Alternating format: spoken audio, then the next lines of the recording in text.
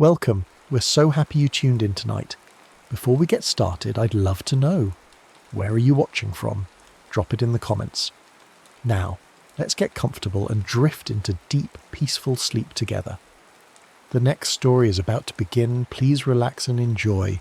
The workshop smelled of brass polish and forgotten time, tinged with a peculiar metallic scent that seemed to cling to very old things. 17-year-old Zofia Nowak swept sawdust from beneath the workbench, where her grandfather Antoni hunched over another impossible creation, his gnarled fingers moving with precision that defied his blindness. The old man's workshop occupied the entire ground floor of their narrow townhouse in Krakow's Old Town, its walls lined floor to ceiling with timepieces that seemed to exist outside the normal flow of hours and minutes. There were grandfather clocks that chimed 13 times at midnight, their pendulums swinging in patterns that hurt to watch too closely. Pocket watches with faces that showed not just hours but phases of the moon, positions of planets, and symbols that looked more like alchemical formulae than numerals. Cuckoo clocks where the birds emerged to sing haunting melodies in languages Zofia had never heard. And everywhere, the endless ticking, never quite in unison, creating a complex rhythm that seemed to pulse with its own alien heartbeat.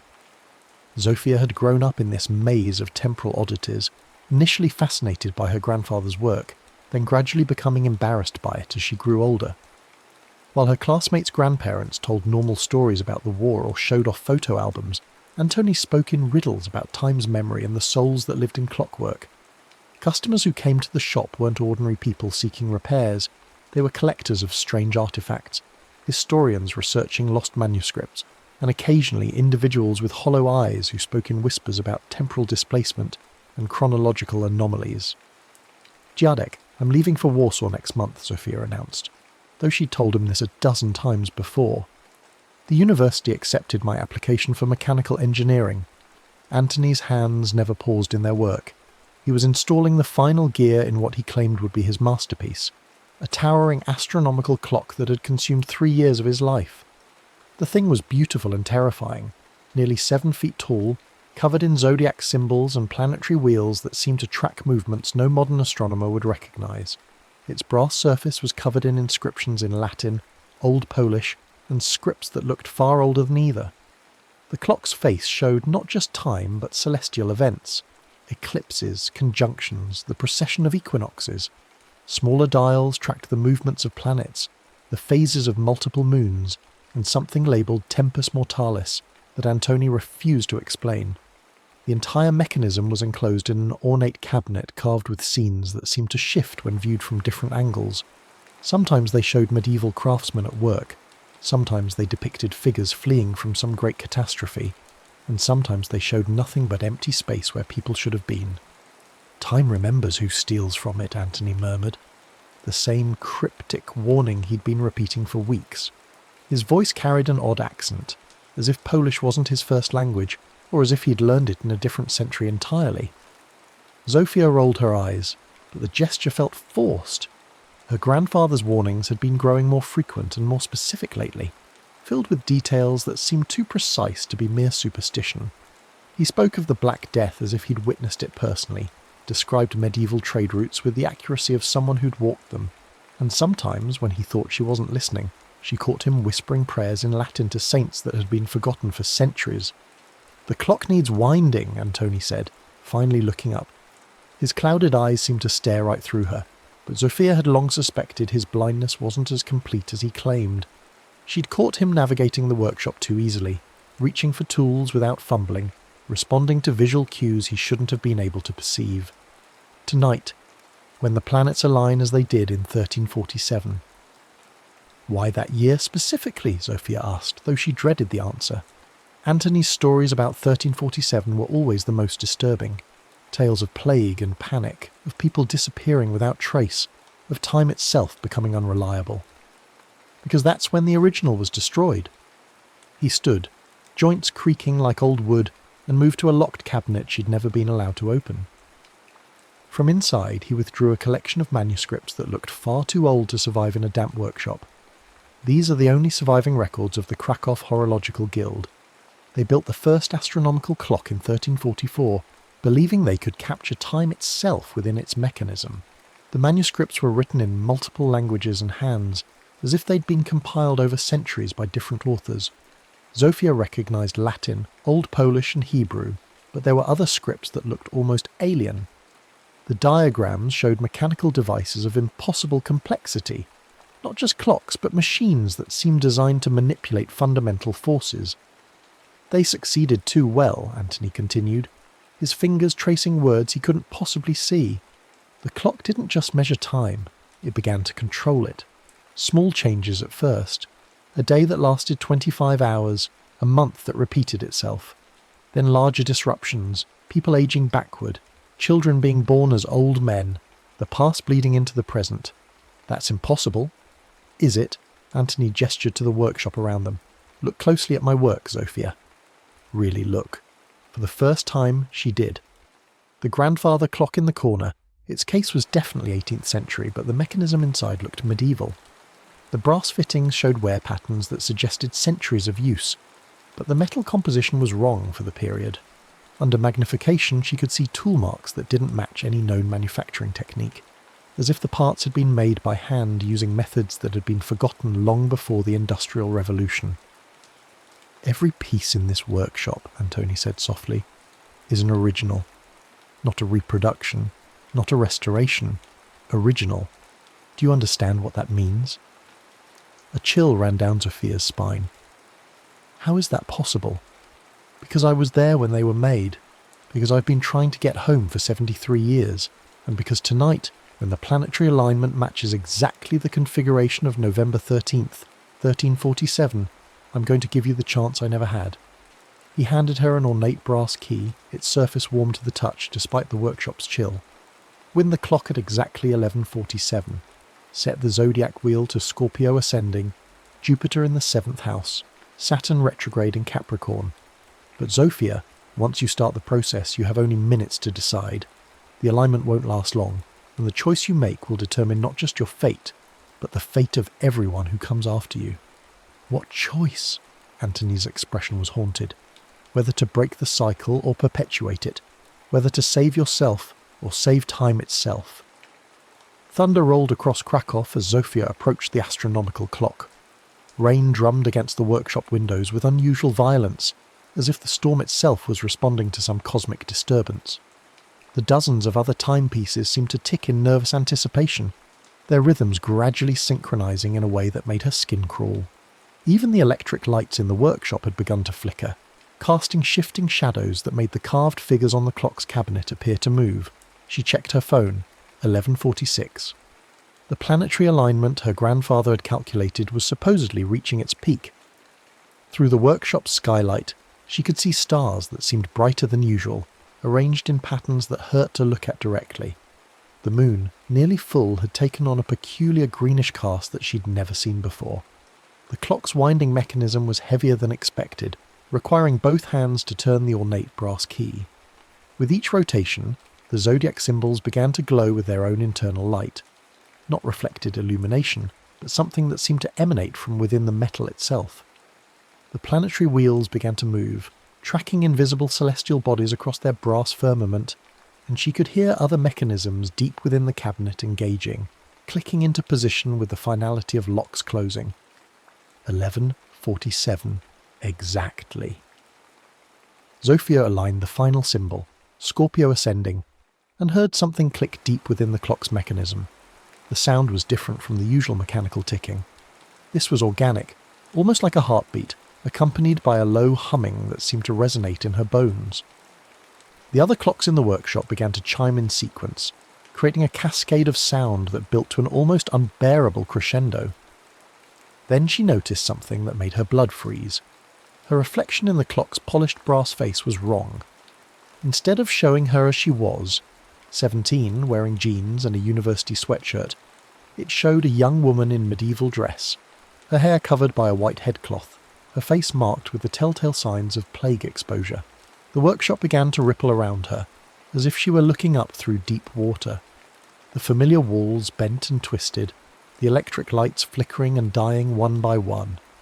Her phone screen went black, then cracked for no reason she could fathom, showing a date that read November 13th, 1347, before going completely dead.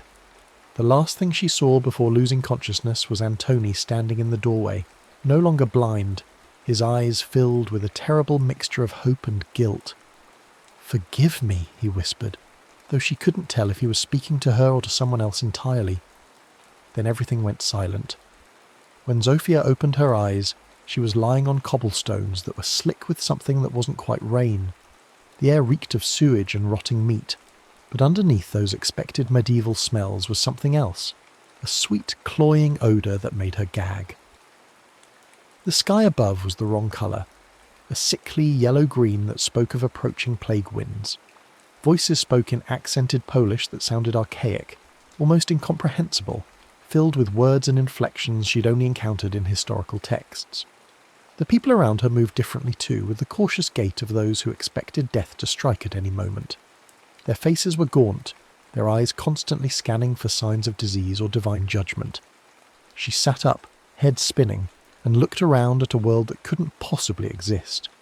The Krakow surrounding her was medieval, but not the romanticised version from tourist brochures. This was a city in the grip of terror. Wooden buildings leaned against each other like exhausted travellers, their thatched roofs black with soot and decay. Open gutters ran with waste that bred clouds of flies. Bodies wrapped in rough cloth were being loaded onto carts with the mechanical efficiency of a society that had grown too familiar with death. The people themselves looked like survivors of an ongoing catastrophe. Their clothes were patched and repatched, their faces marked by the particular kind of exhaustion that comes from months of constant fear. Many bore the telltale signs of recent illness, scarring from survived plague buboes, the pale complexion of those who'd lost too much blood, the 1,000-yard stare of individuals who'd watched their entire families die. A group of men approached her, their eyes suspicious and hostile. Her jeans and university sweatshirt marked her as dangerously foreign in a time when foreigners were routinely blamed for supernatural disasters. One of them, a burly man with crude religious tattoos covering his arms, barked questions in Old Polish, gesturing at her clothes and demanding to know whose household she served, what village she came from, and whether she'd been in contact with Jews, lepers, or other suspected plague carriers. When she couldn't answer coherently, her modern Polish was too different from their medieval dialect. They began to reach for weapons. In their world, anyone who couldn't properly identify themselves was either a spy, a witch, or a plague bearer. All three categories deserved immediate execution. Fear gave her strength. Zofia ran, stumbling over uneven stones past market stalls selling dubious bread and live chickens that looked diseased. The medieval city was a maze of narrow alleys and dead ends, but muscle memory guided her toward where the old apothecary shop stood in her time. Here, in 1347, it looked much the same, a narrow building with herbs hanging in the windows and the distinctive smell of medicinal preparations wafting from within. The woman who answered her frantic knocking was perhaps 40, though the hard life of medieval times made her look older. Her hair was prematurely grey, her hands stained with the herbs and compounds of her trade, but her eyes were gentle and intelligent. She spoke the archaic Polish slowly, as if sensing Zofia's confusion. "Child, you look half dead. Come inside before the watch finds you. These are dangerous times for strangers." The apothecary, who introduced herself as Maya, gave Zofia a rough brown dress to wear and a place to sleep in the storeroom among sacks of medicinal herbs and mysterious dried preparations. Over the following days, as Zofia struggled to understand her situation, Maya became her lifeline. The midwife asked few questions about Zofia's origins, perhaps accustomed to sheltering those fleeing various disasters, war, famine, religious persecution, or the increasingly common reports of entire villages simply vanishing overnight. Maya's shop was a sanctuary of relative safety in a world gone mad. The shelves were lined with jars containing herbs, powders, and preserved specimens that served as both medicines and protective talismans. Dried garlic braids hung from the rafters alongside bundles of wormwood and rue, herbs believed to ward off plague demons. In one corner stood a small shrine to St. Roch, the patron saint of plague victims, surrounded by offerings from desperate customers. "What year is this?" Zofia finally asked one evening as they prepared medicines by candlelight. Outside, the city watch was calling the curfew, their voices echoing off stone walls like the cries of carrion birds.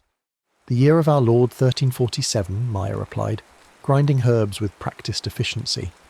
Though it may be our last if the rumours from the east prove true, they say the great mortality has reached Paris. Soon it will be here, and then... She made the sign of the cross. God help us all. The Black Death was coming. Zophia's history classes suddenly felt horrifically relevant. She was trapped in the most devastating pandemic in human history, with no antibiotics, no modern medicine, no understanding of bacterial transmission, and no way home. As days passed, Zophia began noticing impossible things. In various shops and wealthy homes around medieval Krakow, she glimpsed mechanical devices that looked exactly like pieces from her grandfather's workshop. A brass astronomical calculator in a merchant's house that showed the same complex planetary movements as Antoni's masterwork. A water clock in the cathedral that seemed to tick backward, its mechanisms defying every law of physics she understood. A mechanical bird in the market square that sang the exact same haunting tune as one from Antoni's collection, its song unlike anything that should have existed for another 500 years. The coincidences were too numerous and too specific to be explained by convergent design or historical repetition. Either her grandfather was centuries older than possible, or he'd been here before, many times. The answer came in the form of robed figures who began following her through the medieval streets. They appeared first as shadows at the edge of her vision, always keeping their distance but growing bolder as days passed. They wore grey cloaks with hoods pulled low, moving with unnatural silence through crowds that seemed not to notice them. When one finally cornered her in a narrow alley behind Maya's shop, Zophia saw that his face was ageless, neither young nor old, with eyes like polished stone that reflected too much light. "Time thief," he said in perfect modern Polish, his voice carrying harmonics that made her teeth ache. "You have violated the natural order." Before she could respond, he grabbed her wrist with fingers that felt like ice-cold metal. From beneath his robes, he produced a device that looked like a branding iron, shaped like a spiraled clock hand, its metal glowing with heat that had nothing to do with fire. Pain shot up her arm as the device burned a permanent mark into her flesh, the symbol searing through skin and into bone with agonizing precision. The brand seemed to move even as it burned, ticking like a watch face. As the pain subsided, Zophia could see that the spiraled hand was indeed rotating slowly, completing perhaps 1 degree of arc per hour. "The mark will track your remaining hours in this era," the figure explained, his voice emotionless as grinding gears. "When it completes a full rotation, approximately 14 days at current temporal compression rates, you will be erased from all timelines. Time does not forgive thieves, but it occasionally offers them the courtesy of knowing exactly when their theft will be discovered." Zophia jerked free and ran, but she could hear his voice echoing behind her with impossible clarity, following her through twisting medieval streets. "We are the guardians of the meridian. We know what you seek. The astronomical clock was never meant for travel. It was meant as a trap."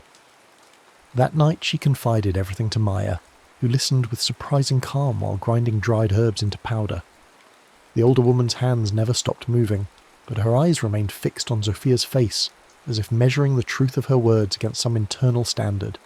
"There have been others like you," the midwife said finally, setting down her pestle and moving to a locked chest in the corner of the room.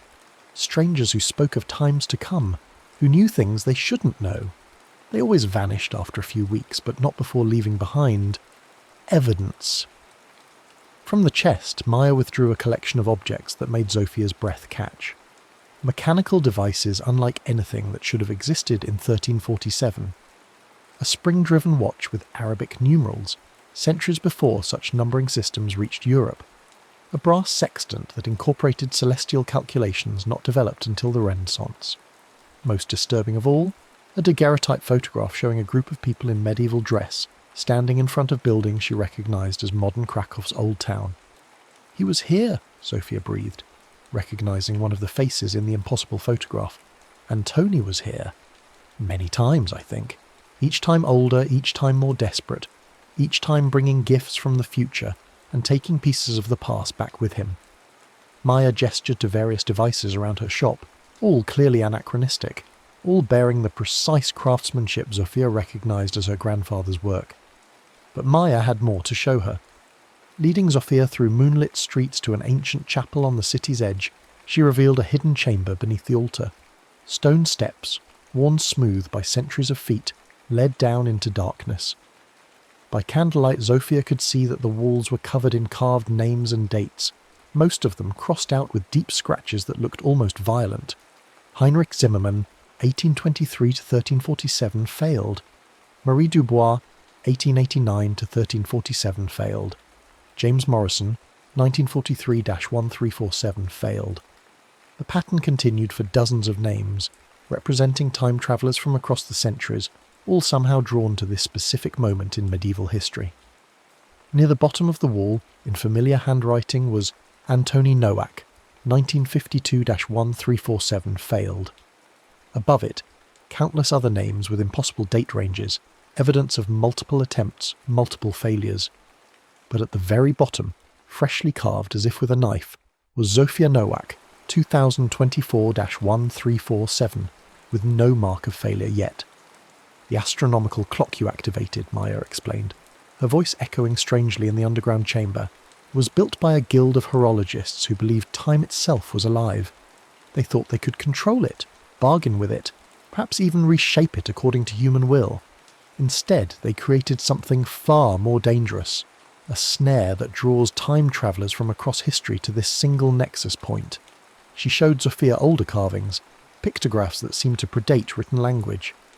They depicted figures in strange clothing being drawn toward a towering clock, then trapped within its mechanism, their life force being drained to power something vast and hungry. Time isn't just a dimension, Maya continued. It's an ecosystem. And like any ecosystem, it has parasites. The guardians of the meridian aren't trying to protect temporal stability, they're feeding on it. Every time traveller who gets trapped here provides them with decades of stolen life force, temporal energy that keeps them ageless and powerful. The mark on Zofia's wrist was ticking faster now, completing several degrees of rotation each day. She had perhaps a week before it completed its circuit. Is there any way to escape? Maya's expression was grim. The guild's records speak of 3 sister clocks hidden throughout the city, mechanisms that work in conjunction with the astronomical timepiece. Each controls a different aspect of temporal flow: the clock of birth at dawn, representing beginnings and potential, the clock of division at noon, representing the eternal present moment, and the clock of death at midnight, representing endings and transitions. From another hidden compartment she withdrew a map of medieval Krakow marked with strange symbols and annotations in multiple languages. 3 locations were marked with elaborate drawings of clockwork mechanisms. To return to your own time, you would need to activate all 3 in sequence during the same celestial alignment that brought you here. But each clock is guarded and the temporal energies involved. She shook her head. Previous attempts have driven people mad, aged them to death in minutes, or simply erased them from existence entirely. Then why try? Because the alternative is worse. If the Guardians complete their harvest, if they collect enough temporal energy from trapped time travellers, they won't be content to remain passive predators. They'll begin actively hunting through time, creating paradoxes and disruptions that could unravel causality itself. Your grandfather understood this. That's why he kept trying to break the cycle, even knowing each failure would trap him here longer. Over the next few days, as the first plague victims began appearing in Krakow's streets, Zofia began her desperate quest to locate and activate the 3 sister clocks. The task was made more difficult by the city's growing chaos. Fear of the approaching pandemic had triggered widespread paranoia, religious extremism, and violent scapegoating. Jews were being blamed for poisoning wells. Foreigners were being beaten or burned as witches. Anyone showing the slightest sign of illness was driven from the city or killed outright. The clock of birth stood in a monastery on the city's eastern edge, hidden within a complex of buildings that served as both religious centre and fortress. Getting inside required Zofia to pose as a novice nun seeking sanctuary from the approaching plague. The monks were suspicious of all outsiders, but their Christian duty to provide shelter warred with their practical fear of contamination. The clock itself was hidden behind the altar in the monastery's main chapel, accessible only through a concealed door that required knowledge of specific prayers and ritual gestures. When Zofia finally found it, she understood why it was called the Clock of Birth. The mechanism was somehow alive, its gears pulsing with a rhythm that matched her heartbeat. Touching it felt like touching something just emerging from an egg, all potential and barely contained power. But activating it required more than mechanical skill. The clock demanded proof of genuine intent to create rather than destroy, to nurture rather than exploit. As Zofia worked with its delicate mechanisms, trying to calibrate them to match the sunrise hour, she was forced to relive every moment of cruelty or selfishness in her memory, every time she'd chosen personal convenience over compassion. The clock wouldn't respond until she'd faced and accepted responsibility for her own capacity for harm. The process was overseen by something that shouldn't have existed, the translucent figure of a woman in 1920s clothing, a previous time traveller who'd tried and failed to activate the clock of birth. The ghost appeared as Zofia worked, her voice barely audible above the ticking of machinery. "Don't trust them," the spirit warned, her form flickering like a candle in wind. "The Guardians aren't trying to protect time, they're trying to control it. They need us here, need our temporal energy to power their own existence beyond normal lifespan limitations. But the clocks, the real clocks, not the trap Antoni built, they're something else entirely. What are they? Immune systems, time's way of correcting paradoxes and healing wounds in causality. If you can activate all three properly, they'll reset the entire timeline, sending everyone back to their proper eras and closing the temporal breach. But the cost," the ghost gestured to herself. "I gave everything to activate just this one. My life, my memories, my very existence. I barely remain as a warning to others. How do I get home? You can't, not without sacrifice. The clocks demand payment for what they give. But maybe you can save the others. All the time, travellers who'll be trapped here in the future. Break the cycle permanently." Each controlled a different aspect of temporal flow. The clock of birth at dawn, representing beginnings. The clock of division at noon, representing the present moment. And the clock of death at midnight, representing endings. To return to her own time, she would need to activate all three in sequence during a specific celestial alignment, the same alignment that occurred when she first wound the astronomical clock. The clock of birth stood in a monastery on the city's eastern edge. Getting inside required Zofia to pose as a novice nun, which would have been comedy if not for the monk's suspicion of all outsiders. The clock itself was hidden behind the altar, a delicate mechanism that required precise calibration to match the sunrise hour. But it was guarded by something that shouldn't exist, the ghost of a previous time traveller, a woman from the 1920s who'd tried and failed to escape 1347. She appeared as Zofia worked, translucent and desperate. "Don't trust them," the spirit warned. "The Guardians aren't trying to protect time, they're trying to control it. They need us here, need our temporal energy to power their own existence." "How do I get home?" "You can't, not without sacrifice. The clocks demand payment for what they give." The clock of division proved even more challenging than its predecessor. Located in the cathedral's bell tower, it existed in a space where temporal distortions had accumulated over centuries of failed attempts. The very air around it shimmered with chronological instability. Zofia would climb 3 steps toward the mechanism and find herself back at the bottom of the tower. She would reach for the clock's controls and touch empty air, her hand passing through solid brass as if it belonged to a different moment in time. The mechanism itself seemed to phase in and out of existence, sometimes appearing as a medieval astronomical device, sometimes as something far older and more alien. The distortions weren't random. They followed patterns that suggested intelligence, as if time itself was actively resisting her attempts to manipulate its flow. Hours would compress into minutes, then stretch into subjective days. She aged visibly during some attempts, then found herself restored to her original state when the temporal field reset. The experience was maddening, like trying to solve a puzzle where the pieces kept changing shape. It took her 3 days of real time, though she experienced perhaps weeks of subjective time within the distortion field, to finally understand the clock of division's true nature. It wasn't just measuring the present moment, it was creating it, constantly making the decision of which potential timeline would become reality. Every second it chose between infinite possibilities, and the weight of those choices had driven previous time travellers to madness. To activate it properly, Zofia had to accept a terrifying responsibility, temporarily becoming the arbiter of causality for all of medieval Krakow. Every decision, every birth and death and chance encounter flowed through her consciousness as she calibrated the mechanism. She felt the plague spreading through the city's population, experienced the fear and desperation of thousands of people, and was forced to choose which individuals would live or die based on calculations that transcended human understanding. Meanwhile, Krakow was dying around her in ways that transcended even the horror of pandemic disease. The Black Death had arrived with terrible efficiency, but it wasn't operating according to historical patterns. Pustules and bleeding eyes appeared in impossible combinations. People aged decades in hours, or regressed to childhood before dying.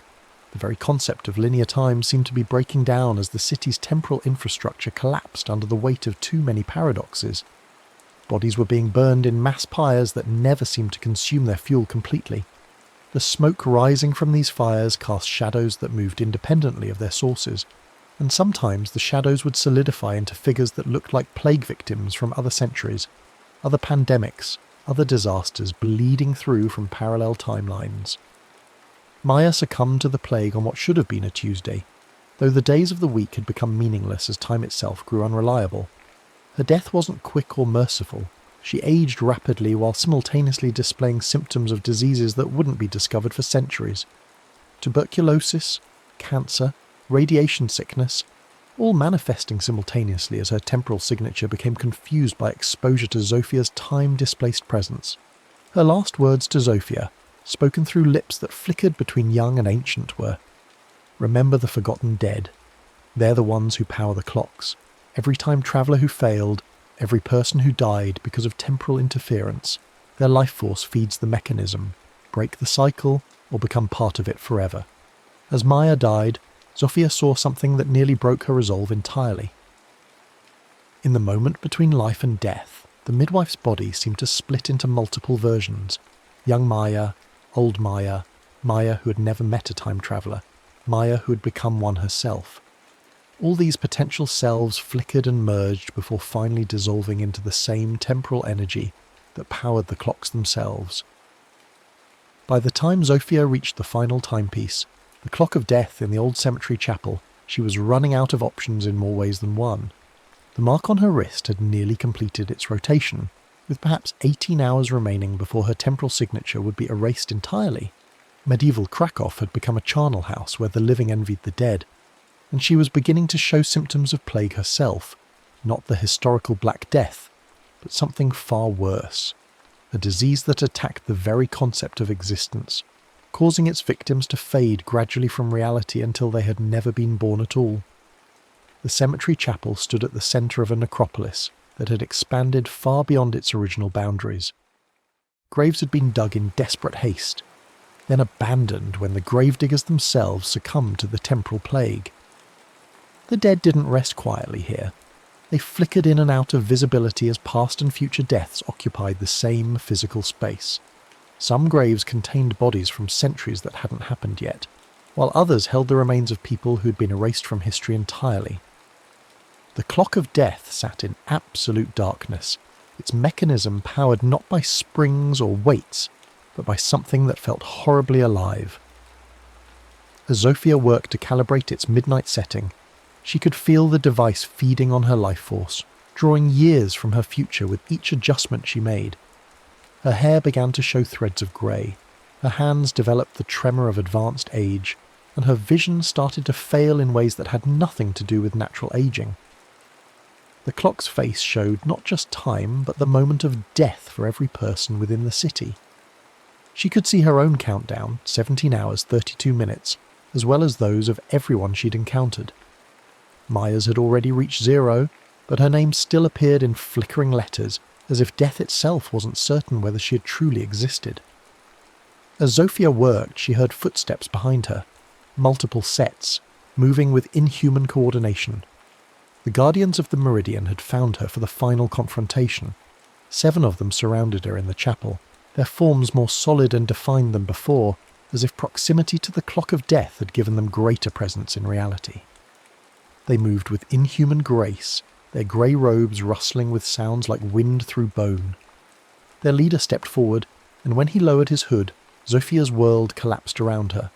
It was Antoni, her grandfather, but not as she'd ever known him. This version was younger, perhaps 30 years old, but his eyes held the weight of centuries. His face bore the same temporal brand that marked her wrist, but his had completed multiple full rotations, leaving scarred spirals that covered most of his forearm. "You shouldn't have come here," he said, and his voice carried the weight of infinite regret. "I've been trying to break this cycle for longer than you can imagine. Every attempt just makes it stronger, adds another layer to the trap. Then help me. I can't. I'm bound here. Punishment for my first attempt to steal time." He gestured to the other Guardians, and Zofia realized with horror that they were all time travelers, people from different eras who had been conscripted into service by the very system they'd tried to escape. "They took our freedom, so we could only perceive through the mechanism, the ticking of clocks, the heartbeats of time itself, the sound of causality grinding forward like an immense machine. We became part of the system we tried to cheat." The truth crystallized in Zofia's mind with sickening clarity. Her grandfather had been caught in this temporal snare for decades, maybe centuries. Every attempt to return to the modern world just created another iteration of the same events, another loop in an infinite cycle of failure. The clocks in his workshop weren't replicas. They were the original medieval timepieces carried forward through multiple failed escapes, each one serving as both a tool and a reminder of his perpetual imprisonment. But the worst revelation was still to come.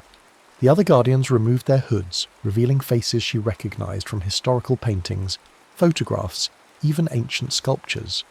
Time travelers from across human history, all trapped in 1347, all forced to serve as wardens for the very prison that held them. "Every time someone activates the astronomical clock," Anthony explained, his voice hollow with despair, "they don't just travel to 1347. They create a new iteration of 1347, a parallel timeline where the same events play out with minor variations. There are now thousands of these pocket realities, each one harvesting temporal energy from its trapped inhabitants. The Guardians you see here aren't the originals, were copies, echoes, shadows of people who once tried to break free. There is one way," he continued reluctantly, his eyes fixed on the clock of death's ominous mechanism.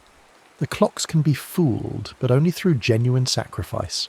Someone must choose to remain, to take my place as Guardian, while simultaneously providing enough temporal energy to reset all the parallel timelines back to their original state. The life force of two time travelers, willingly given, can create enough distortion to collapse the entire pocket dimension structure. No. Zofia, you have a life to return to. I've already lived mine. I've seen what happens if this system continues to expand. Eventually it will break free from 1347 and begin consuming other historical periods. The entire timeline of human civilization will become nothing but a feeding ground for temporal parasites." But she was already working, her hands moving across the clock of death's mechanism with skills inherited from years in her grandfather's workshop. Instead of activating the escape sequence he expected, she began rewiring the temporal flow itself, making connections that shouldn't have been possible with medieval technology. "What are you doing?" Antoni demanded, moving toward her, but the other Guardians held him back. They were bound by cosmic law. They couldn't interfere with a willing sacrifice, even if they couldn't understand its purpose. "Splitting the hour," she said through gritted teeth, her words barely audible over the growing mechanical thunder of the clock's activation. "But I'm not leaving you behind, and I'm not perpetuating this cycle." The process was agony beyond description. Each connection she made sent fire through her veins, aging her perceptibly as years of her life flowed into the clock mechanism. She could feel decades flowing out of her future and into the device, payment for the temporal manipulation she was attempting. The mark on her wrist began spinning wildly as conflicting time streams fought within the same space, creating distortions that made the air itself scream. What Zofia was attempting had never been tried before. Instead of escaping the trap or adding to it, she was inverting its fundamental purpose. The three sister clocks had been designed to maintain temporal stability by channeling paradoxical energy into a contained loop. But by reversing their polarity while they were all active simultaneously, she could theoretically turn them into temporal ejectors, devices that would forcibly return all displaced individuals to their proper time periods. The cost was enormous, not just her own lifespan, but the accumulated temporal energy of every failed escape attempt. Every time traveller who had died in 1347, every year of life stolen from people displaced from their proper eras, all of it had to be paid back with interest to convince time itself to forgive such a massive violation of causality. As she worked, Zofia began to see the true scope of what had been done. The temporal trap wasn't just affecting individual time travellers, it was bleeding into the normal timeline, creating historical inconsistencies that had been subtly poisoning human development for centuries. Wars that should have ended differently, inventions that appeared before their time, plagues that followed unnatural patterns, all because the energy drain from the trapped time travellers was creating micro-distortions throughout history. "You can't," Antoni shouted, struggling against the other Guardian's restraint. "The feedback will kill you instantly, and even if it works, you'll erase yourself from history completely." "Maybe," Zofia gasped, her hair now completely grey, her hands skeletal with age. "But at least I'll erase this too." The final connection snapped into place, and reality screamed. The clock of death erupted with the light that wasn't light, temporal energy made visible, causality burning like a star. The illumination spread outward from the cemetery chapel, washing over medieval Krakow and beyond, touching every parallel timeline, every pocket dimension, every echo and reflection of 1347 that had been created by failed escape attempts. As the wave passed over them, the Guardians of the Meridian began to fade, not dying but returning to their proper places in the timeline. Zofia saw Antoni as he truly was, not the young man trapped in medieval times, but the old clockmaker from 2024, his blindness a disguise to hide the fact that his eyes held the weight of temporal knowledge no human was meant to possess. "I understand now," he whispered, as he began to dissolve. "You're not just breaking the cycle, you're preventing it from ever happening. The astronomical clock will never trap anyone because the mechanism that created the trap will never exist." The wave of temporal correction reached Zofia last. She felt herself being pulled apart and reassembled, her consciousness scattered across multiple timelines before being gathered back together. The pain of aging reversed itself, as the years she'd sacrificed returned to her, but changed, marked by the experience of having been spent. When the light faded, she was alone in the cemetery chapel. But it wasn't the medieval chapel anymore.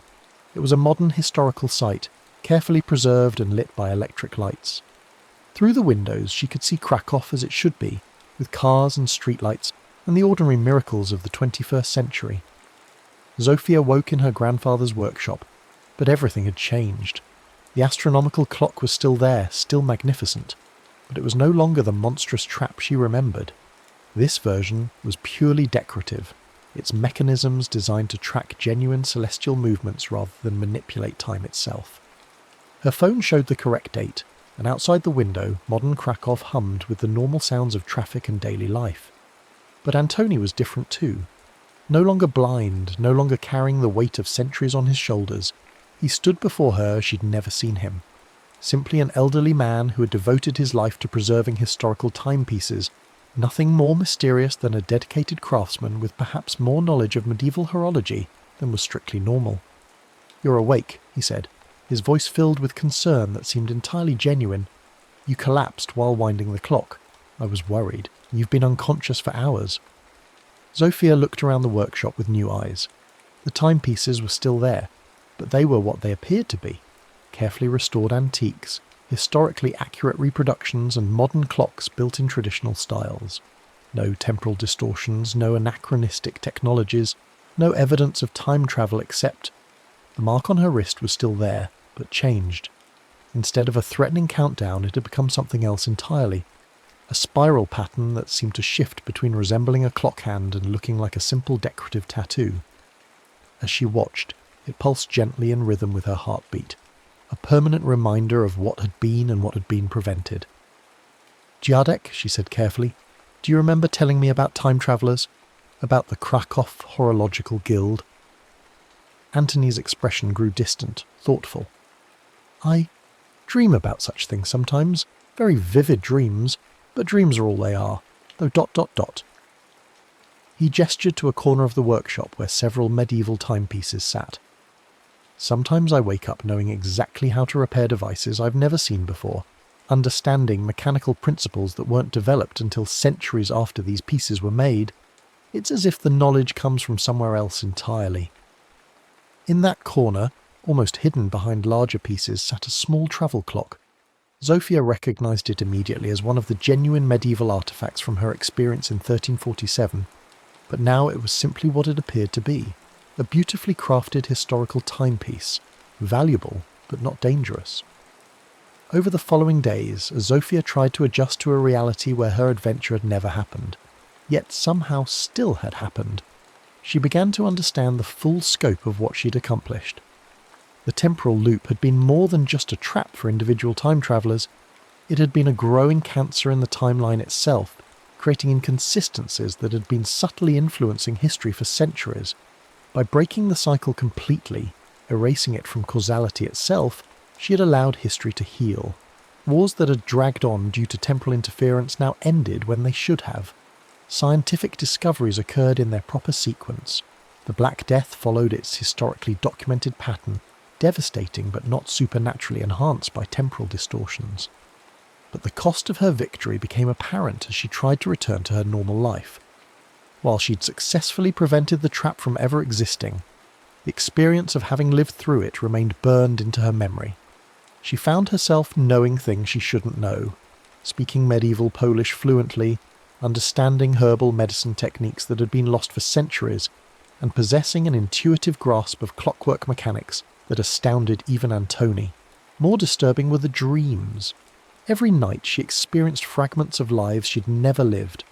Being Maya the midwife, caring for plague victims with medieval remedies, being one of the guardians of the meridian, trapped between moments and watching history repeat itself endlessly. Being other time travellers from different eras, all drawn to the same temporal nexus, all failing to escape until she'd broken the pattern that bound them all. The dreams weren't nightmares exactly, but they were overwhelming in their intensity and detail. She would wake with the taste of medieval bread in her mouth, the sound of church bells ringing canonical hours, the memory of cobblestones beneath her feet. During the day, she would catch herself listening for the approach of the plague carts, or checking her wrist for a countdown that was no longer there. 3 months after the incident, Zofia made a decision that surprised even herself. She withdrew her application to Warsaw University, and instead enrolled in a local program studying historical preservation and museum curation. Her professors were amazed by her intuitive understanding of medieval craftsmanship and her ability to date artifacts with uncanny accuracy. "It's as if you were there when these pieces were made," one instructor commented, after Zofia correctly identified the specific workshop and approximate date of manufacture for a 14th century astronomical device. "Sometimes I feel like I was," she replied, earning a laugh that she didn't return. Antoni, meanwhile, had begun experiencing his own form of temporal aftershock. His dreams grew more vivid and consistent, filled with memories of times and places he'd never visited. He started waking with the complete specifications for clockwork mechanisms that had never been built, designs that incorporated principles decades or centuries ahead of their supposed time. Rather than being disturbed by these experiences, however, he seemed energized by them. His work took on new dimensions, as if he were remembering skills rather than learning them. The clocks he built became more sophisticated, more beautiful, and occasionally more unusual than anything he'd created before. "I feel like I'm completing something," he told Zofia one evening as they worked together in the workshop. "As if there's been a project waiting for me my entire life, and I'm finally ready to begin it."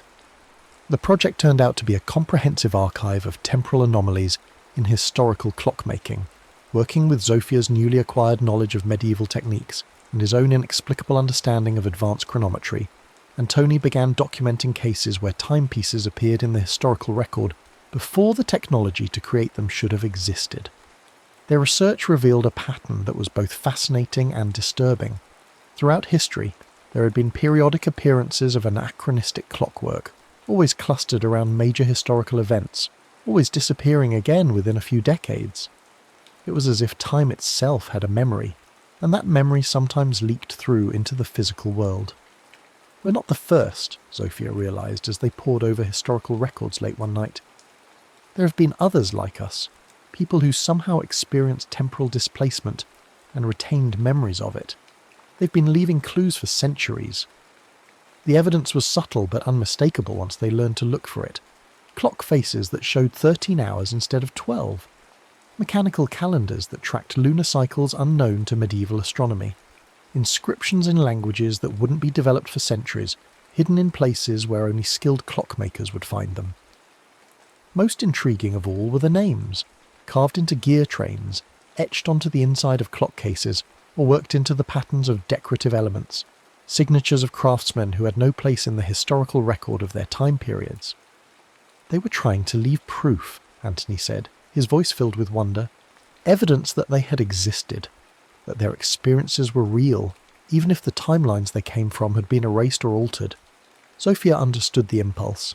Even now, months after her own temporal adventure, she sometimes wondered if it had really happened, or if it was just an incredibly vivid dream brought on by stress and her grandfather's eccentric stories. The mark on her wrist was proof of a sort, but it was proof that only she could see and interpret. Their archive grew to include hundreds of examples from across Europe and beyond. Clock towers with mechanisms too sophisticated for their supposed construction dates. Pocket watches found in archaeological sites where they didn't belong chronologically. Astronomical instruments that tracked celestial events with accuracy that shouldn't have been possible without modern computational methods. Each piece told a story of someone who had been displaced in time, who had tried to return to their proper era, and who had left behind evidence of their journey. Some had succeeded in returning home, but had been changed by the experience, carrying knowledge and skills that didn't belong in their original time periods. Others had remained trapped, using their advanced knowledge to create devices that served as messages in bottles, cast into the ocean of time in hope that someone would eventually understand their significance. "We're archaeologists of temporal anomalies," Zofia said as they catalogued their latest discovery. A 15th century water clock that incorporated principles of quantum mechanics, collecting the artifacts of history's temporal castaways. But their work had a deeper purpose than mere academic curiosity. By documenting these anomalies, by proving that temporal displacement was not only possible, but had been occurring throughout human history, they were creating a safety net for future temporal accidents. The knowledge they were preserving could help other displaced individuals find their way home, or at least understand what had happened to them. As winter settled over Krakow, Zofia found herself spending more and more time in the workshop, not just cataloguing artifacts, but learning to create them. Under Antoni's guidance, she began building clocks of her own, devices that were historically accurate to their supposed time periods, but incorporated subtle innovations that wouldn't be discovered for centuries. Why, she asked one evening, as she worked on a mechanism that used principles of relativity to maintain perfect accuracy regardless of gravitational variations. "Because time is not as stable as people believe," Antony replied, his fingers working with impossible precision on a gear train that seemed to exist in more than 3 dimensions. What happened to us, what we prevented, it could happen again. Different cause, same effect. Someone, somewhere, will always be trying to manipulate time for their own purposes, and when they inevitably fail and create more temporal disasters, someone will need to know how to clean up the mess. The small travel clock in the corner of the workshop had become their most treasured piece. It was, they realised, a genuine artefact from the timeline that no longer existed, a piece of 1347 that had somehow survived the temporal reset Zofia had triggered. It ticked quietly, marking time that belonged to neither past nor future, but to the space between moments where all possibilities existed simultaneously. Sometimes, late at night, when the workshop was quiet except for the gentle ticking of dozens of timepieces, Zofia would hold the travel clock and remember. She would remember Maya's kindness and sacrifice. She would remember the ghost of the 1920s woman who had warned her about the true nature of the temporal trap. She would remember the other time travellers, people from across history who had been caught in the same snare and had died trying to escape it. Most of all, she would remember the moment when she had chosen to break the cycle rather than perpetuate it, to sacrifice herself for the freedom of people she'd never met and might never meet. It had been the right choice, the only choice, but its weight would stay with her forever. The mark on her wrist had settled into its final form, a spiral that looked like a clock hand frozen at 1 minute before midnight, a permanent reminder that time never forgets its thieves, but sometimes, if the sacrifice is great enough and the intention pure enough, it forgives its witnesses, and in the quiet ticking of the workshop, surrounded by timepieces that bridged centuries and carried the hopes of temporal refugees, Zofia had found her true calling. She was no longer just the granddaughter of a clockmaker. She was the keeper of temporal secrets, the guardian of chronological refugees, and the author of a story that would never appear in any history book but would be whispered among clockmakers for generations to come. Time never forgets its thieves, but sometimes it forgives its witnesses. The next story is about to begin. Please relax and enjoy. Owen Riley stared at the glowing screen of his laptop, fingers dancing across the keyboard as lines of code scrolled past. The familiar blue light cast shadows across his thin face in the darkened bedroom of their modest Arizona home. Outside, the desert stretched endlessly under a canopy of stars, but Owen barely noticed the beauty beyond his window. He was too busy trying to crack the encryption on an old gaming console he'd found at a yard sale, determined to unlock whatever secrets it held. At 15, Owen had already earned a reputation as the quiet kid who could fix anything electronic. His classmates at Mesa High either ignored him entirely or found creative ways to remind him he didn't belong. Just last week, Brad Hutchins had shoved him into a locker, calling him a freak, loud enough for half the hallway to hear. Owen had picked himself up, brushed off his worn jeans, and said nothing. He'd learned long ago that fighting back only made things worse. "Owen, dinner!" His mother's voice carried down the hallway, tired but warm. Sarah Riley worked 2 jobs to keep them afloat, morning shifts at the medical clinic and evening shifts at the diner. She never complained, but Owen could see the exhaustion in the way her shoulders sagged when she thought he wasn't looking. He saved his progress and padded to the kitchen, where his mum had set out 2 plates of microwaved spaghetti. She smiled when she saw him, but it didn't quite reach her eyes. It hadn't for years, not since his dad disappeared when Owen was 8. "Find anything interesting in that old game system?" she asked, twirling pasta around her fork. "Maybe. The firmware's corrupted, but I think I can rebuild it." Owen pushed his food around his plate, not really hungry. "Mum, do you ever think about Dad's stuff? The things Grandpa kept in the cabin?" Sarah's fork paused halfway to her mouth. She rarely talked about Owen's father, Colt Riley, or about the desert cabin that had belonged to Owen's grandfather. When Colt vanished without explanation, it had nearly destroyed her. The cabin had been boarded up ever since, too painful a reminder of the man who'd left them behind. "Why do you ask?" she said carefully. I keep thinking there might be answers out there, something that explains why he left." Sarah reached across the table and squeezed his hand. "Some people just aren't meant to stay, honey. Your dad had his demons. Whatever happened to him, it wasn't your fault." But Owen had never believed that. Deep down, he felt certain his father hadn't abandoned them by choice. The man who'd taught him to solder circuit boards and told him bedtime stories about gunfighters and outlaws wouldn't have just walked away. Something had happened to Colt Riley, and Owen intended to find out what. 3 days later, Owen stood before the weathered wooden door of his grandfather's cabin, armed with a crowbar and a backpack full of supplies. The structure sat 20 miles outside of town, accessible only by a dirt road that wound through sagebrush and rocky outcroppings. He'd borrowed his mum's old Honda and told her he was going to study at the library. The lie tasted bitter, but some things were worth the risk. The door gave way with a groan of protest, and Owen stepped into the musty interior. Dust motes danced in the afternoon sunlight streaming through grimy windows. The cabin was small but well built, with a stone fireplace dominating one wall and shelves lined with books about electronics, mechanics, and strangely enough, the American frontier. His grandfather had been an engineer, but apparently he had also been fascinated by the Old West. Owen spent an hour rifling through drawers and boxes, finding old photographs, technical manuals, and his grandfather's collection of pocket watches. Most were broken or missing parts, but one caught his attention, a heavy brass timepiece with an intricate face and unusual wiring threaded through the case. Unlike the others, this one had strange inscriptions etched into the metal, symbols that looked almost like circuitry but followed no pattern Owen recognised. He turned the watch over in his hands, studying the craftsmanship. The back was engraved with initials, CR, his father's initials. Owen's pulse quickened as he examined the device more closely.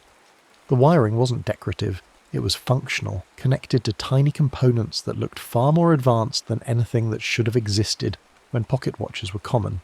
Without really thinking about it, Owen began to tinker with the mechanism. He'd always been able to understand how things worked just by looking at them, and this watch was no different. He found a loose connection and gently pressed it back into place. The moment the circuit closed, the watch began to hum with a low, almost inaudible vibration. The face lit up with a soft blue glow. and Owen felt a strange tingling in his fingertips.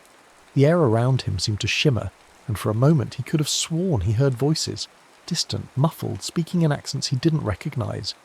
Then the light faded, and the cabin was silent again.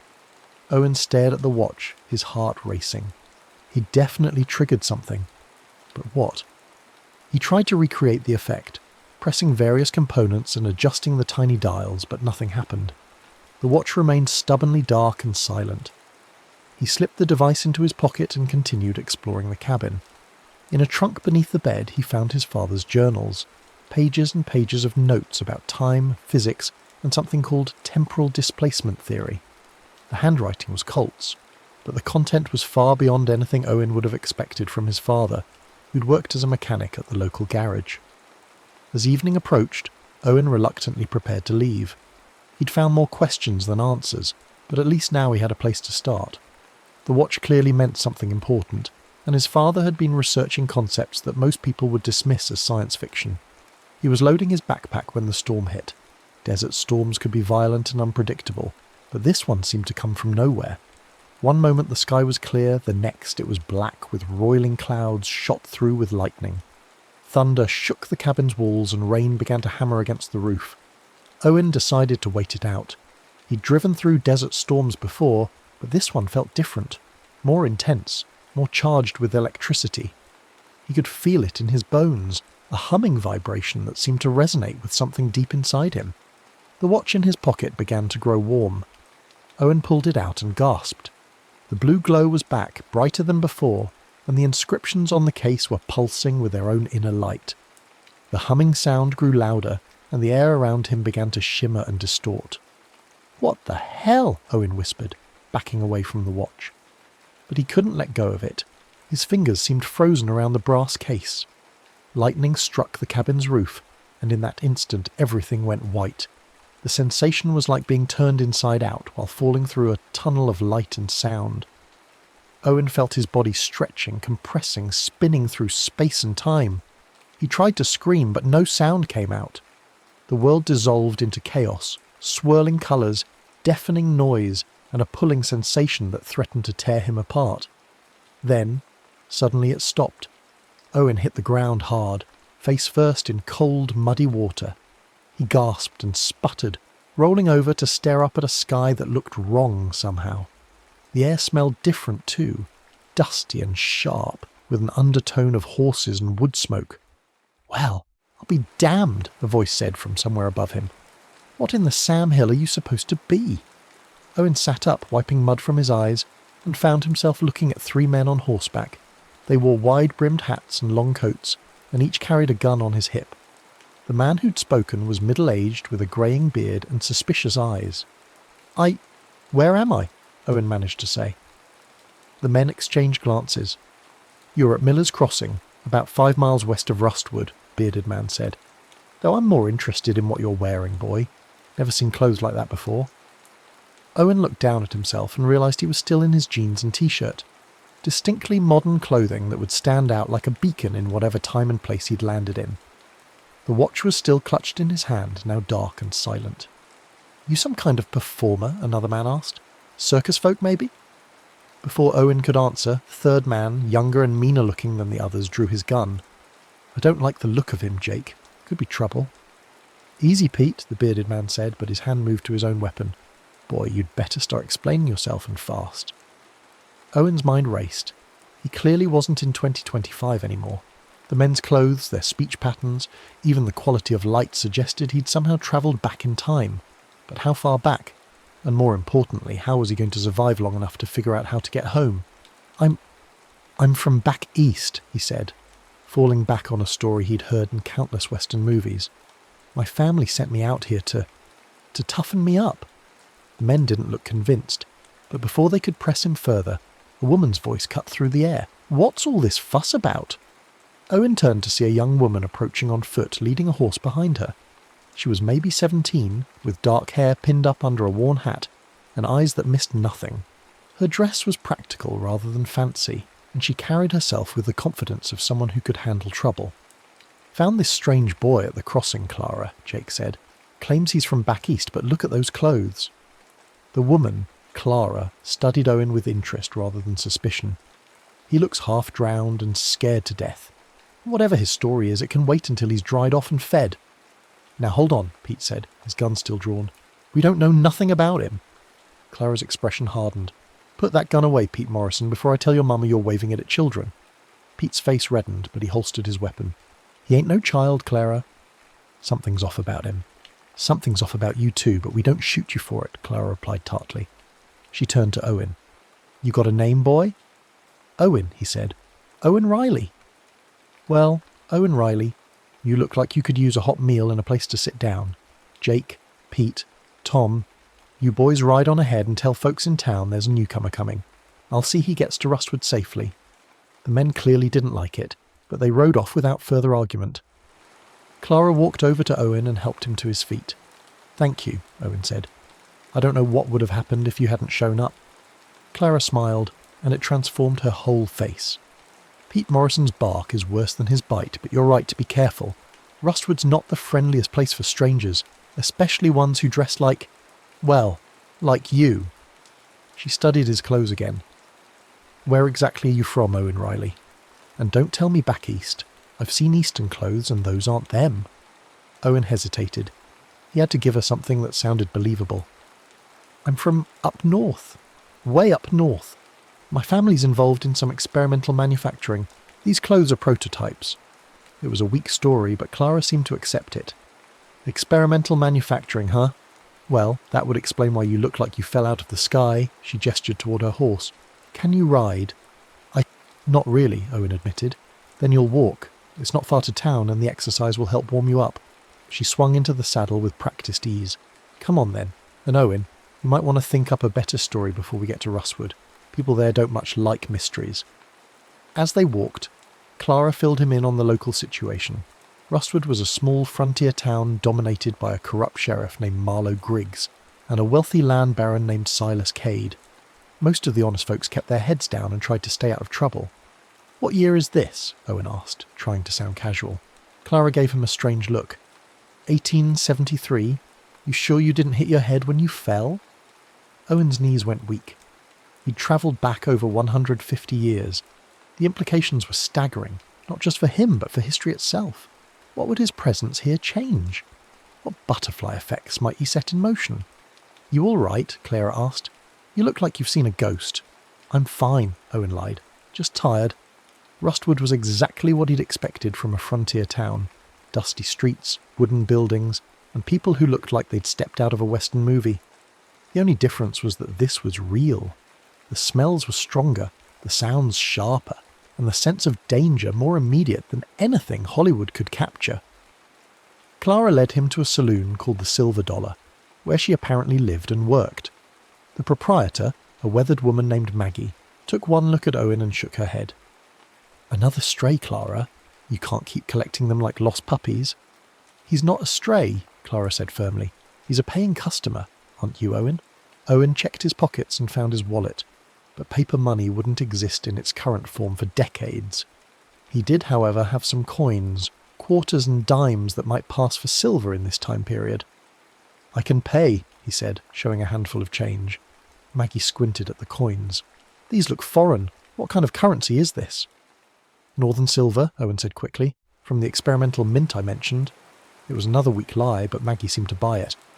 Well, silver's silver, I suppose.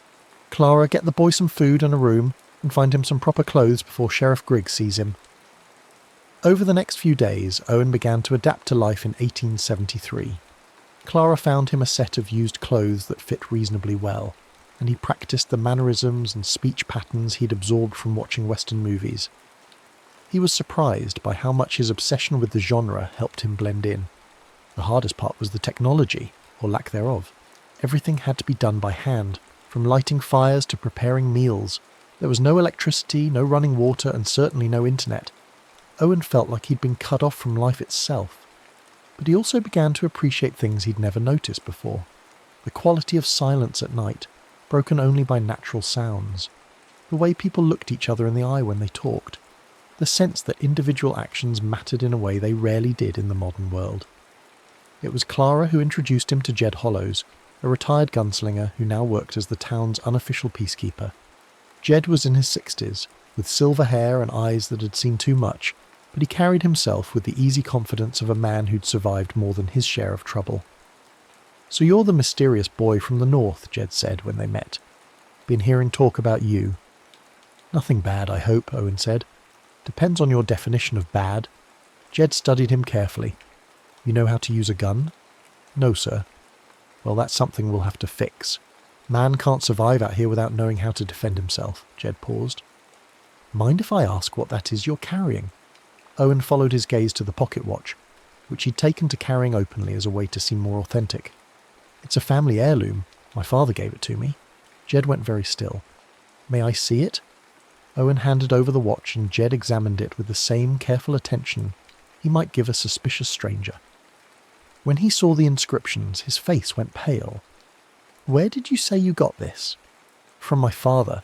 His name was Colt Riley." Jed nearly dropped the watch. "Colt Riley? You're Colt Riley's boy? You knew my father? Knew him?" Jed laughed, but there was no humour in it. "Son, your father saved my life twice, and he carried a watch exactly like this one." Owen's heart raced. "When was this? When did you know him?" "Must have been, 15 years ago now. He rode into town just like you did, dressed in strange clothes, carrying that watch. Said he was looking for someone, but he never said who. Stayed about 6 months, then vanished one night without a word." "What was he like?" Jed handed the watch back. "Smartest man I ever met. Could fix anything, build anything, figure out problems that stumped everyone else. But he was searching for something, always looking over his shoulder like he was expecting trouble." "Did he say anything about time? About travelling through time?" Jed's eyes narrowed. "Why would you ask something like that?" Owen realised he'd said too much. "Just curious. He used to tell me stories about visiting different times and places. Well, he never mentioned time travel to me, but then again, your father was a man who kept his secrets." Jed stood up. "Come on, boy. If you're Colt Riley's son, then I owe it to him to teach you how to survive out here." Over the following weeks, Jed taught Owen to ride, shoot, and fight. The lessons were brutal but effective.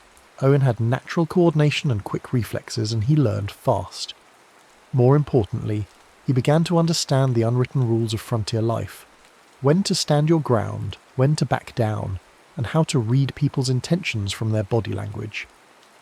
Clara, meanwhile, helped him understand the social dynamics of Rustwood. She worked at the saloon, but wasn't what Owen had expected from Western movies. She was smart, well-read, and fiercely independent. She'd come to Rustwood to escape an arranged marriage back east, and had made her own way in a world that didn't offer many opportunities for women. "You're different from the other men around here," she told him one evening as they sat on the saloon's porch, watching the sunset paint the desert red and gold.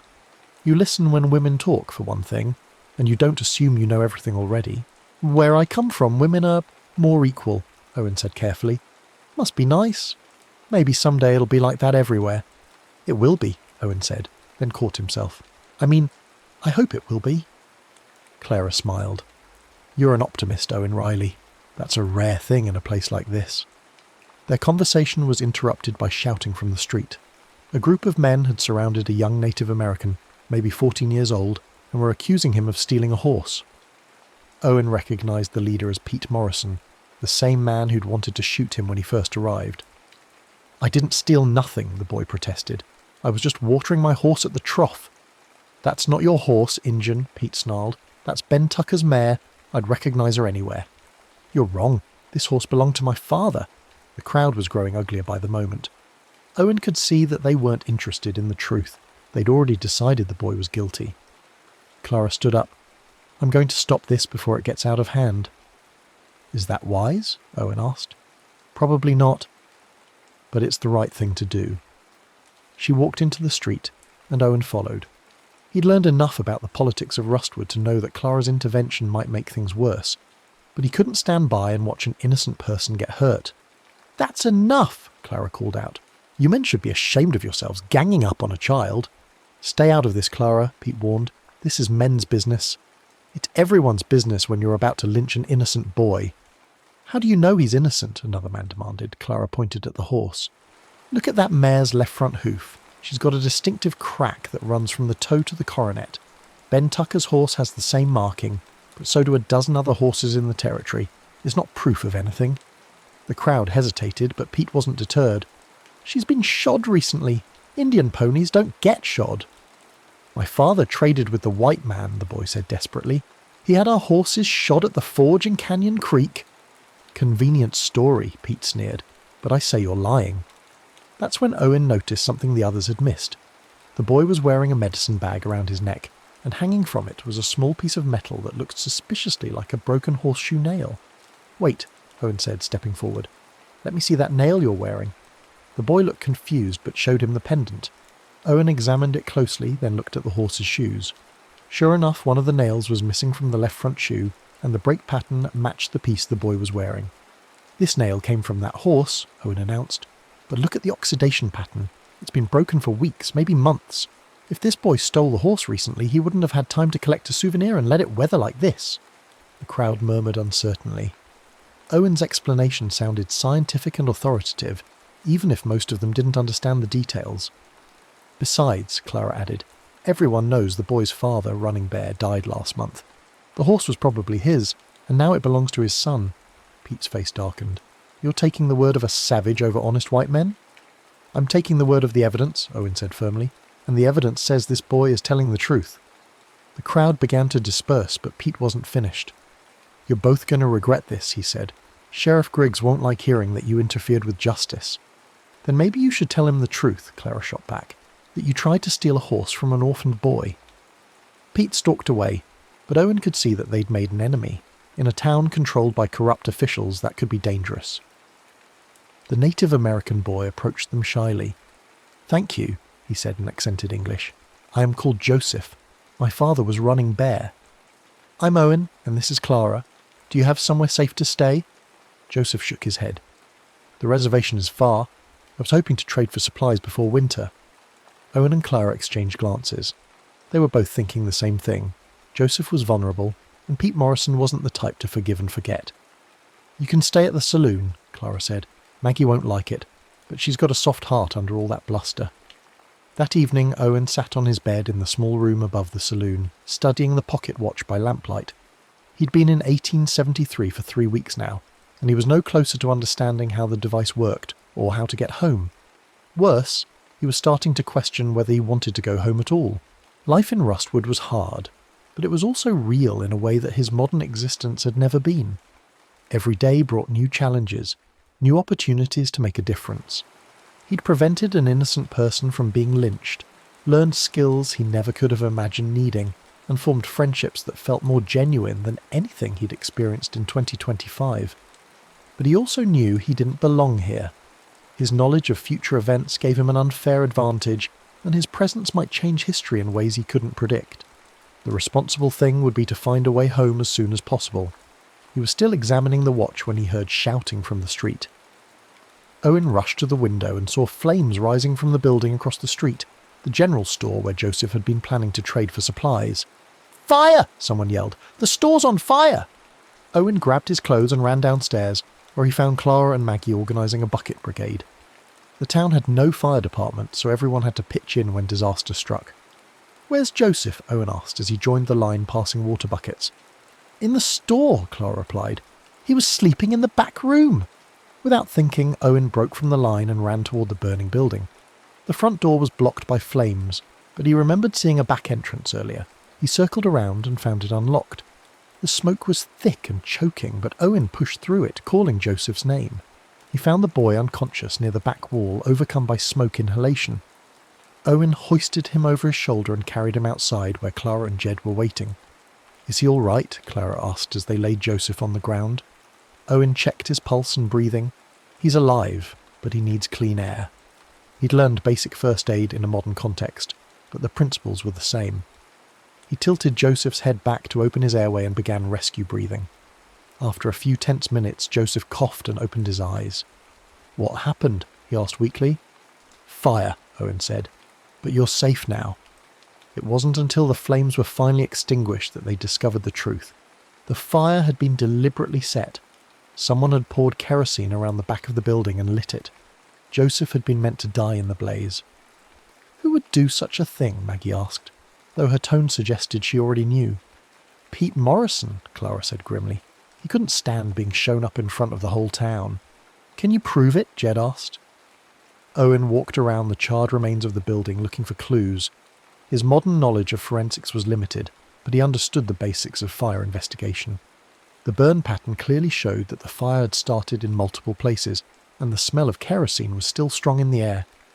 "It was definitely arson," he said, "but proving Pete did it will be harder." "Not if we can find the kerosene can," Clara said. "Pete's not smart enough to dispose of evidence properly." They spent the rest of the night searching the area around the store. Just before dawn, Owen found a partially melted tin can in an alley behind the saloon. It reeked of kerosene and had Pete's initials scratched into the side. "That's evidence," Jed said when Owen showed him the can. "But it won't matter. Sheriff Griggs is in Silas Cade's pocket, and Cade uses Pete and his boys to do his dirty work." Owen felt a familiar surge of anger. In his own time, he'd been powerless against bullies like Brad Hutchins. But here, in 1873, he had knowledge and skills that could make a difference. He wasn't about to let Pete Morrison get away with attempted murder. "What if we don't take this to the sheriff?" he said. "What if we handle it ourselves?" "That's vigilante justice," Jed warned. "It's a dangerous road to go down." "More dangerous than letting Pete burn down buildings with people inside?" Clara put a hand on his arm. "What did you have in mind?" Owen looked around at the faces of his friends, people who'd shown him kindness and accepted him despite his strange origins. They deserved better than to live in fear of corrupt officials and their hired thugs. "I have some ideas," he said, "but I'll need your help." Over the next few days, Owen began to put his plan into motion. He'd realised that his greatest advantage wasn't his knowledge of the future, it was his understanding of technology and science. In 1873, even basic principles of physics and chemistry seemed like magic to most people. He started by building a simple camera using a wooden box, a lens from a broken telescope, and chemicals he mixed from materials available at the general store. Photography was still a new technology, and most people in Rustwood had never seen a camera before. "What's that contraption?" Clara asked as Owen assembled the device. "It's a way to capture images," Owen explained, "like a painting but made with light instead of paint." "That's impossible. Watch." Owen set up the camera and took a photograph of Clara standing in front of the saloon. When he developed the image using a makeshift darkroom in the saloon's basement, she gasped in amazement. "How did you do that?" "Chemistry," Owen said. "Light causes certain chemicals to change colour. If you know how to control the process, you can create permanent images." Word of Owen's magic picture box spread quickly through Rustwood. People came from all over town to see the camera and have their pictures taken. But Owen wasn't just showing off, he was setting up his next move. One evening he approached Jed with a proposal. "I need you to spread the word that I'm going to take a picture of the sunrise tomorrow morning. Make sure Pete Morrison hears about it." "Why?" "Because I'm going to be set up behind the general store and I want Pete to know I'll be there." Jed's eyes narrowed. "That's where you found the kerosene can. You think Pete will come back?" "I think Pete is arrogant enough to believe he can intimidate me into staying quiet. When he shows up, I'll be ready." "This is risky, Owen. What if something goes wrong?" "Then you and Clara will be watching from the saloon roof with a rifle. If Pete tries anything violent, you stop him." The next morning, Owen set up his camera behind the ruins of the general store and waited. He didn't have to wait long. Pete Morrison appeared just as the sun was coming up, flanked by two of his usual cronies. "Well, well," Pete said. "The boy photographer? Heard you've been taking pictures of folks around town?" "That's right," Owen said, not moving from behind his camera. "Speaking of which, would you mind standing right there? The light is perfect." Pete looked suspicious. "What are you up to?" "Just taking pictures, that's what photographers do." Pete moved closer, and Owen triggered the camera's shutter. The flash powder he'd rigged up created a bright burst of light and smoke, startling all three men. "What the hell was that?" one of Pete's cronies yelped. "Just a flash," Owen said innocently. "Helps with the exposure." What Pete didn't know was that Owen had set up multiple cameras at different angles, all triggered by the same mechanism. He'd captured images of Pete and his men at the exact spot where the kerosene can had been found, with the burned remains of the general store clearly visible in the background. "You've got some nerve, boy," Pete said, recovering his composure. "Taking pictures without permission." "I don't need permission to take pictures in a public place," Owen replied. "Though I'm curious why you're so interested in this particular spot." Pete's face darkened. "You know why. You and that saloon girl have been spreading lies about me." What kind of lies? You know what kind. Saying I burned down the store? Owen pretended to be surprised. Did you burn down the store? Of course not. Then why are you so worried about it? Pete stepped closer, his hand moving to his gun. Because lies can ruin a man's reputation, and I don't like people who tell lies about me. Neither do I, Owen said. That's why I only deal in facts. He reached into his pocket and pulled out the kerosene can. Pete's eyes went wide when he saw it. Where did you get that? Right here, actually, about 10 feet from where you're standing now. Pete's cronies looked nervous. They clearly hadn't known about the evidence. That don't prove nothing, Pete said, but his voice lacked conviction. Maybe not by itself, Owen agreed, but combined with the photographs I just took of you at the scene, and the testimony of witnesses who saw you arguing with Joseph the day before the fire, well, it starts to paint a picture. Pete's hand closed around his gun butt. You're playing a dangerous game, boy. No more dangerous than burning down buildings with people inside. That's when Jed's voice cut through the morning air. I'd be real careful about drawing that gun, Pete. You're covered by 3 rifles right now. Pete looked up and saw Jed, Clara and Maggie on the saloon roof, all armed and aimed at him. His cronies immediately stepped away from him, clearly unwilling to get shot for Pete's pride. This ain't over, Pete snarled. Yes, it is, Owen said firmly, because in about an hour I'm going to take these photographs and this evidence to Judge Crawford in the county seat. He's an honest man, and he'll know what to do with them. Pete started to say something else, but one of his cronies grabbed his arm. Come on, Pete, this isn't worth dying over. They left, but Owen knew the confrontation was far from over. He'd made powerful enemies, and they wouldn't give up easily. That afternoon, Owen, Clara and Jed rode to the county seat to present their evidence to Judge Crawford. The judge was an elderly man with sharp eyes and a reputation for fairness. He studied the photographs and the kerosene can with great interest. These are remarkable images, he said. I've never seen photographs of such clarity. How did you create them? Owen explained his process, emphasizing the scientific principles involved. Judge Crawford was clearly impressed by both the technology and the evidence. This is compelling proof of arson, the judge said. I'll issue a warrant for Peter Morrison's arrest immediately. Will it stick? Clara asked. Pete has friends in high places. Perhaps, but evidence like this is hard to argue with. Whatever happens, Mr. Morrison will face justice for his crimes. On the ride back to Rustwood, Owen felt a sense of satisfaction he'd never experienced before. He'd used his knowledge and skills to protect an innocent person and hold a criminal accountable. It was the first time in his life that he'd felt truly useful, but their victory was short-lived. When they arrived in town, they found Sheriff Griggs waiting for them outside the saloon, along with several armed deputies. Well, well, Griggs said, his voice dripping with false friendliness. Heard you folks took a little trip to see Judge Crawford today. That's right, Jed said carefully. What's it to you? Just curious about what business you might have had with the judge. You see, I got a telegram from him about an hour ago. Seems someone's been spreading malicious lies about one of our upstanding citizens. Owen felt his stomach drop. Judge Crawford issued a warrant for Pete Morrison's arrest. Did he now? Griggs smiled, but it didn't reach his eyes. Well, that's interesting, because Pete Morrison was with me all day yesterday, playing cards in my office, got witnesses and everything. That's impossible, Clara said. We have photographs. You have pictures of a man standing in an alley, Griggs interrupted. Doesn't prove he committed any crime. Could have been taken any time, anywhere. Owen realised they'd underestimated the corruption in Rustwood. Sheriff Griggs wasn't just incompetent. He was actively working to protect Pete Morrison and his other criminal allies. What do you want? Owen asked. Want? I want to maintain peace and order in my town, and right now, that means dealing with troublemakers who go around making false accusations. Griggs stepped closer, his hand resting on his gun. You've got until sunset to get out of Rustwood. All of you. Anyone who's still here after dark will be arrested for disturbing the peace. You can't do that, Clara protested. We live here. I can do whatever I want, Missy. I'm the law in this town. Jed placed a restraining hand on Owen's arm as the young man started to step forward. We'll need time to pack, he said diplomatically. You've got 2 hours, Griggs said. Don't test me. As the sheriff and his deputies walked away, Owen felt the familiar helplessness that had plagued him in his own time. Once again, bullies were winning while good people suffered. We can't just run, he said. What about Joseph? What about everyone else they're terrorizing? Sometimes you have to pick your battles, Jed said quietly. We're outnumbered and outgunned. In my time, we had a saying, Owen said. The only thing necessary for evil to triumph is for good men to do nothing. Clara looked at him strangely. Your time? What do you mean? Owen realised he'd slipped up, but before he could answer, Joseph appeared around the corner of the saloon. The young man looked desperate.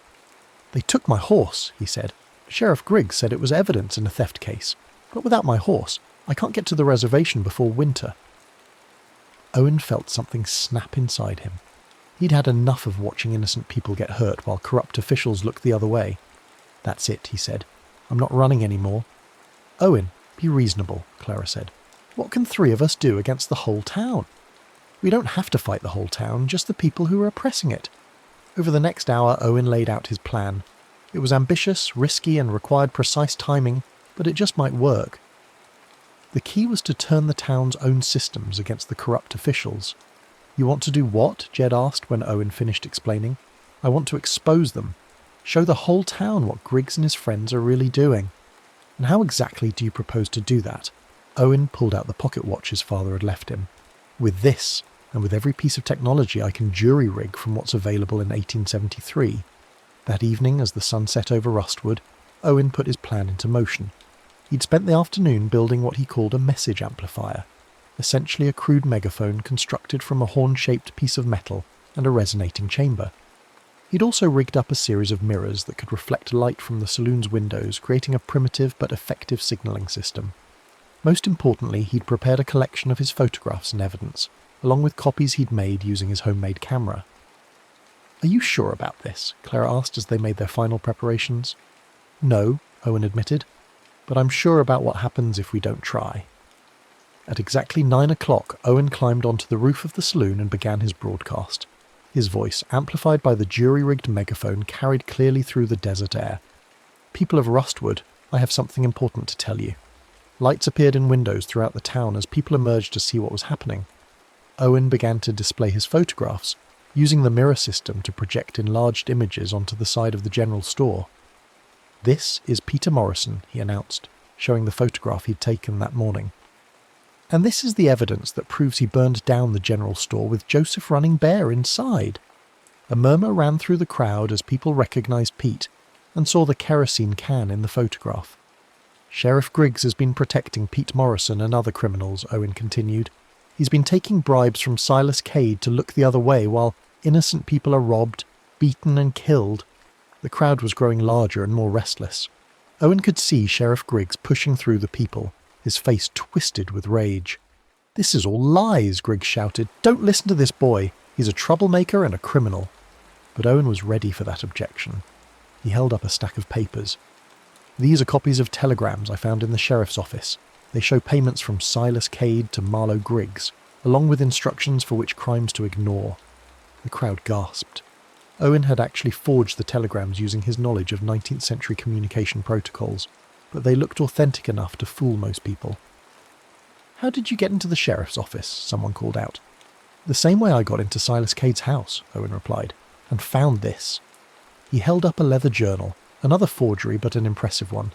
This is Cade's personal record of every bribe he's paid, every election he's rigged, and every crime he's covered up. Sheriff Griggs was almost to the saloon now, his gun drawn. Enough. You're all under arrest. But the crowd had heard enough. Someone threw a rock and suddenly the mood turned ugly. People began shouting for justice, demanding that Griggs and his deputies put down their weapons. What's in that journal? A voice called out. Owen opened the fake journal and began to read from it. March 15th, 1873. Paid Sheriff Griggs $50 to release Tommy Watson after he was caught stealing cattle. April 2nd. Paid Griggs another $30 to look the other way when Pete Morrison beat up that Mexican family. The crowd roared with anger. Several people Owen recognised as honest citizens began to push forward, demanding to see the evidence for themselves. This is all fake, Griggs screamed. None of this is real. Then why are you so afraid of it? Owen shot back. If you're innocent, let Judge Crawford examine the evidence. That's when Silas Cade himself appeared, flanked by armed guards. The land baron was a tall, thin man with cold eyes and an expensive suit that looked out of place in the rough frontier town. That's enough, Cade said, his voice carrying easily through the crowd. Sheriff Griggs, arrest these troublemakers immediately. I don't think so, a new voice said from the crowd. Owen looked down and saw an elderly man with a badge pinned to his vest, I'm Deputy Marshal Williams from the Territorial Capital. Judge Crawford sent me to investigate reports of corruption in Rustwood. Owen's heart leaped. He hadn't expected help from outside, but apparently Judge Crawford had taken their evidence more seriously than they'd realised. Marshal Williams, Cade said smoothly. I'm sure there's been some misunderstanding. These people are known troublemakers who've been spreading lies about respected citizens. That may be, Williams said, but I'd like to examine this evidence for myself. Young man, would you mind coming down here? He couldn't abandon her the way his father had, no matter how much he wanted to stay in this simpler, more meaningful world. It was Clara who finally helped him make up his mind. You're going to leave, aren't you? She said one evening as they sat by the river outside of town. Owen nodded, unable to speak. I knew from the first day that you weren't really from the East, Clara continued. You talk differently, think differently. You know things that haven't been invented yet. Clara, let me finish. I don't know where you're really from, and I don't need to, but I can see that you don't belong here, not really. You're searching for something, just like your father was. Owen found his voice. I don't want to leave you, any of you. I know, but some journeys you have to take alone. That night Owen sat in his room at the saloon, working on the pocket watch by lamplight. He'd been studying the device for weeks, trying to understand how it worked. The key seemed to be in the combination of the inscribed symbols and the electromagnetic fields generated by the unusual wiring. He'd also been experimenting with the town's telegraph equipment, trying to understand how electromagnetic energy could be manipulated and stored. The telegraph used principles that were related to what he saw in the watch, but on a much simpler scale. After hours of careful work, Owen thought he'd figured out how to activate the device. The inscriptions weren't just decorative, they were a kind of circuit diagram showing how to channel energy through the watch's mechanism. The storm that had brought him to 1873 had provided the initial charge, but he could recreate that effect using the town's electrical systems. The next morning, Owen said his goodbyes. Joseph had already left for the reservation, his horse returned and his future secure. Marshal Williams was establishing a new, honest law enforcement system in Rustwood. The town was healing, becoming the kind of place where good people could live without fear. You sure about this? Jed asked as Owen prepared to leave. No, Owen admitted, but I'm sure it's what I have to do.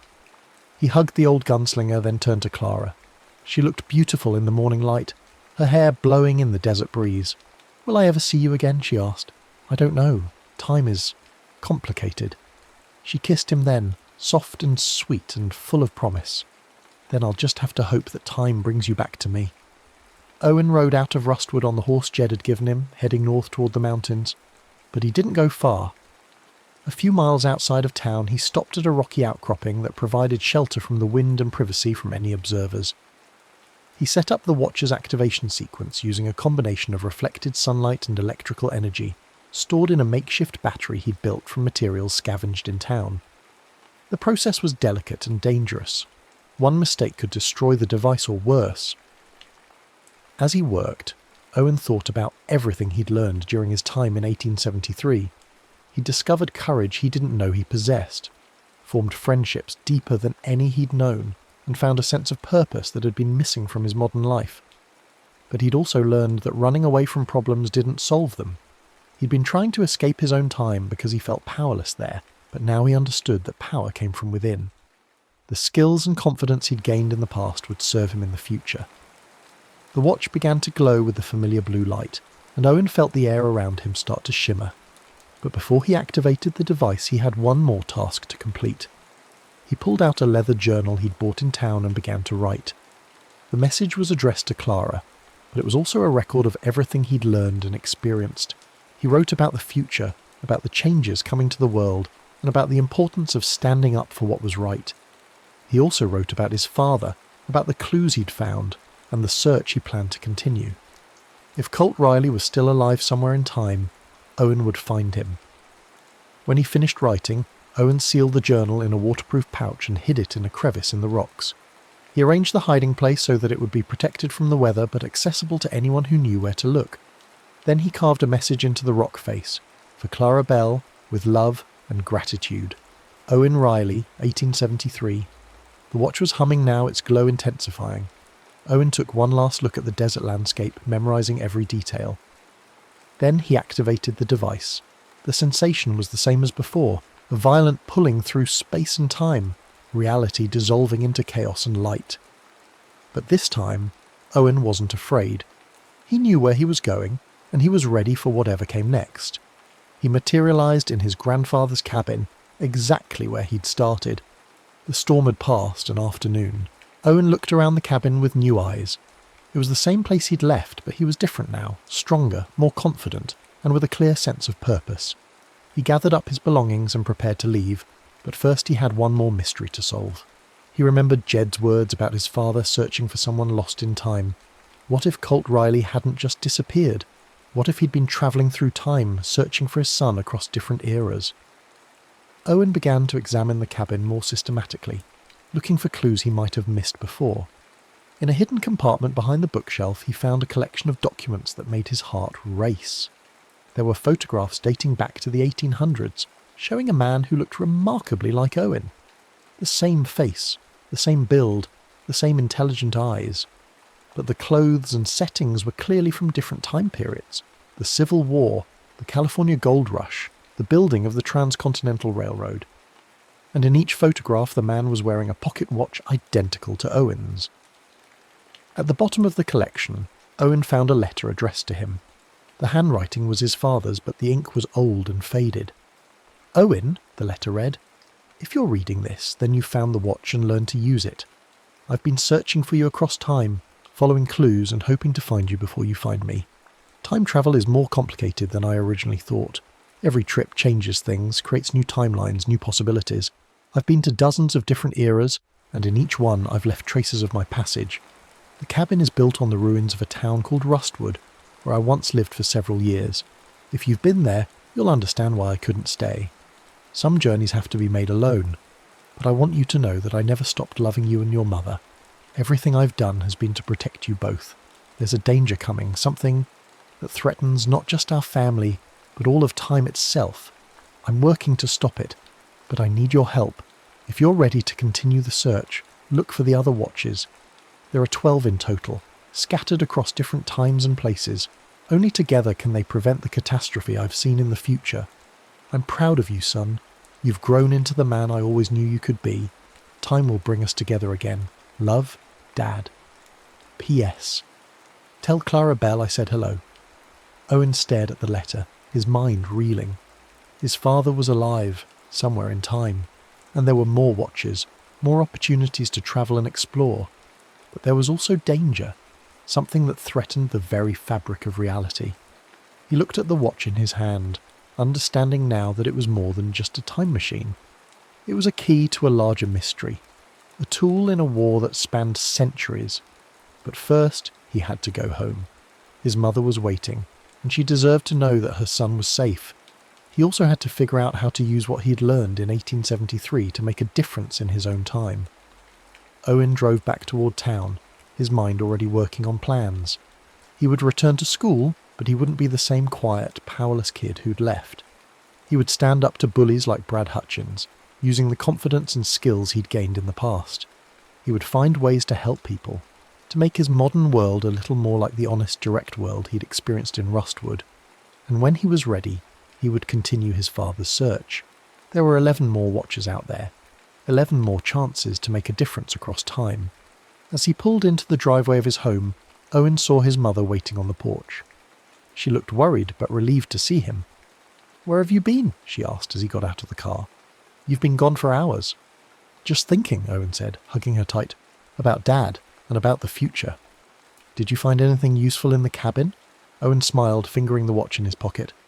"Yeah, Mum, I found exactly what I was looking for." That night, Owen sat at his desk, writing in a new journal.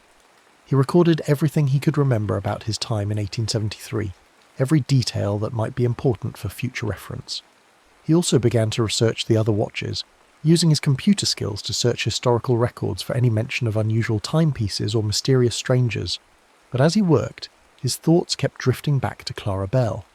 Was she still alive in some other timeline? Had she received his journal and understood its message? Time travel might be possible, but it was also heartbreakingly complicated.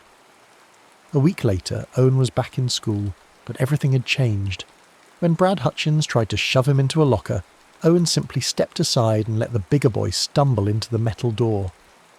"What's your problem, freak?" Brad snarled, rubbing his bruised shoulder. "My problem," Owen said calmly, "is that I don't have time for bullies anymore.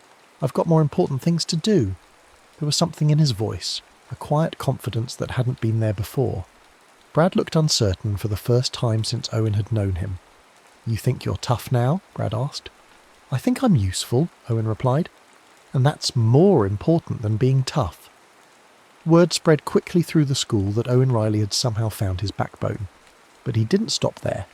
He started a computer club that taught kids how to repair and modify electronics. He volunteered at the local community centre, teaching elderly residents how to use modern technology. He even convinced the school to start a peer mediation program, using his newfound understanding of human nature to help resolve conflicts. But at night, alone in his room, Owen continued his research. He'd found references to unusual watches in historical documents from the American Revolution, the Roman Empire, and even ancient Egypt.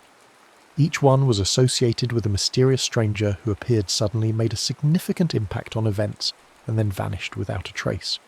His father was out there somewhere, moving through time and trying to prevent some unknown catastrophe, and Owen was determined to find him. 3 months after his return from 1873, Owen made a discovery that changed everything. While researching property records, he found that the land where his grandfather's cabin stood had been purchased in 1890 by a man named C. Riley. The same year his father had supposedly written the letter Owen found in the cabin.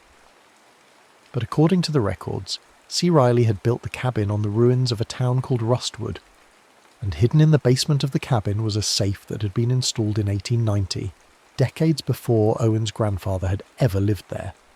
Owen raced back to the cabin, his heart pounding with excitement and fear. If his father had been to 1890, he might have left more clues, more instructions for the journey ahead. The safe was hidden behind a false wall in the basement, exactly where the records indicated it would be. Owen had to use his electronic skills to crack the combination, but eventually the heavy door swung open. Inside, he found a second letter from his father, along with a map showing the locations of the other watches. But most importantly, he found a small leather pouch containing a folded piece of paper. With trembling hands, Owen opened the paper. It was a note written in a familiar feminine script. "Owen, your journal reached me safely. I've kept it all these years, waiting for the right person to pass it on to. I lived a good life, fought for what was right, and never forgot the boy from nowhere who taught me that the future could be better than the past. The watch you seek is in the courthouse clock tower, where I hid it before I died. Use it wisely, and remember that love transcends time. Clara Bell Morgan, 1924. Owen stared at the note, tears streaming down his face. Clara had lived for 51 years after he'd left her, and she'd never forgotten him. She'd kept his journal, preserved his message, and even helped him continue his quest. He looked up at the ceiling of the cabin, imagining the woman who'd once lived above these very ruins. She was gone now, had been gone for decades, but her spirit lived on in the words she'd left for him. "Thank you, Clara," he whispered, "for everything." Owen knew now that his journey was just beginning. There were more watches to find, more times to visit, and a father to rescue. But he also knew that he wasn't alone. Across time and space, he was connected to people who shared his vision of a better world. People like Clara Bell, Jed Hollows, and even his mysterious father. The boy from nowhere had become the man from everywhere, and time itself was his frontier. The next story is about to begin. Please relax and enjoy. The morning Dr. Elena Marrow disappeared from her own timeline began like any other. She arrived at the Meridian Physics Institute at 7:30, her usual time, carrying a thermos of coffee and a mind buzzing with calculations. The temporal scanner prototype hummed quietly in Laboratory 7, its chrome surface reflecting the early sunlight streaming through reinforced windows. Eleanor had spent 3 years perfecting the device. Not for time travel, she reminded herself, but for temporal observation. A window into the past, nothing more. She never intended to step through that window. The scanner resembled a sleek metallic archway, its frame embedded with quantum processors and temporal field generators.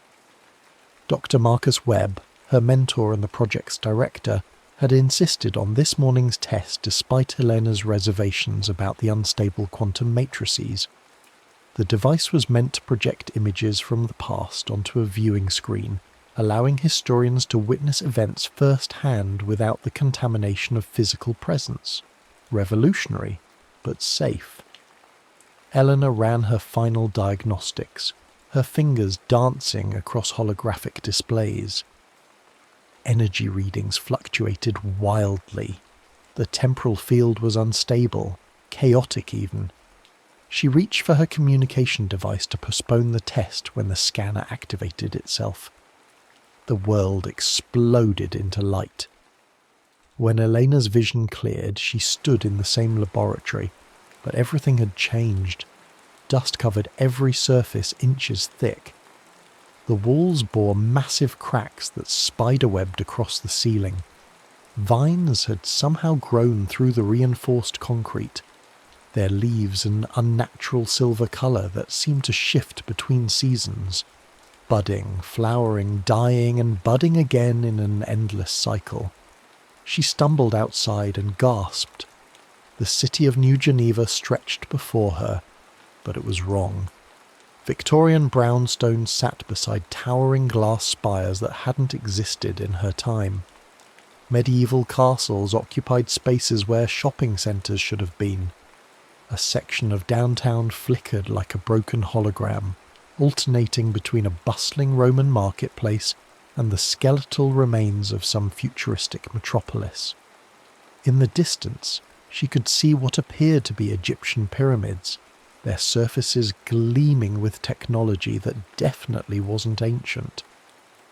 The sky itself was fractured. Day and night existed simultaneously in different quadrants, separated by jagged lines of aurora that pulsed with temporal energy. In one section, 3 moons hung in a starless void. In another, twin suns blazed over a landscape of impossible geometry. Eleanor's legs gave out, and she collapsed onto what had once been a sidewalk, but now appeared to be cobblestones that occasionally morphed into metallic grating. This wasn't the future she had expected. This wasn't any future that should have been possible. First time seeing the collapse? A voice asked behind her. Eleanor spun around to find a woman approaching, but something was immediately wrong with her appearance. She wore a Victorian dress of deep burgundy, complete with bustle and high collar, but her left arm was entirely mechanical, a sleek prosthetic that hummed with advanced servos. Her face was young, perhaps 25, but her eyes held the weariness of centuries. "I'm Victoria Chen," the woman said, extending her organic hand. "Or I was, in 1887. Now I'm not sure what I am." "Eleanor Marrow," she replied shakily, accepting the handshake. "What happened here? What is this place?" Victoria's laugh held no humour. "This is what's left of reality. Welcome to the aftermath of humanity's greatest mistake, time travel." Elena's blood turned cold. "That's impossible. We never invented time travel. The scanner was just for observation." "Your scanner," Victoria interrupted, "was the prototype that started this nightmare. Come with me. There are others you need to meet, and not much time before the next flux wave hits." Victoria led Elena through streets that defied comprehension. Buildings aged decades in seconds, then reversed the process. A fountain in the town square flowed upward, its water crystallizing into ice before exploding back into droplets. People moved through this chaos with practiced resignation, some in medieval armour, others in clothing Elena didn't recognize. A few in spacesuits that seemed to be keeping them alive in pockets of temporal void. They entered what had once been the city library, its classical columns now supporting a roof that appeared to be made of pure energy. Inside, dozens of people from different eras had created a makeshift community. A knight in chainmail shared a meal with a woman whose skin had a metallic sheen and circuits visible beneath the surface. Children from various centuries played together, their laughter creating small bubbles of temporal stability around them. "These are the chrono-refugees," Victoria explained. "People torn from their proper timelines when the collapse began. Some of us remember our original lives. Others don't remember anything before the chaos." An elderly man approached them, his beard white as snow but his eyes sharp with intelligence. He wore robes that seemed to shift between the simple cloth of a monk and the complex materials of some advanced civilization. "This is Brother Benedict," Victoria said. "He's our historian, though his timeline of origin is complicated." Benedict studied Elena with interest. "You're from the origin point, aren't you? The 21st century?" Elena nodded, still struggling to process what she was seeing. "Then you must understand," Benedict continued, "that time is not a river, as your scientist believed. It's more like a web, with each strand connected to every other strand. When your people created that first temporal device, you didn't just observe the past, you connected to it, and every connection created a paradox."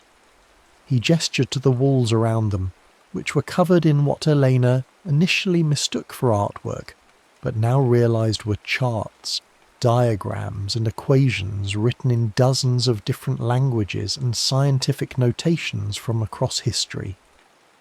"We call it the Chrono Codex," Benedict explained.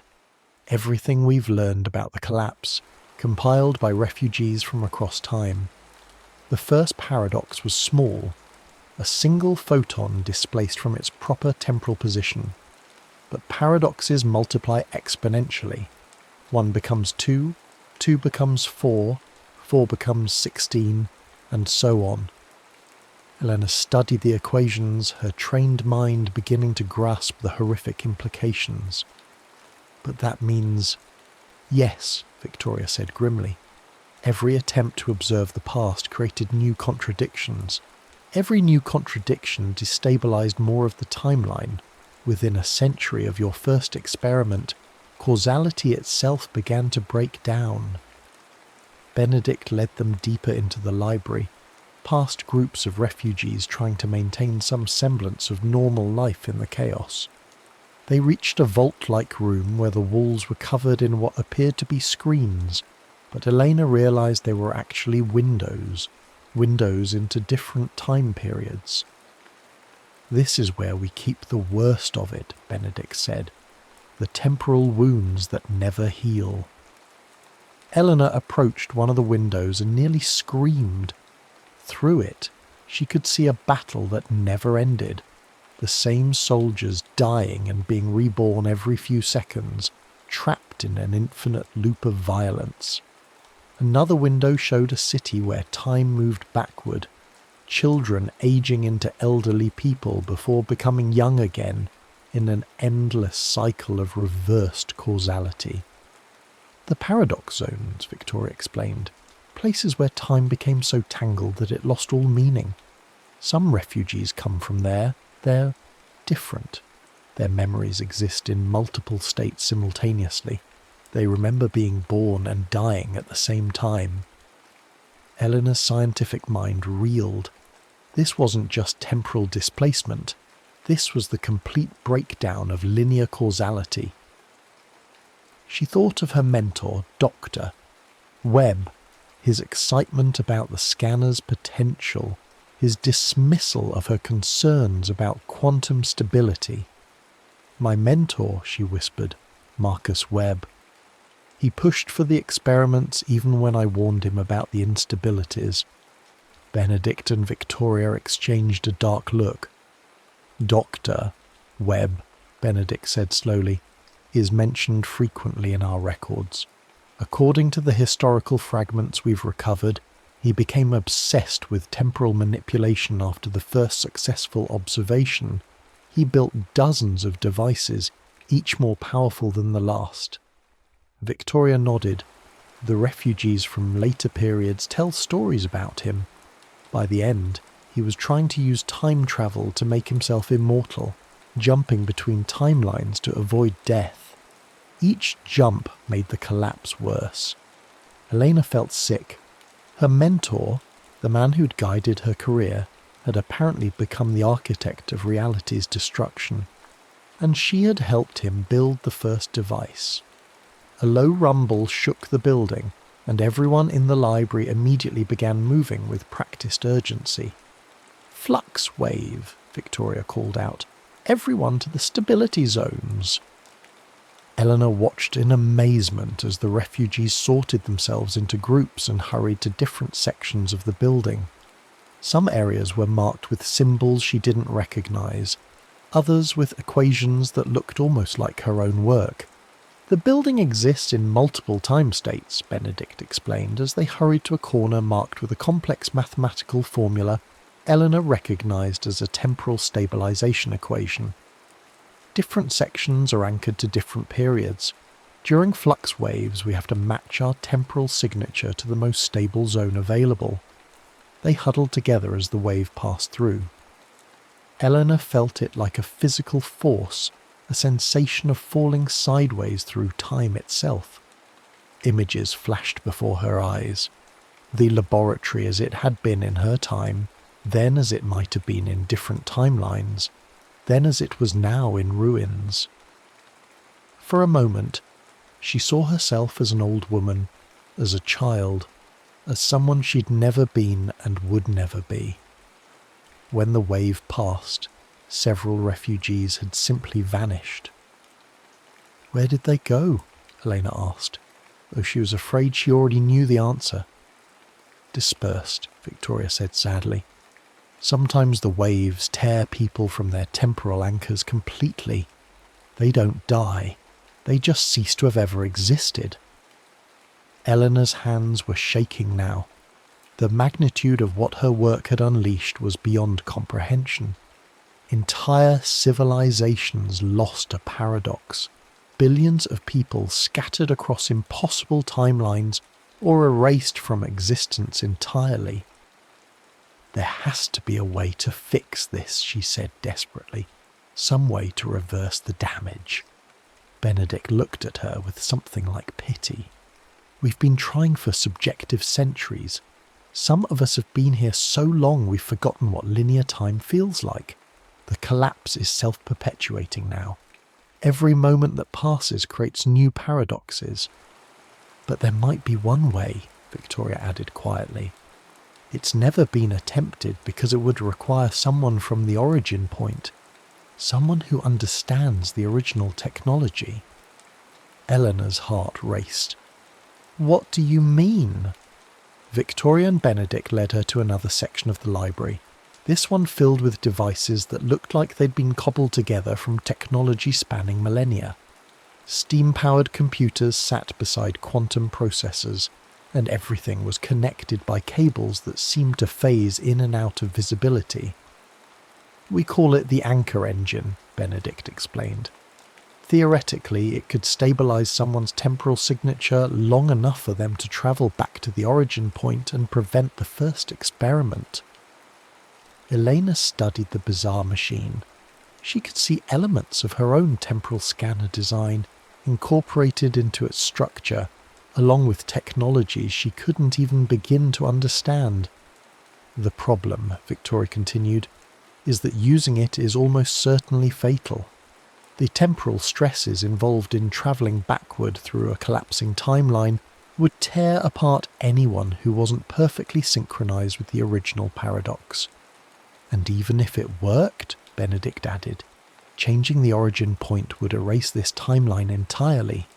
Everyone you've met here, everything we've built, none of it would ever have existed." Eleanor stared at the machine, understanding the impossible choice before her. She could return to her own time and prevent the collapse, but doing so would erase all these people who had shown her kindness, who had built a community in the ruins of reality itself, people who existed only because of the disaster she had helped create. But the alternative was letting the collapse continue, watching reality tear itself apart until nothing remained but paradox and chaos. Before she could voice her decision, another sound filled the library. Not the low rumble of a flux wave, but something far worse. It was a roar that seemed to come from time itself, accompanied by a grinding noise like the universe's gears slipping. "Paradox, beast," Victoria whispered, her face pale with terror. Through the library's windows, Eleanor saw something that defied description approaching. It looked like a creature made of fractured time itself. Parts of it were ancient and decaying, other parts were newborn, and still other parts flickered between different states of existence. It had too many eyes, all of them showing different time periods, and when it moved, reality warped around it. "They're drawn to temporal anomalies," Benedict explained as they backed away from the windows. "The larger the paradox, the more dangerous they become. And you," he looked at Elena, "are the ultimate paradox. Someone from the origin point existing in the collapsed timeline." The creature smashed through the library's wall with casual ease.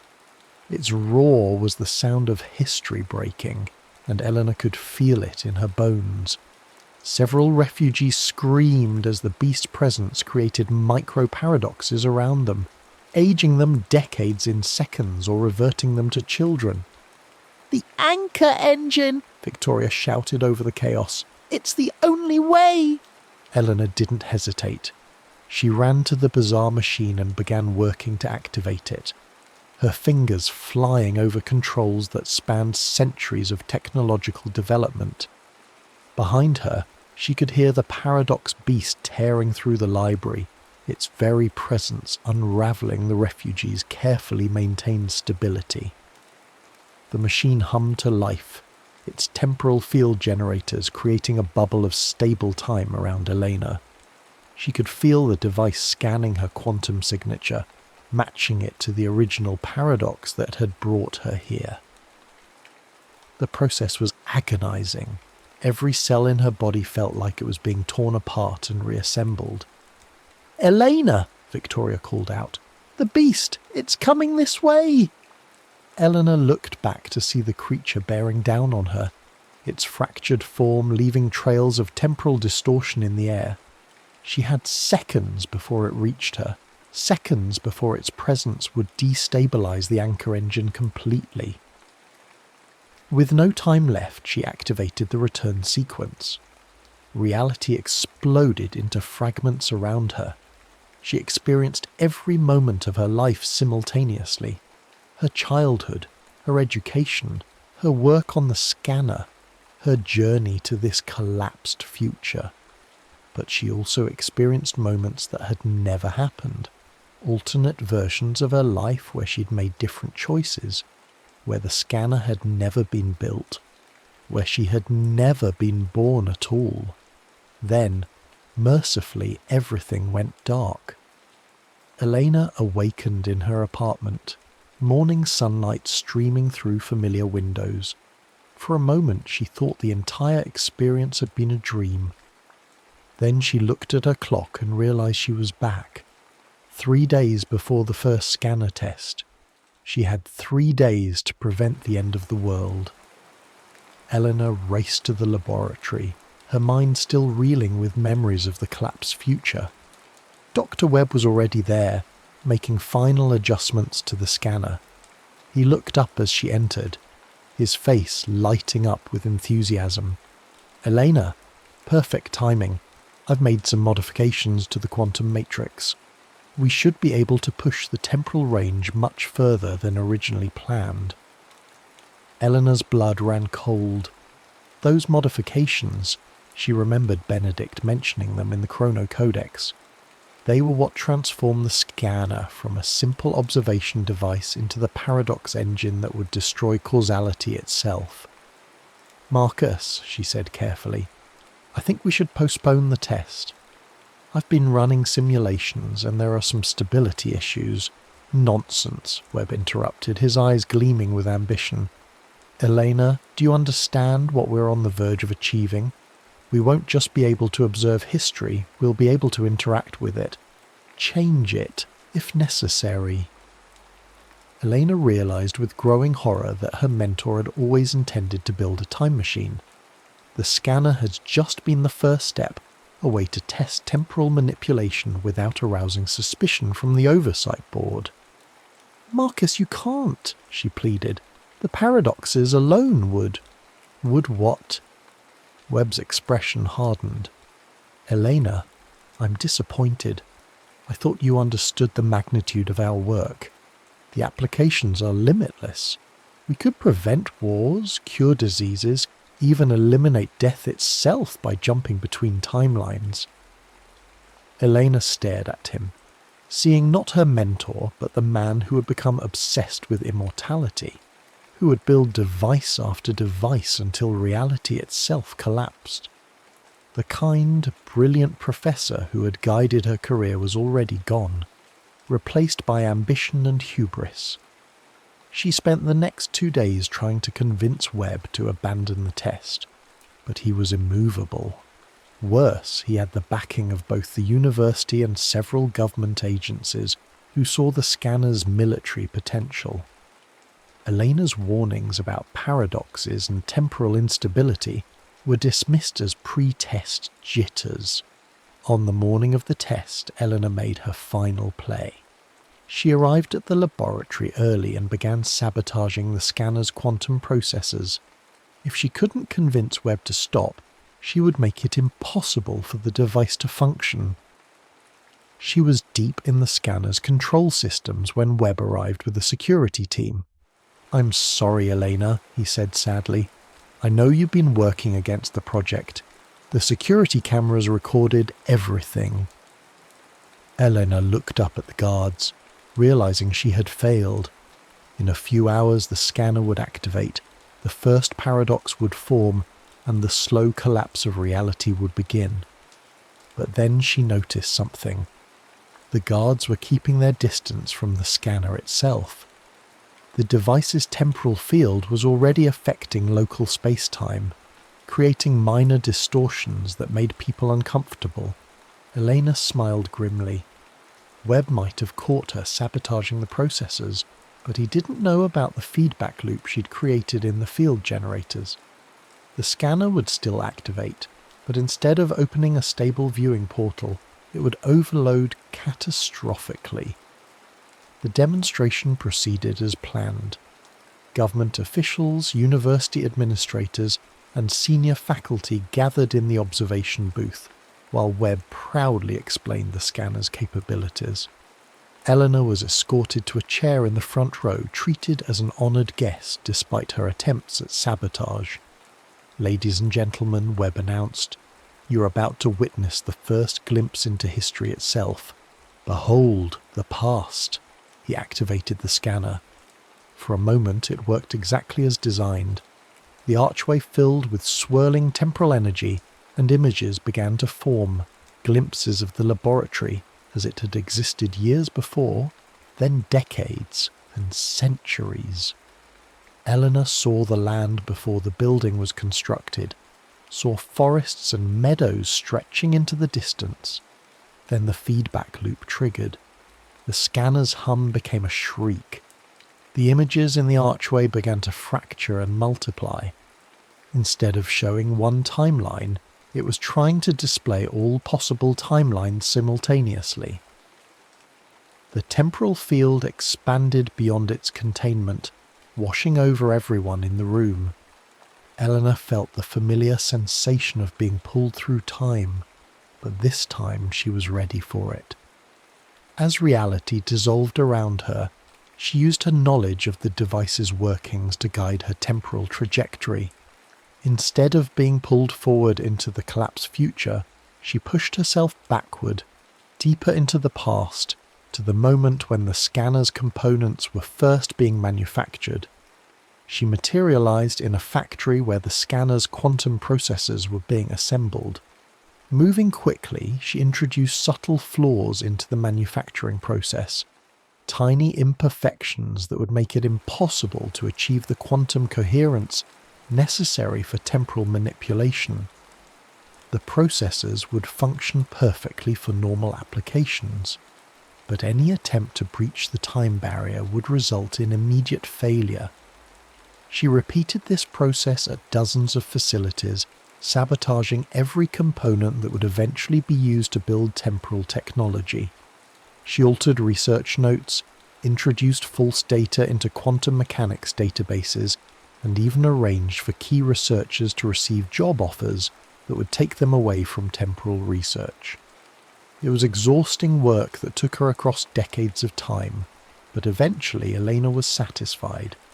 No one in her era would be able to build a working temporal device for at least another century. By then, perhaps humanity would have gained enough wisdom to understand the dangers. As the scanner's overload finally consumed itself, Elena felt herself being pulled back to her own time. But this time, it was different. She was returning to a timeline where the scanner had never worked, where temporal research had been abandoned as an impossibility decades earlier. Eleanor opened her eyes to find herself lying on the floor of Laboratory 7.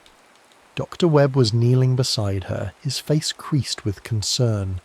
Around them, the remains of the scanner smoked quietly, its components fused into uselessness by the overload. "Elena, are you all right?" Webb asked. "The scanner malfunctioned during the test. Some kind of quantum cascade failure." Eleanor sat up slowly, her head spinning. The laboratory looked exactly as it had before her journey to the collapsed future, but she could sense the difference. The oppressive weight of impending paradox was gone. Time flowed naturally, unmarked by the temporal scarring that had existed in the other timeline. "The project?" she asked carefully. "What happens now?" Webb sighed and looked at the ruined device. "I'm afraid this setback will kill the funding." The oversight board was already sceptical, and after this failure, he shrugged. "Perhaps it's for the best. I've been having some doubts about the ethical implications of temporal research." Eleanor smiled, recognizing the man she'd once known, brilliant but cautious, ambitious but ethical. Without the scanner's success to feed his obsession, he remained the mentor she remembered. Over the following weeks, Eleanor watched as temporal research was quietly abandoned. The theoretical foundations she had sabotaged decades earlier made it clear that time travel was impossible, and after the scanner's spectacular failure, no one was willing to fund further experiments.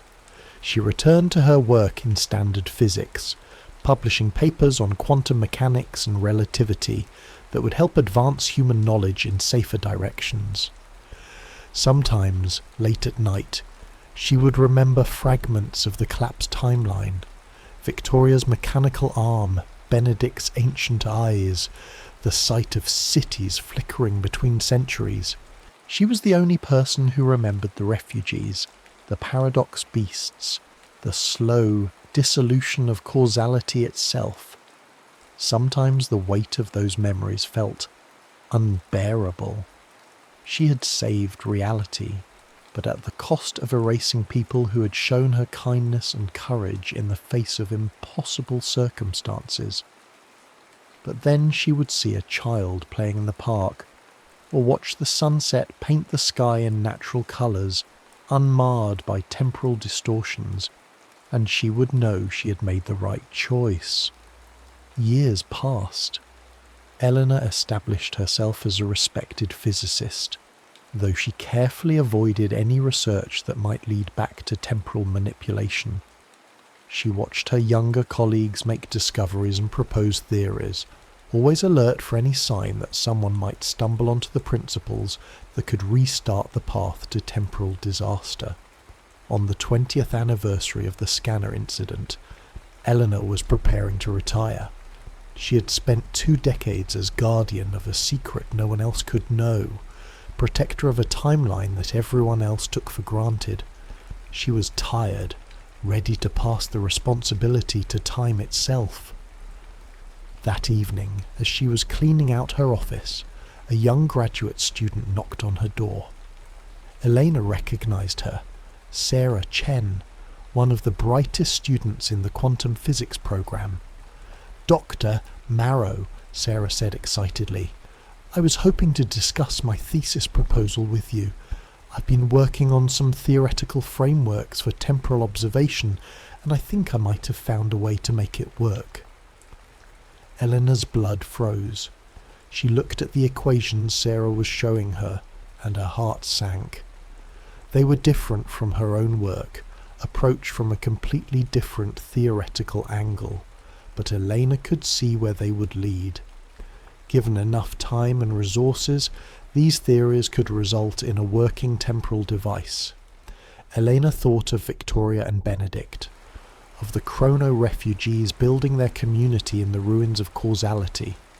She thought of the paradox beasts and the temporal wounds that never healed. She thought of a future where time itself had collapsed into chaos.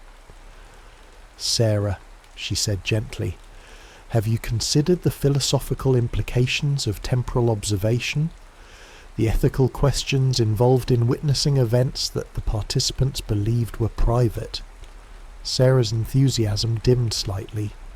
I hadn't really thought about that aspect.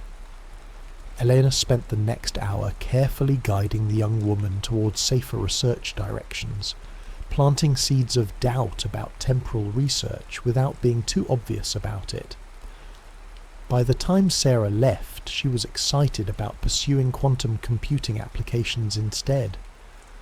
Eleanor locked her office door and walked out into the evening air. The stars shone clearly overhead, unmarked by the temporal distortions that would have existed in the collapsed timeline. She had bought humanity another generation, maybe two. But as she walked home, Elena wondered if she was fighting an inevitable battle. Curiosity was part of human nature. Someone, somewhere, would eventually develop the theories and technologies necessary for temporal manipulation. The knowledge was too alluring, the potential applications too tempting. Perhaps the real lesson wasn't that time travel should never be invented, but that humanity needed to mature before it could safely handle such power. The refugees in the collapsed timeline had shown remarkable resilience and compassion despite their circumstances. Maybe, given enough time to grow and learn, humanity could eventually develop temporal technology without destroying themselves. Elena reached her apartment and paused on the threshold, looking back at the city lights stretching toward the horizon.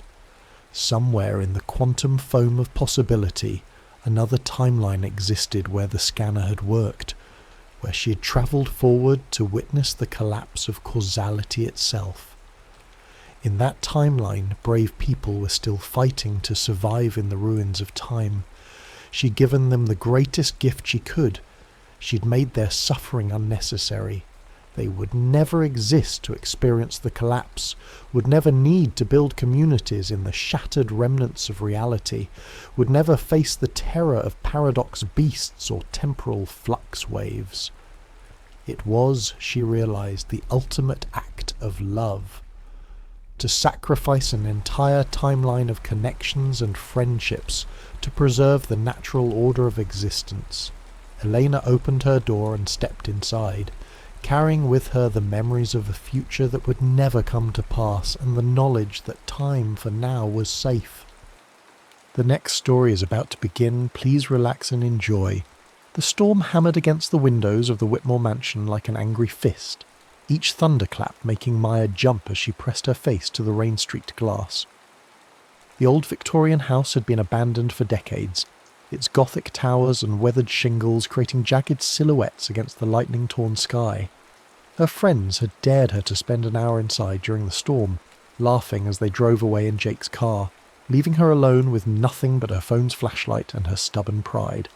The front door creaked open with surprising ease, as if the house itself was welcoming her inside.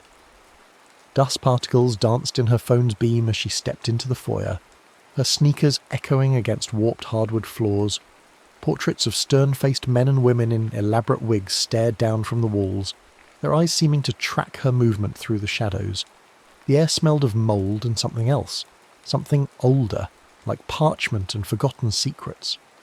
Maya had always been drawn to history, spending countless hours reading about distant times and places, imagining what it would be like to walk through ancient Rome or witness the signing of the Declaration of Independence. But standing in this decaying monument to the past, she felt only an unsettling chill that had nothing to do with the storm outside. Thunder crashed overhead, and Maya decided to explore deeper into the house.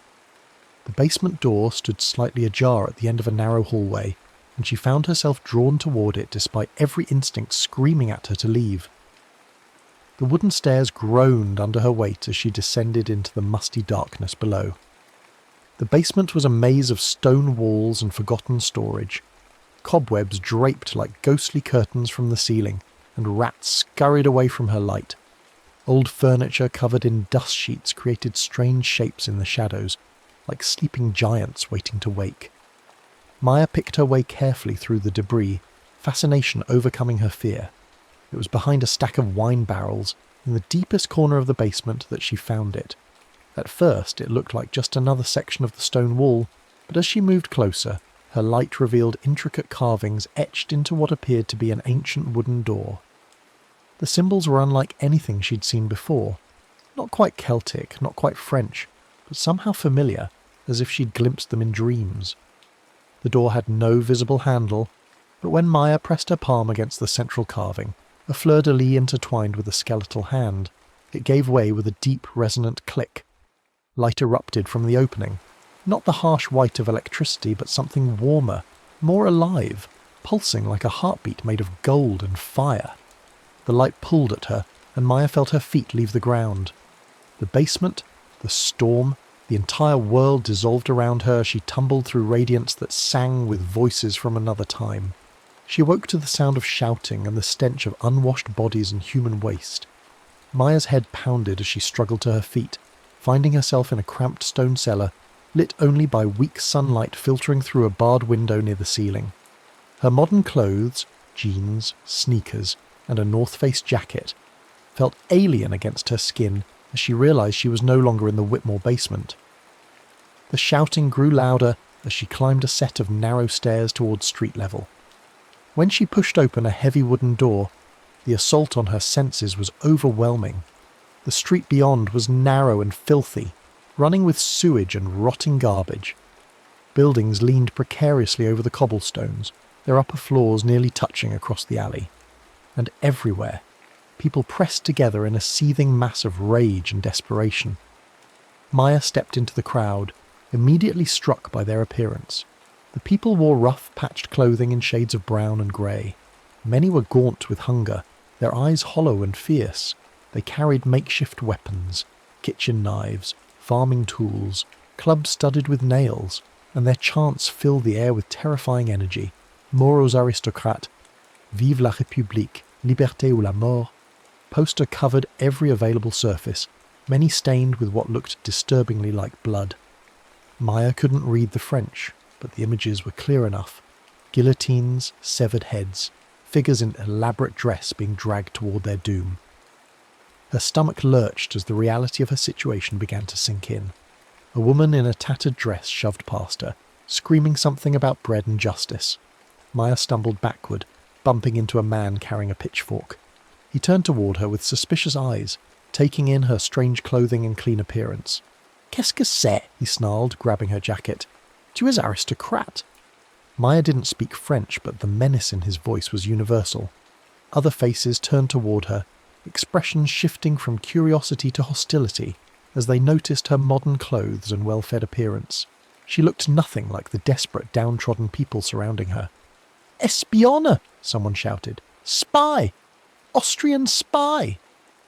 The crowd pressed closer, and Maya realised with growing terror that these people were ready to tear her apart with their bare hands. She broke free from the man's grip and ran, pushing through the mob as hands grabbed at her jacket and voices screamed accusations behind her. She burst into a larger square where vendors sold rotting vegetables and scraps of meat crawling with flies. The buildings here were grander but scarred with revolutionary graffiti and broken windows. Maya ducked behind a market stall, her heart hammering as she tried to make sense of what was happening. You're not from here." The voice spoke English with a slight French accent. Maya spun around to find a boy about her age crouched beside a pile of empty crates. He was thin and dirty, dressed in patched breeches and a shirt that had once been white. His dark hair hung in greasy tangles, but his eyes were intelligent and kind. "How did you... Who are you?" Maya gasped. "Name's Lucian," he said, glancing around nervously. "And you're in deep trouble, mademoiselle. Looking like that, talking like that. They'll have your head on a pike before sunset. My head on a... What year is this?" Lucian stared at her as if she'd lost her mind. 1793, of course. The year 2 of the Republic. Though I suppose if you're from England or Austria, you might not know our revolutionary calendar. The French Revolution. Maya's head spun as the pieces fell into place. The guillotines on the posters, the bloodthirsty crowds, the desperate poverty. She had somehow travelled back in time to one of the most violent periods in human history. "I need help," she whispered. "I don't belong here. I need to find a way home." Lucian studied her for a long moment, then seemed to make a decision. "Come with me. Keep your mouth shut and do exactly what I say." He led her through a maze of back alleys, avoiding the main streets where revolutionaries marched with their banners and weapons. Maya tried to walk like Lucienne, hunched over, eyes down, moving with the furtive quickness of someone who lived in constant fear. "Here," Lucian said, pulling her into an abandoned building. "Take off that jacket. And those shoes. They scream aristocrat." Maya hesitated, but the memory of those hostile faces convinced her to comply. Lucian produced a grimy coat and wooden clogs from a pile of rags in the corner. "Better," he said as she struggled into the oversized garments. "Now rub some dirt on your face and hands, and whatever you do, don't speak unless absolutely necessary. Your accent will give you away in seconds." As Maya disguised herself, Lucian explained the situation. The revolution had devoured its own children, turning increasingly violent as factions fought for control. Anyone suspected of aristocratic sympathies faced the guillotine, and paranoia ran so deep that neighbours regularly denounced each other. "But why are you helping me?" Maya asked. Lucian's expression darkened. "My family were servants in a great house. When the revolution came, we thought things would get better for people like us. Instead, they got worse. The new masters are just as cruel as the old ones, maybe crueler, and I've heard stories, rumours about doors that lead to other times, other places. If such things exist, maybe there's hope for escape." "Doors to other times?" Maya's pulse quickened. "What kind of doors?" "Old stories, probably nonsense, but they say the ancient kings had secret passages, ways to flee when the people rose up. Some claim there's one hidden in the catacombs beneath the city, marked with royal symbols and protected by old magic. The catacombs." Maya remembered reading about the underground ossuaries that honeycombed Paris, filled with the bones of millions of dead. If there was a way back to her own time, it might be hidden in those ancient tunnels. "Can you take me there?" she asked. Before Lucian could answer, shouts erupted in the street outside. Through a broken window, Maya saw a procession approaching, soldiers in blue uniforms surrounding a cart filled with prisoners. At the front of the procession, a massive wooden scaffold on wheels dominated the street. The guillotine. Maya had seen drawings in history books, but nothing had prepared her for the reality of the killing machine. It towered above the crowd like a hungry giant, its angled blade gleaming dully in the afternoon sun. The wooden framework was stained dark with blood, and the crowd pressed close to get a better view as the executioner prepared for his work. The prisoners were dragged from the cart one by one, men and women in tattered finery, their faces pale with terror. Maya recognised the unmistakable bearing of aristocracy even in their defeated state. One woman, barely older than Maya herself, stumbled as she was forced up the scaffold steps. "Don't watch," Lucian whispered. But Maya couldn't look away. The crowd's bloodlust was palpable, their cheers growing louder as each head fell. Maya felt sick, but also transfixed by the raw savagery of it all. This wasn't the sanitised version of history she'd read about. This was real terror, real death, real human beings reduced to entertainment for the mob. A soldier spotted them in the window and pointed in their direction.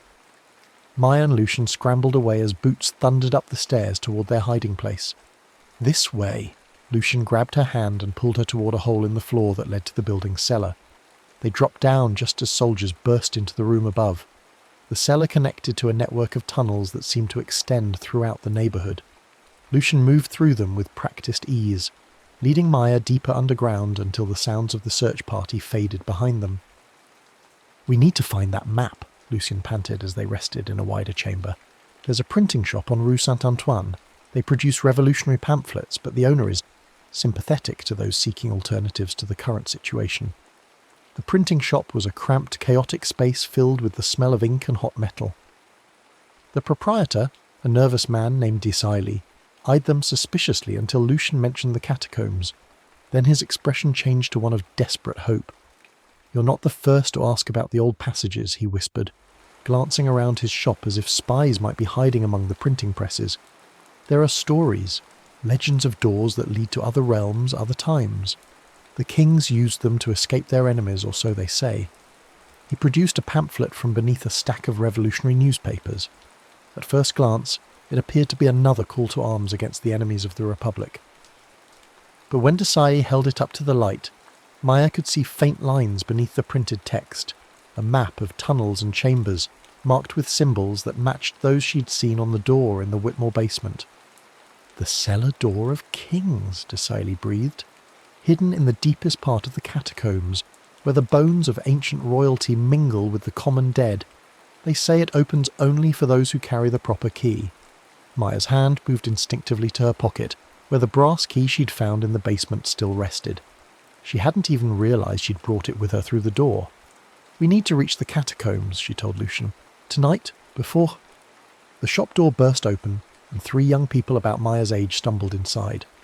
But unlike Lucian, these street children had a harder edge, their eyes cold and calculating. "Well, well," one of them, a girl with matted blonde hair and a knife at her belt, looked Maya up and down. "This must be the foreign spy we've been hearing about." Lucian stepped protectively in front of Maya. "She's no spy, Margot. Just someone trying to survive like the rest of us." "Survive?" Margot laughed harshly. "Look at her hands, Lucian. Soft as a baby's. Look at her teeth. White and straight as nobles. This one's never known a day of real hardship in her life." The other street children spread out, blocking the exits. Maya realised with sick certainty that these were the allies Lucian had mentioned, his own people turning against him for the promise of reward. "The Committee of Public Safety is offering bread and meat for information about foreign agents," one of the boys said. "Enough food to last a month, maybe more." Maya saw the conflict in Lucian's face. He was starving too, she realised. They all were. In this world of revolutionary terror, betrayal was just another survival strategy. "I'm sorry," he whispered, but Maya was already moving. She grabbed the oil lamp from Desailly's desk and hurled it at the nearest window. Glass shattered, and burning oil splashed across the wooden floor. In the chaos that followed, Maya bolted through the broken window into the alley beyond. Behind her, she could hear Margot screaming orders to the others. Maya ran blindly through the narrow streets, her wooden clogs slipping on the wet cobblestones. She had no idea where she was going, only that she had to reach the catacombs before the revolutionary authorities caught up with her. The entrance she found was nothing more than a crack in a cemetery wall, hidden behind a weathered statue of some forgotten saint. Maya squeezed through just as she heard boots pounding on the street behind her. The darkness beyond was absolute, broken only by the faint phosphorescent glow of bones embedded in the tunnel walls. The Paris catacombs were a city of the dead, stretching for miles beneath the living city above. Millions of skeletons lined the passages in elaborate patterns, walls of femurs topped by grinning skulls, archways made from rib cages, entire chambers where bones formed geometric designs of haunting beauty. Maya had read that the catacombs held the remains of 6 million people, transferred here from overcrowded cemeteries centuries ago. Now, as she stumbled through the bone-lined corridors with only her phone's fading battery for light, the statistics became viscerally real. She was surrounded by death on an unimaginable scale, walking through galleries where human remains had been transformed into macabre art. The map from Desailly's shop was crude, but it gave her some sense of direction. She needed to reach the oldest section, where royal remains were said to rest apart from the common dead. But the tunnels branched and twisted in confusing patterns, and more than once Maya found herself in dead ends, surrounded by walls of empty eye sockets that seemed to watch her every move. Voices echoed from the tunnels behind her, Lucian's former allies had followed her underground. Maya quickened her pace, trying to muffle her footsteps on the bone-strewn floor. Her phone battery was dying, the light growing dimmer with each passing minute. She almost missed it, a section of wall where the bones were arranged differently, forming patterns that matched the symbols on her map. The brass key in her pocket grew warm as she approached, and Maya realised she was close to her destination. The door was hidden behind centuries of accumulated skulls, but when Maya pressed the key against the central symbol, the bone wall swung inward on silent hinges. Beyond lay a chamber that predated the catacombs, rough stone walls carved with fleur-de-lis and crowned eagles, the forgotten tomb of some ancient French king. And there, at the far end of the chamber, stood another door. This one was identical to the portal in the Whitmore basement, down to the intricate carvings and the warm golden light that leaked around its edges. Maya was running toward it when the chamber filled with flickering torchlight. Her pursuers had found her. "Seize the spy!" Margot's voice echoed off the stone walls. "In the name of the Republic!" Maya reached the door just as hands grabbed her from behind. She struggled desperately, the brass key slipping from her fingers to clatter on the stone floor. More revolutionaries poured into the chamber, not just Margot's gang, but adult soldiers with muskets and fixed bayonets. They dragged her back through the catacombs and up into the nightmare world of revolutionary Paris. The sun was setting, casting the city in shades of blood and shadow. Crowds lined the streets, eager for another spectacle of revolutionary justice. Maya found herself in a makeshift courtroom in what had once been a grand salon. The judge was a gaunt man in a black coat, his eyes burning with fanatic fervour. Behind him hung a banner reading La mort ou la liberté, death or liberty. "Citizen Maya," he intoned, reading from a document that someone had hastily prepared. "You stand accused of espionage against the Republic, of conspiracy with enemies of the people, and of attempting to aid the escape of traitors and aristocrats." Maya tried to speak, to explain that she wasn't a spy, wasn't even from this time, but every word that came out of her mouth only seemed to damn her further. Her accent, her confusion about basic revolutionary principles, her inability to name any other patriots, all of it pointed to guilt in the judge's mind. "The penalty for espionage is death," he declared as the crowd cheered. "The prisoner will be taken to the Place de la Révolution and executed at dawn." They locked her in a cell beneath the courthouse, a stone box barely large enough for her to lie down. Through the barred window she could hear the crowds gathering for tomorrow's entertainment. Vendors were already setting up stalls to sell food and drink to the spectators who had come to watch her die. Maya curled up on the filthy straw and tried to think. The brass key was gone, lost somewhere in the ancient royal tomb. Even if she could escape her cell, she had no way to open the door back to her own time. She was trapped in 1793, destined to become another casualty of the revolution's insatiable appetite for blood. As the night wore on, she heard other prisoners being brought in, men and women whose only crime was being born into the wrong social class or expressing the wrong political opinion. Some wept, others prayed, and a few maintained their dignity even in the face of certain death. Maya found their courage both inspiring and heartbreaking. Dawn came with the sound of drums and marching feet. The guards unlocked her cell and dragged her out into the grey morning light. The street leading to the Place de la Révolution was packed with spectators, men, women and children all eager to see the enemies of the Republic meet their fate. The guillotine stood in the centre of the square like a mechanical god, its blade catching the first rays of sunlight. The crowd pressed close, their faces twisted with bloodlust and revolutionary fervour. Maya had read about mob psychology, but experiencing it firsthand was terrifying beyond anything she could have imagined. They forced her up onto the scaffold and Maya could see the basket below, dark with dried blood from previous executions. The executioner was a massive man in a leather apron, his arms stained to the elbows. He grabbed Maya's shoulders, preparing to force her down onto the wooden bench. That was when the riot started. It began with a fight between two spectators over the best viewing position.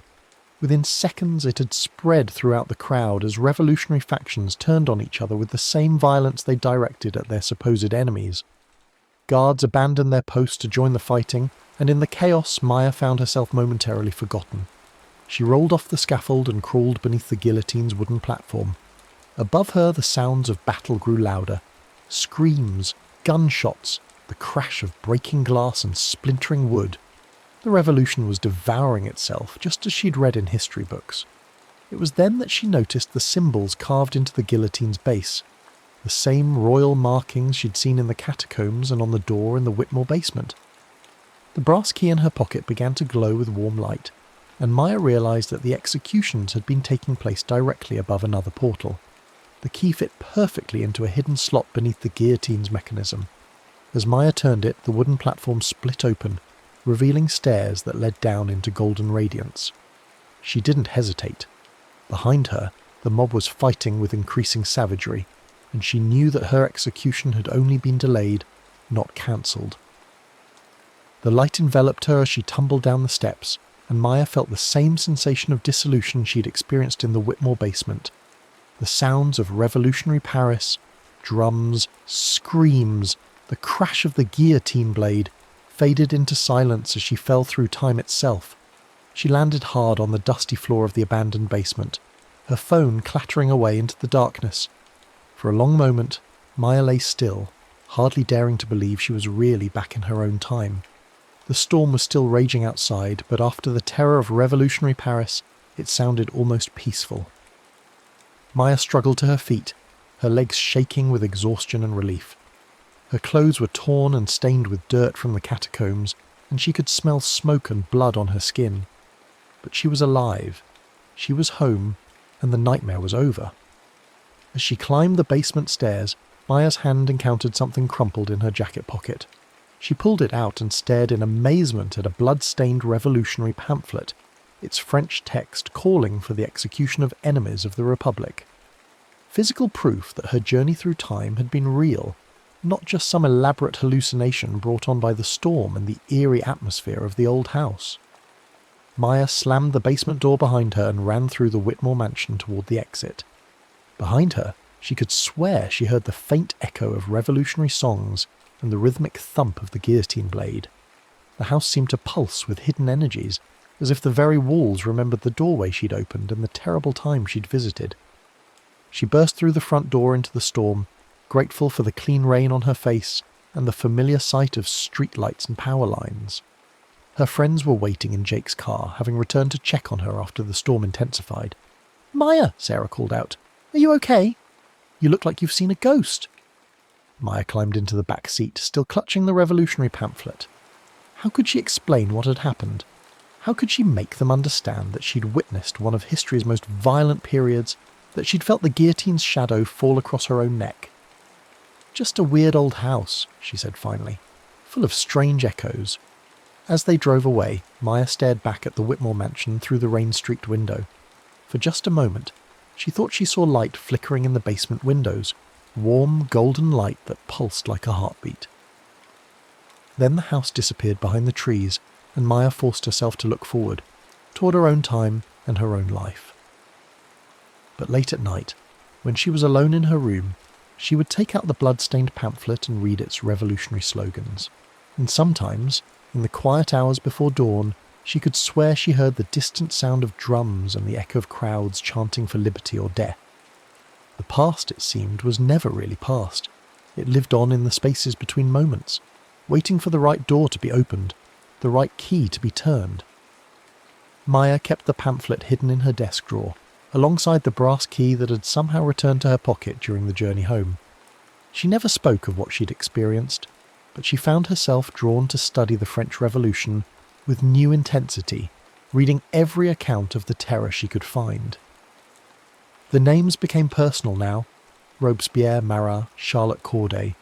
She had walked among their shadows, breathed the same air, felt the same terror that had gripped all of France during those bloody years.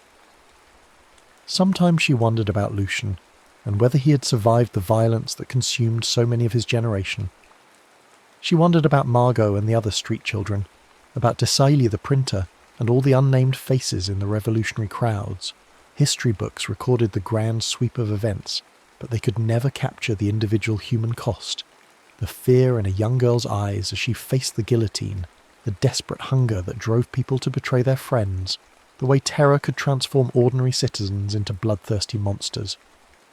The Whitmore mansion was demolished 6 months later, its Victorian grandeur erased to make room for a shopping centre. Maya read about it in the local newspaper, studying the photograph of bulldozers reducing the old house to rubble. The basement where she'd found the door was filled with concrete, sealing whatever portal had existed there beneath tons of modern construction. But Maya knew that time was more flexible than people realised, that the past and present existed simultaneously in ways that defied rational explanation. Somewhere beneath the busy shops and parking lots, in dimensions that curved back on themselves like cosmic doorways, the French Revolution continued to rage. The guillotine still fell, the crowd still called for blood, and the door of kings still waited for the right person with the right key to step through and witness history in all its terrible glory. Maya kept the brass key on a chain around her neck, hidden beneath her clothing where no one could see it. She told herself it was just a memento, a reminder of an impossible experience that had shaped her understanding of human nature and historical truth. But sometimes, when she held it in her palm, she could feel it growing warm with mysterious energy, as if it were calling her back to other times, other places where the doors between worlds stood slightly ajar. She never answered that call. Once was enough. The French Revolution had taught her that some knowledge came at too high a price, that witnessing history firsthand meant accepting responsibility for the truth of human suffering and the fragility of civilization itself. Maya would carry that knowledge with her always, the weight of what she'd seen, the echo of guillotine drums that would follow her through all the quiet nights of her ordinary, precious modern life. The next story is about to begin. Please relax and enjoy. The oscilloscope's amber screen flickered in the dim garage light, casting ghostly shadows across Noah Cross's angular face. At 17, he possessed the kind of restless intelligence that made teachers uncomfortable and classmates distant. While other kids his age were planning prom or worrying about college applications, Noah spent his nights elbow-deep in salvaged electronics, surrounded by the metallic bones of decommissioned military equipment he'd rescued from scrapyards across New Mexico.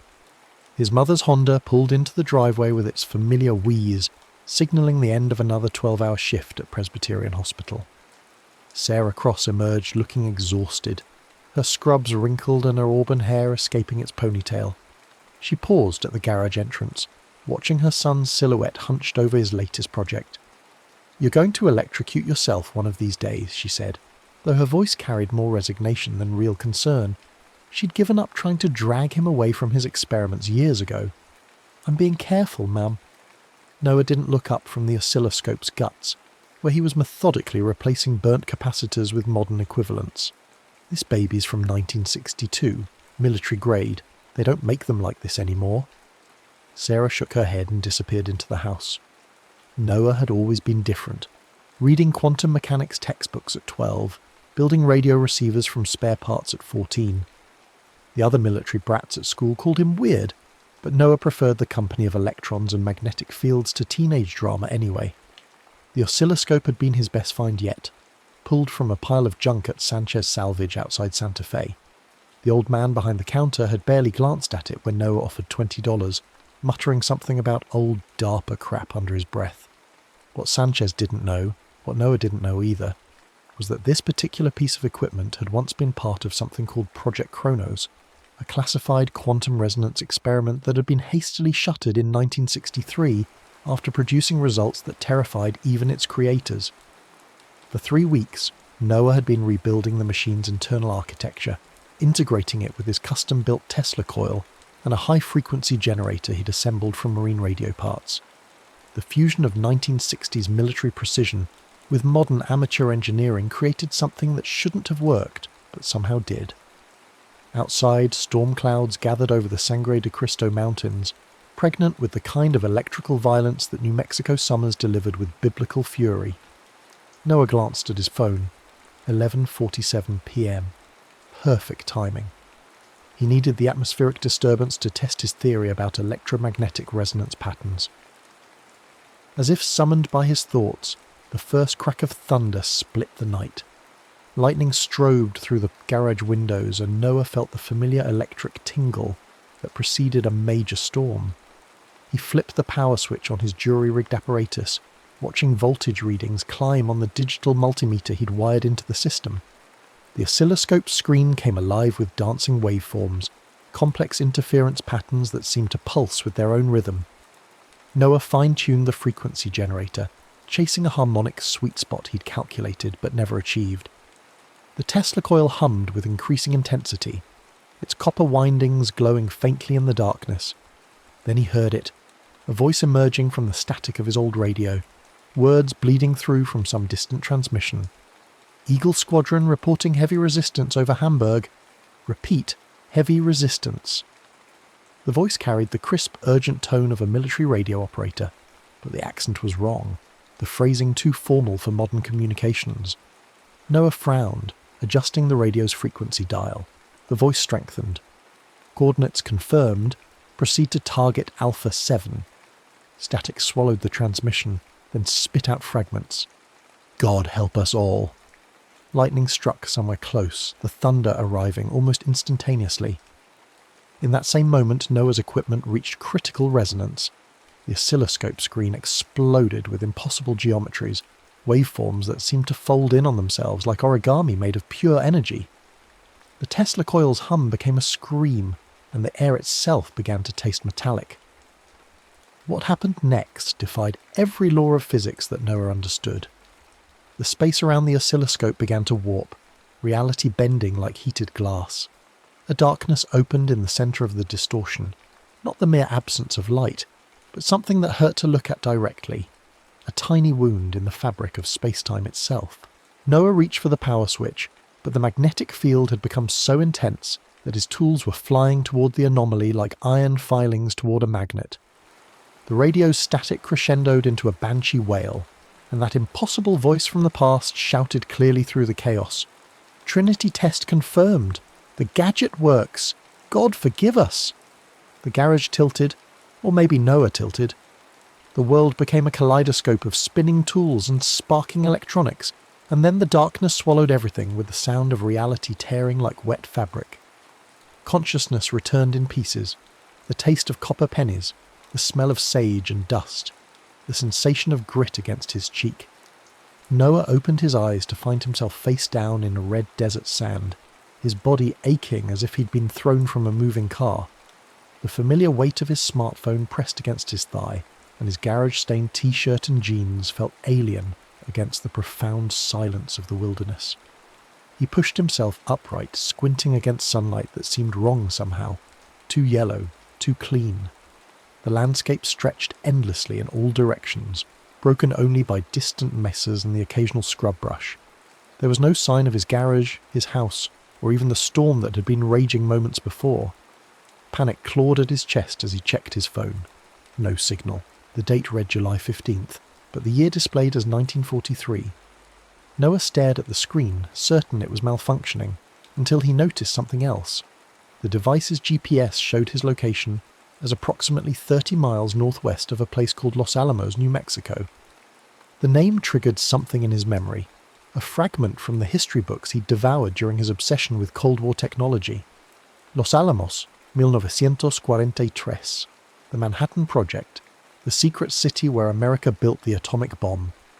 A dust cloud on the horizon resolved into a military jeep, its olive-drab paint job and angular design distinctly different from modern vehicles. Noah stood frozen as the vehicle approached, his mind racing through possible explanations that didn't involve time travel. Because time travel was impossible, wasn't it? The jeep screeched to a halt 50 yards away, and two soldiers emerged with their rifles raised. Their uniforms were museum pieces, wool garrison caps, canvas gaiters, and the kind of equipment pouches that belonged in old war movies. But the weapons they carried were real enough, and the suspicion in their eyes was contemporary to any era. Halt! Identify yourself. The taller soldier's voice cracked slightly, betraying his youth despite his authoritative tone. Noah raised his hands, his engineer's mind cataloguing details even through his terror. The soldiers' uniforms bore insignia he recognized from historical documentaries, the distinctive patch of the Manhattan Engineer District. The younger soldier couldn't have been more than 19, his face sunburned and serious beneath his cap. I'm Noah Cross, he managed, his voice hoarse from breathing desert dust. I think I'm lost. The soldiers exchanged glances. The older one, a sergeant by his stripes, stepped closer while keeping his rifle trained on Noah's chest. Lost? He looked pointedly at Noah's modern clothing. the synthetic fabric and machine-stitched seams that wouldn't be invented for decades. "Son, you're about as lost as a person can get. This is a restricted military zone." They searched him with professional efficiency, confiscating his phone. What the hell is this thing? His wallet, and the small multi-tool he always carried. Noah's driver's license sparked particular interest. The laminated plastic, the holographic security features, and the issuing date of 2024 caused confused murmurs between the soldiers. The ride to the military checkpoint passed in surreal silence. Noah squeezed between two armed guards in the back of the jeep. The landscape looked familiar, yet alien. The same red rocks and endless sky he'd known all his life, but somehow cleaner, emptier, as if the world were holding its breath. The checkpoint itself was a collection of temporary buildings surrounded by barbed wire and serious-looking sentries. Noah was processed with military efficiency, fingerprinted, photographed, and subjected to an interrogation that began politely, but grew increasingly intense as his story proved impossible to verify. "Let me get this straight," said Lieutenant Morrison, the intelligence officer who'd taken over the questioning. He was young for his rank, with the kind of pale complexion that suggested too many hours spent indoors with classified documents. "You claim to be from Albuquerque, but we can't verify your address. Your identification card is made from materials we've never seen, issued by a department that doesn't exist, and you were found wandering in a restricted area with no memory of how you got there." Noah stuck to the story he'd hastily constructed. Amnesia from a car accident, possible head trauma, confusion about dates and locations. It was thin, but anything approaching the truth would have them convinced he was either insane or an enemy agent. "The thing is," Morrison continued, leaning back in his metal chair, "we've been having some unusual reports lately. Strange lights in the sky, electromagnetic disturbances. Some of the eggheads think the Germans might be testing some new kind of weapon. Makes us jumpy about unexplained visitors." Before Noah could respond, the interrogation room door opened, and a man in civilian clothes entered. He was perhaps 40, with prematurely grey hair and the kind of intense, analytical gaze that Noah recognised in fellow science enthusiasts. The man glanced at Noah's file, then studied Noah himself with unconcealed curiosity. "Dr. Walter Irwin," the man introduced himself, extending a hand that Noah shook automatically. "I'm one of the physicists working on the project here. Lieutenant Morrison thought I might want to speak with you." Dr. Irwin settled into a chair across from Noah, his manner more collegial than interrogative. "I've been reading your statements. You mentioned being interested in electronics, electromagnetic theory. Tell me, what do you know about quantum mechanics?" The question was clearly a test, but Noah couldn't help himself. Despite the impossible circumstances, the prospect of discussing physics with a real scientist was irresistible. "Well, I've read about wave-particle duality, quantum superposition, the uncertainty principle, Heisenberg, Schrödinger, Einstein's objections to quantum entanglement." Dr. Irwin's eyebrows rose with each reference. In 1943, quantum mechanics was still cutting-edge science, discussed mainly in academic circles and classified research programs. For a teenager, especially one found wandering in the desert, to speak so knowledgeably about such advanced concepts was unprecedented. "Fascinating," Dr. Irwin murmured. "And what's your opinion on the practical applications of quantum theory? Theoretical, of course." Noah felt like a student stumbling through an exam he hadn't studied for, except the subject matter was the fundamental nature of reality itself. I think we're only beginning to understand the implications. Quantum tunneling, for instance, or the possibility that observation affects reality at the subatomic level. It could revolutionize everything from computing to energy production." The room fell silent. Dr. Irwin and Lieutenant Morrison exchanged a look that Noah couldn't interpret, but he sensed he'd said something significant, possibly dangerously so. "Mr. Cross," Dr. Irwin said finally, "I'm going to make a recommendation that might sound unusual. We have a shortage of qualified personnel here, particularly bright young minds who understand advanced physics. If you're willing, I'd like to offer you a position as a junior research assistant. It would solve your immediate problem of having nowhere to go, and it would allow us to keep an eye on you while we verify your background." Noah's heart hammered against his ribs. A position at Los Alamos in 1943 meant working on the Manhattan Project, helping to build the weapons that would end World War II and usher in the atomic age. The moral implications were staggering, but what choice did he have? Refusing would only deepen their suspicions, and he needed time to figure out how to return to his own era. "I'd be honoured to help however I can," he said, hoping his voice sounded steadier than he felt. The temporary quarters they assigned him were Spartan but comfortable. A narrow bed, a small desk, and a window that looked out over the sprawling complex of laboratories and living spaces that made up the secret city. Noah lay awake that first night, staring at stars that seemed brighter and more numerous than the ones he remembered, wondering if he was going insane, or if he'd somehow stumbled into the greatest scientific adventure in human history. His first day of work began before dawn with a security briefing that emphasised the absolute necessity of discretion. The project was compartmentalised, with each worker knowing only what they needed to complete their specific tasks. Noah was assigned to the electronics division, where his job involved calibrating sensitive measuring instruments and maintaining the complex array of equipment needed for the scientists' experiments. The work was fascinating despite his limited access to information.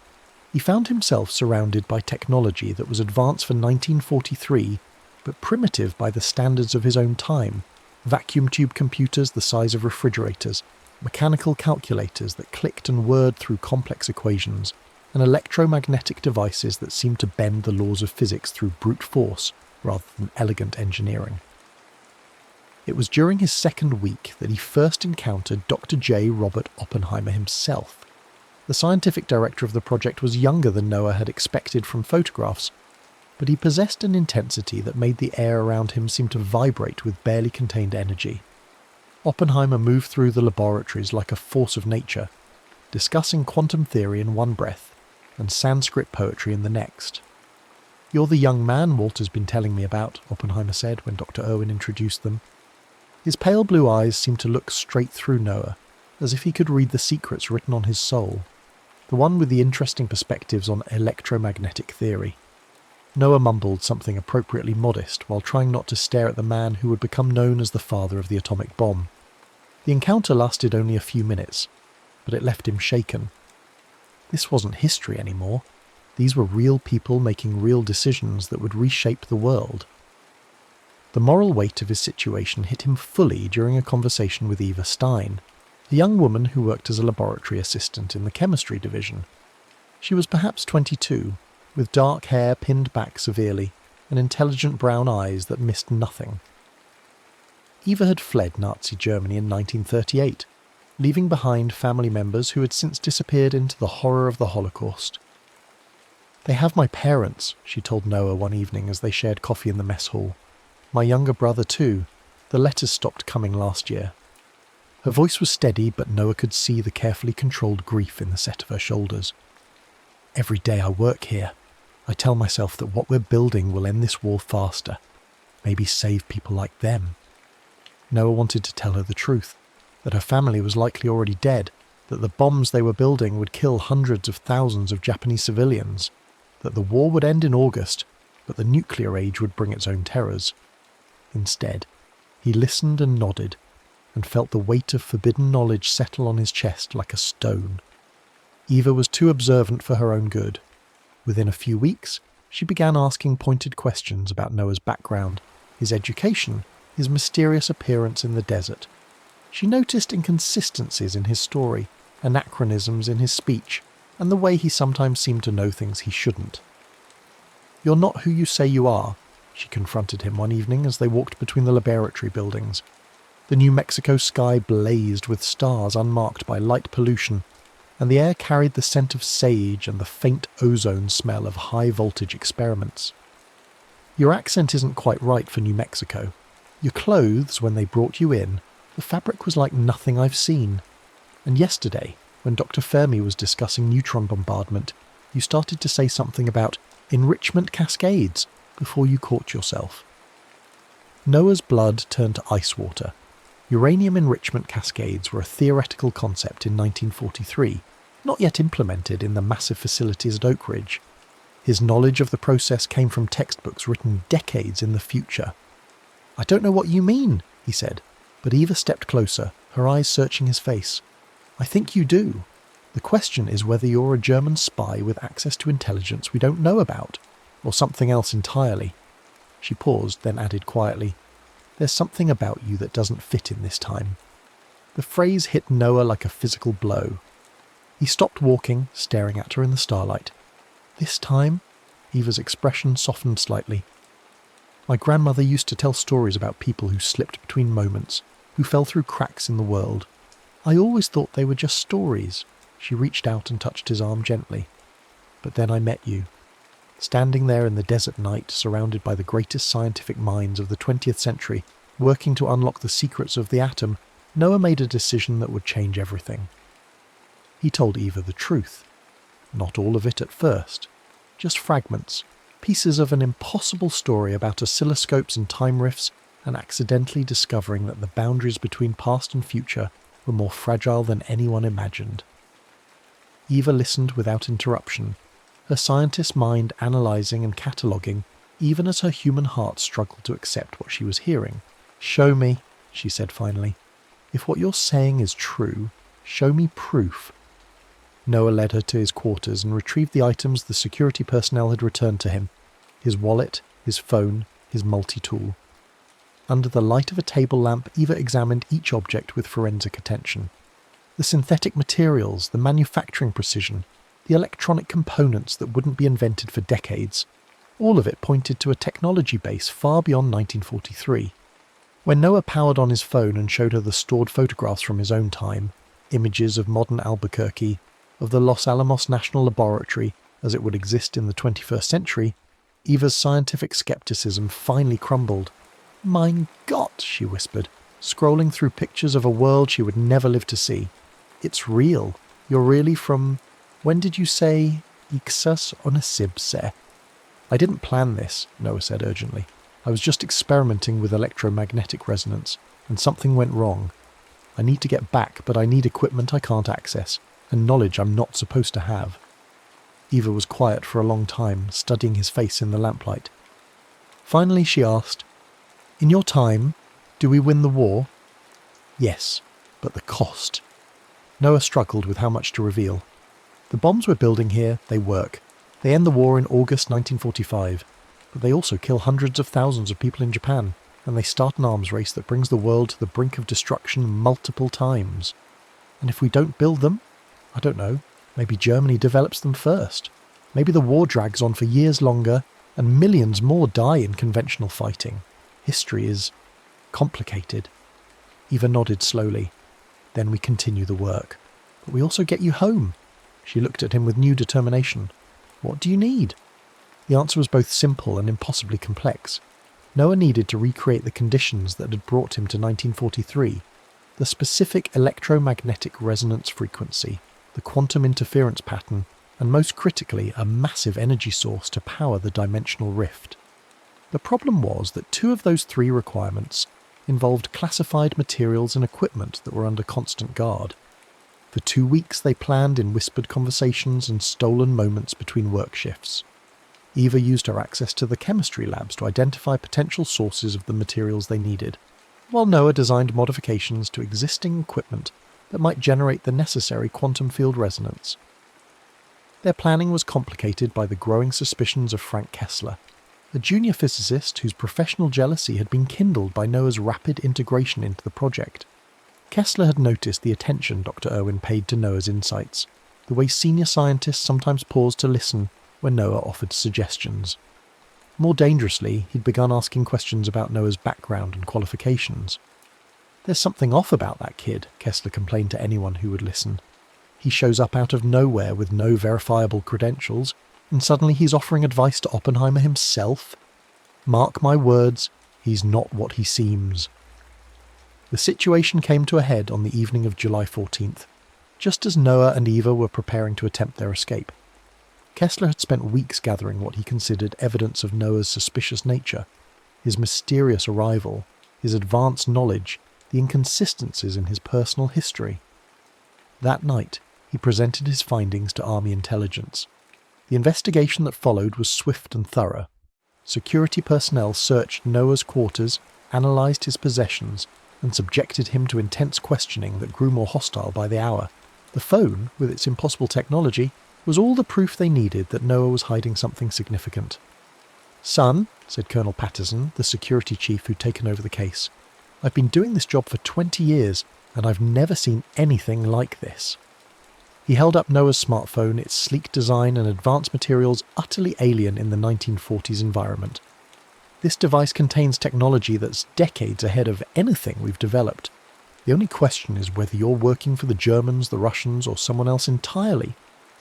Noah tried to maintain his cover story, but it was collapsing under the weight of physical evidence and mounting suspicion. They knew he wasn't who he claimed to be. The only question was what they would do about it. The answer came at dawn on July 15th, when Colonel Patterson informed him that he was being transferred to a more secure facility for enhanced interrogation. The implication was clear.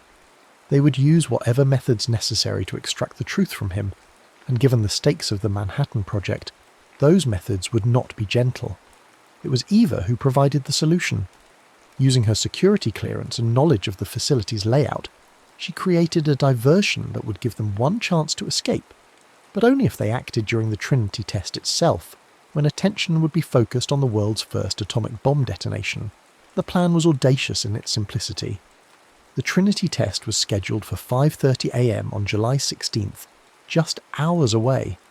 The massive electrical systems used to trigger the bomb's detonation would create electromagnetic interference across the entire region, perfect cover for the kind of quantum resonance experiment they needed to perform. Eva had managed to smuggle key components from various laboratories, high-voltage capacitors, resonance coils, and most crucially, a small sample of enriched uranium that would provide the quantum instability necessary to punch through the dimensional barrier. They would use the high-voltage testing chamber in Lab 7, timing their experiment to coincide with the Trinity detonation. "If your theory is correct," Eva said as they made final preparations in the pre-dawn darkness, "the atomic blast will provide enough energy to reopen the temporal rift. But Noah," she paused, her hand on his arm, "if you're wrong, we'll both be vaporized along with everything else in this desert." Noah looked at her in the dim light, this remarkable woman who had risked everything to help him return to a future she would never see. "Come with me," he said impulsively. "I don't know if it's possible, but—" Eva shook her head. "This is my time. My war. I have work to finish here." She pressed something into his hands, a small silver locket that had belonged to her grandmother. "But perhaps something of me can make the journey with you." They entered Lab 7 through a service tunnel that Eva had scouted weeks earlier, emerging into the high-voltage testing chamber where massive electrical equipment hummed with barely contained power. Noah worked with desperate efficiency, connecting his improvised quantum resonance device to the lab's electrical systems while Eva monitored for security patrols. Outside, the pre-dawn sky was beginning to lighten. In a bunker 20 miles away, scientists and military personnel were making final preparations to witness humanity's first glimpse of atomic fire.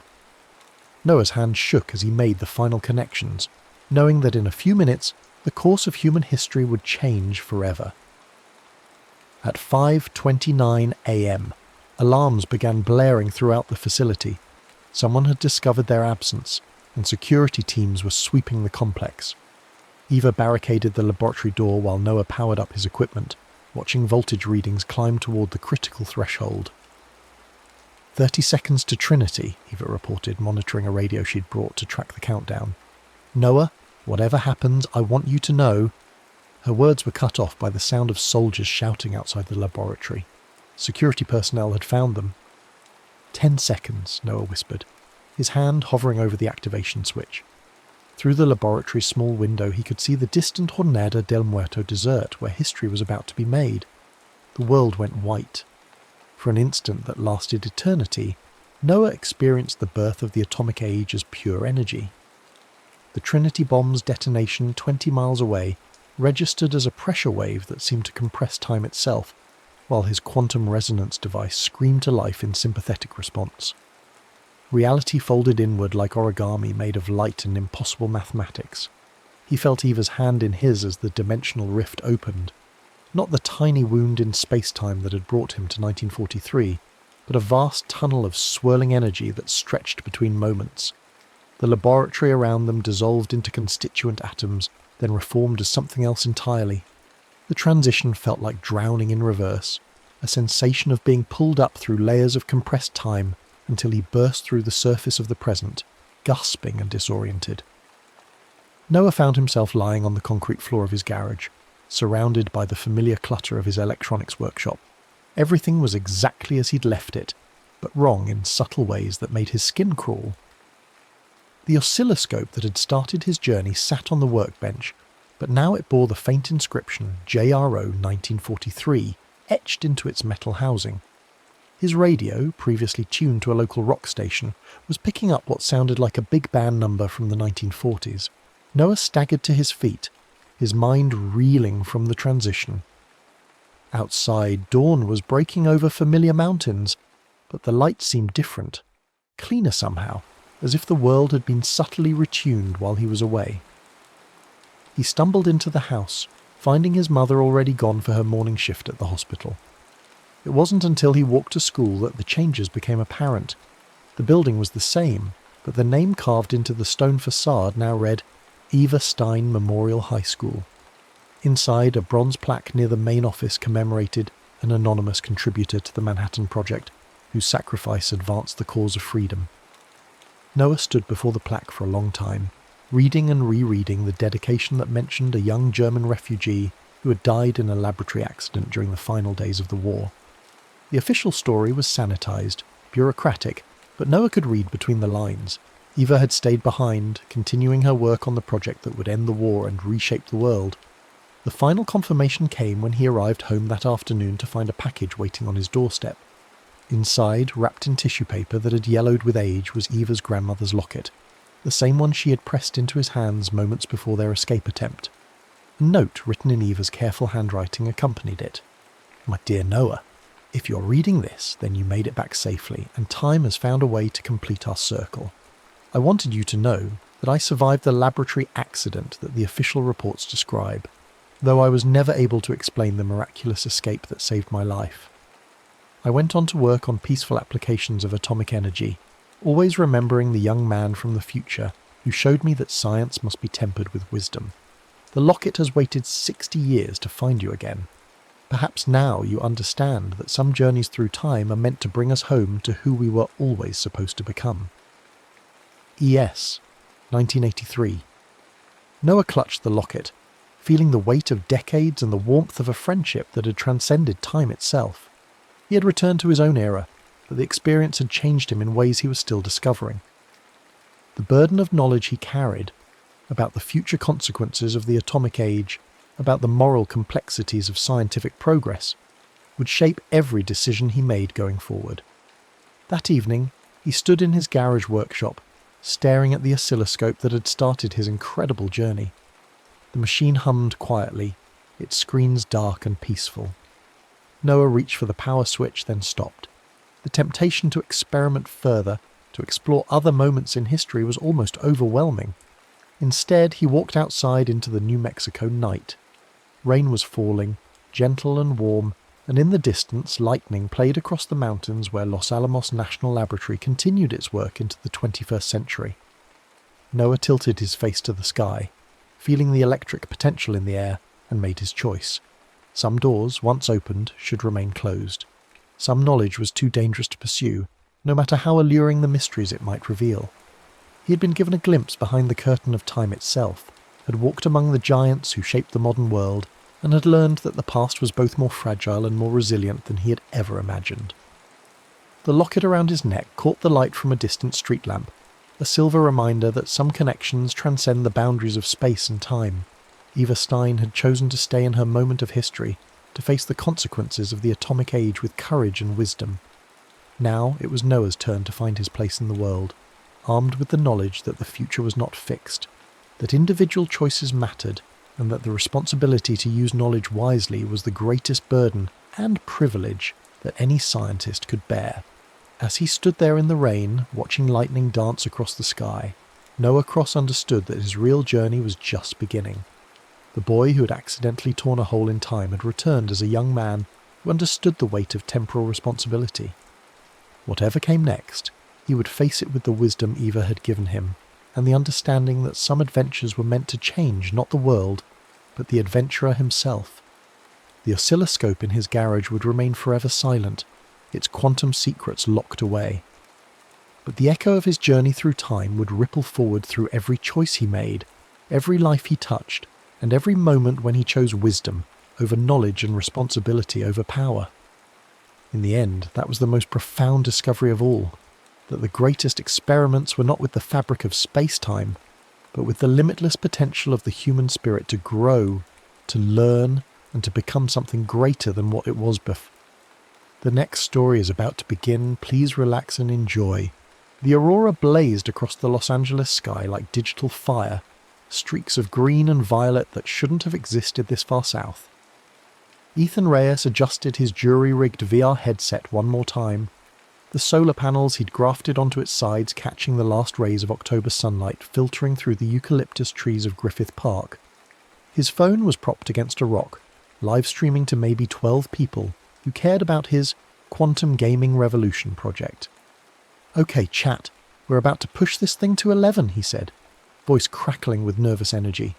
Solar batteries at 96%, geomagnetic readings are off the charts, and he squinted at his smartwatch. Holy shit, the magnetometer's going crazy. This storm's hitting harder than predicted. The headset's weight felt familiar on his skull, cables snaking down to the makeshift battery pack at his waist. Months of salvaged electronics, YouTube tutorials, and stubborn determination had led to this moment. While his classmates were grinding through senior year applications, Ethan was trying to crack the code of consciousness itself, or at least build something cool enough to go viral. Initiating full-spectrum neural mapping in 3, 2... The world exploded into kaleidoscopic fragments. Colours that had no names shrieked across his vision as every nerve ending caught fire. The aurora above seemed to reach down with crackling fingers, and Ethan felt himself falling through dimensions of light and time, his scream lost in a cosmic wind that tasted of ozone and eternity, then darkness, then cold, then the gentle slap of waves against his face. Ethan's eyes fluttered open to find himself sprawled on wet sand beneath a canopy of unfamiliar stars. The aurora was gone, replaced by a moon so bright it cast sharp shadows across pristine beach. His VR headset lay in pieces nearby, circuits still sparking feebly. The air smelled of salt and rotting seaweed, but underneath that was something else, an absence of the petroleum and exhaust that always lingered in LA's atmosphere. His smartwatch face was cracked but still functional, showing 11:47 p.m. The date read October 15th, but the year display flickered between 2020 and something impossible, 1716. What the actual... Well, what have we here? Ethan jerked upright to find 3 men standing over him, their silhouettes outlined against the star-drunk sky. Tricorn hats, loose-fitting shirts, and the unmistakable glint of cutlass steel. His brain, still reeling from whatever had happened, tried to process this information and failed spectacularly. "Looks like a survivor from that sloop we spotted breaking up on the reef," said one of them, his voice carrying a strange accent. Part English, part something Caribbean. Fancy clothes, though, silk by the feel of it. Another man, broader and more scarred, spat into the sand near Ethan's feet. Could be Spanish, could be valuable, could be trouble. Only one way to find out. The third man, younger than the others, extended a hand. "On your feet, lad. Captain'll want words with you." Ethan's hand moved instinctively to his phone, but found only empty pocket. He looked around frantically until he spotted it half buried in sand, its cracked screen dark. When he reached for it, the youngest pirate, because these were definitely pirates, his mind finally admitted, grabbed his wrist. "Careful now. What's this curious thing?" The man lifted the phone, turning it over in his hands. "Some manner of spyglass? The craftsmanship is peculiar. It's, Ethan's voice cracked. "It's a navigation device. Very advanced. Very expensive." The scarred man's eyes narrowed. "You speak strangely, boy. Where are you from?" Before Ethan could concoct an answer, torchlight flickered through the palm trees behind them. More voices, more footsteps. The beach suddenly felt very small and very exposed. "Silas, Tomas, what's the delay?" The voice that cut through the night air belonged to a woman, commanding and sharp. "The tide turns in an hour, and I'll not have the stormcrow caught in these shallows because you 3 decided to play with beach refuse." The woman who emerged from the tree line stood barely 5.5 feet tall, but carried herself like she owned every grain of sand beneath her boots. Dark hair was braided with bits of bone and coloured thread, and her coat, a deep blue thing that might once have belonged to a naval officer, hung open to reveal a brace of pistols across her chest. Most striking were her eyes, pale green and sharp enough to cut glass. "Captain Vane," said the youngest pirate, Thomas. "Found this one washed up with wreckage from that Dutch sloop. Claims his bauble here is some sort of navigation aid." Captain Vane's gaze moved from Ethan's face to his clothes, the synthetic fibres of his gaming hoodie, the complex weave of his jeans, the rubber soles of his sneakers. Her expression shifted from annoyance to curiosity. "Navigation, you say?" She plucked the phone from Tomas's grip and examined it more closely. "The glass is remarkably clear. The craftsmanship ... She looked up at Ethan. "What's your name, boy?" "Ethan? Ethan Reyes. Spanish blood, then. But your accent." She circled him slowly, predator-like. "Where did you learn to speak English so cleanly? And where did you acquire clothes of such unusual make?" Ethan's mind raced. He'd read enough fantasy novels to know that claiming to be from the future was a quick path to accusations of madness or sorcery. Neither seemed like good career moves when surrounded by armed pirates. "I'm a scholar," he said carefully, "from a distant university. I was aboard a research vessel studying celestial navigation when the storm hit." "A scholar," Captain Vane's smile was sharp. "How fortunate. The Stormcrow has need of men with learning." She turned to the scarred pirate. "Silas, what think you?" Silas spat again.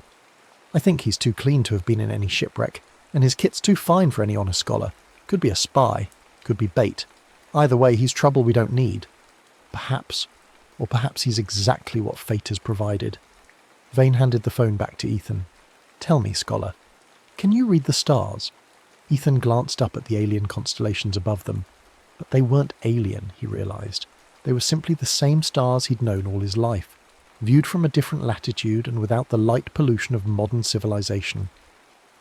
The Big Dipper hung low on the horizon, and Polaris glittered like a diamond in the north. "Yes," he said, "I can read them. And can you chart a course by them?" This was dangerous territory. Ethan knew the basics of celestial navigation from astronomy classes and Wikipedia binges, but theory and practice were very different things. Still, it seemed like his best chance of not ending up as shark food. With the proper instruments, yes. Captain Vane studied him for a long moment, then nodded slowly. "Very well, Ethan Reyes. You'll come aboard the Stormcrow as our navigator, prove useful, and you'll earn your share like any other member of my crew. Prove otherwise." She let the implication hang in the salt air. "What if I refuse? Then Silas gets his wish, and you remain here on this beach, permanently." Her hand rested casually on the butt of one pistol. "The choice is yours, scholar." Ethan looked around at the empty beach, then at the dense jungle beyond. He had no idea where he was, when he was, or how he'd gotten here. But these people had a ship, which meant they had food, water, and most importantly, mobility. His best chance of figuring out what had happened and how to get home lay with them. "I accept." The Stormcrow proved to be a sleek brigantine anchored in a sheltered cove, her twin masts rising like spears against the starfield. As the longboat approached her hull, Ethan could make out carved decorations along her rails and the gleam of bronze cannons in her ports. She was beautiful in the way that all dangerous things were beautiful. Elegant, deadly, and utterly unforgiving of mistakes. The next weeks passed in a blur of rope burns, seasickness, and hard-won education in the realities of 18th century piracy. Thomas, despite being only 11 years old, proved an invaluable guide to shipboard life. The boy had grown up on these decks after being orphaned in Port Royal, and his quick wit and street-smart humour made him Ethan's first real friend among the crew. "Keep your head down, speak when spoken to, and never show fear," Thomas whispered, as he taught Ethan to tie proper knots. "Captain Vane's fair but hard. She'll give you every chance to prove yourself, but cross her or show cowardice, and you'll find yourself swimming home." Dr. Adelina Montserrat, the ship's surgeon, presented a different challenge. A woman in her late 20s with intelligent dark eyes and steady hands, she watched Ethan with the focused attention of someone trying to solve a puzzle. Her medical knowledge was impressive for the era, but when Ethan carelessly mentioned the concept of antiseptics during a conversation about treating wounds, her interest became almost predatory. "You speak of invisible creatures that cause infection," she said one evening as she tended to a sailor's infected cut. "This is not theory I have encountered in any medical text. It's A new idea, from the universities in the north. Ethan watched as she cleaned the wound with rum, wincing at the waste of good alcohol. Have you ever noticed that wounds heal better when cleaned with spirits, rather than water alone? I have observed this, yes, but you suggest there is a reason beyond the spirit's heat. What if I told you that bread mould, when properly prepared, could fight infection more effectively than any spirit? Adelina's eyebrows rose. I would say you're either a genius or a madman, possibly both. It was during their third week at sea that Ethan's modern knowledge proved its worth in dramatic fashion. He was on night watch, using his smartwatch's digital compass and star chart app, carefully hidden from view to verify their position, when he noticed something that made his blood run cold. The constellation of Cassiopeia hung too low on the horizon. Combined with the Southern Cross's position, it meant they were sailing directly toward a reef system that wasn't marked on any of their charts. "Captain!" Ethan's shout brought Vane running from her cabin, half-dressed and fully armed. "Hard to starboard. There's a reef directly ahead." "I see no reef," Silas growled from the helm. "The water's deep here, boy. Check your instruments." "Trust me." Ethan pointed at the subtle change in wave patterns barely visible in the moonlight. "The waves are breaking differently. There's something large and shallow about 200 yards ahead." Captain Vane studied the water for a heartbeat, then bellowed, "All hands! Hard to starboard! Drop anchor when I give the word." The Stormcrow heeled over as her crew threw their weight into the turn. 30 seconds later, the lookout's cry confirmed Ethan's warning. Reef to port. Damn near took her belly out. That night, as the crew celebrated their narrow escape with an extra ration of rum, Captain Vane approached Ethan at the bow rail. "Your eyes are sharper than any man's I've known," she said quietly, "and your knowledge of star paths runs deeper than most. Tell me true, what are you running from, Ethan Reyes?" "Why do you assume I'm running from something?" "Because men don't join pirate crews out of wanderlust. They join because the life they left behind offers them nothing, or because staying would mean death." Her pale eyes reflected starlight. "Which is it for you?" Ethan considered telling her the truth, the whole impossible truth, but the words wouldn't come. Instead, he said, "I'm looking for something. Something I lost." "What manner of thing?" "The way home." Vane nodded slowly. "Aye, that's something we're all seeking one way or another." She turned to go, then paused. "The crew respects you now. You've earned that. Don't squander it." Their first raid came 2 days later, when they intercepted a Dutch merchant vessel heavy with sugar and silver from the Caribbean colonies. Ethan had hoped to avoid the violence, to somehow remain a non-combatant, but Captain Vane made it clear that every member of her crew fought when fighting was required. "A ship is only as strong as her weakest link," she told him, as the crew prepared for battle. "If you won't fight beside us, you're not one of us. And if you're not one of us..."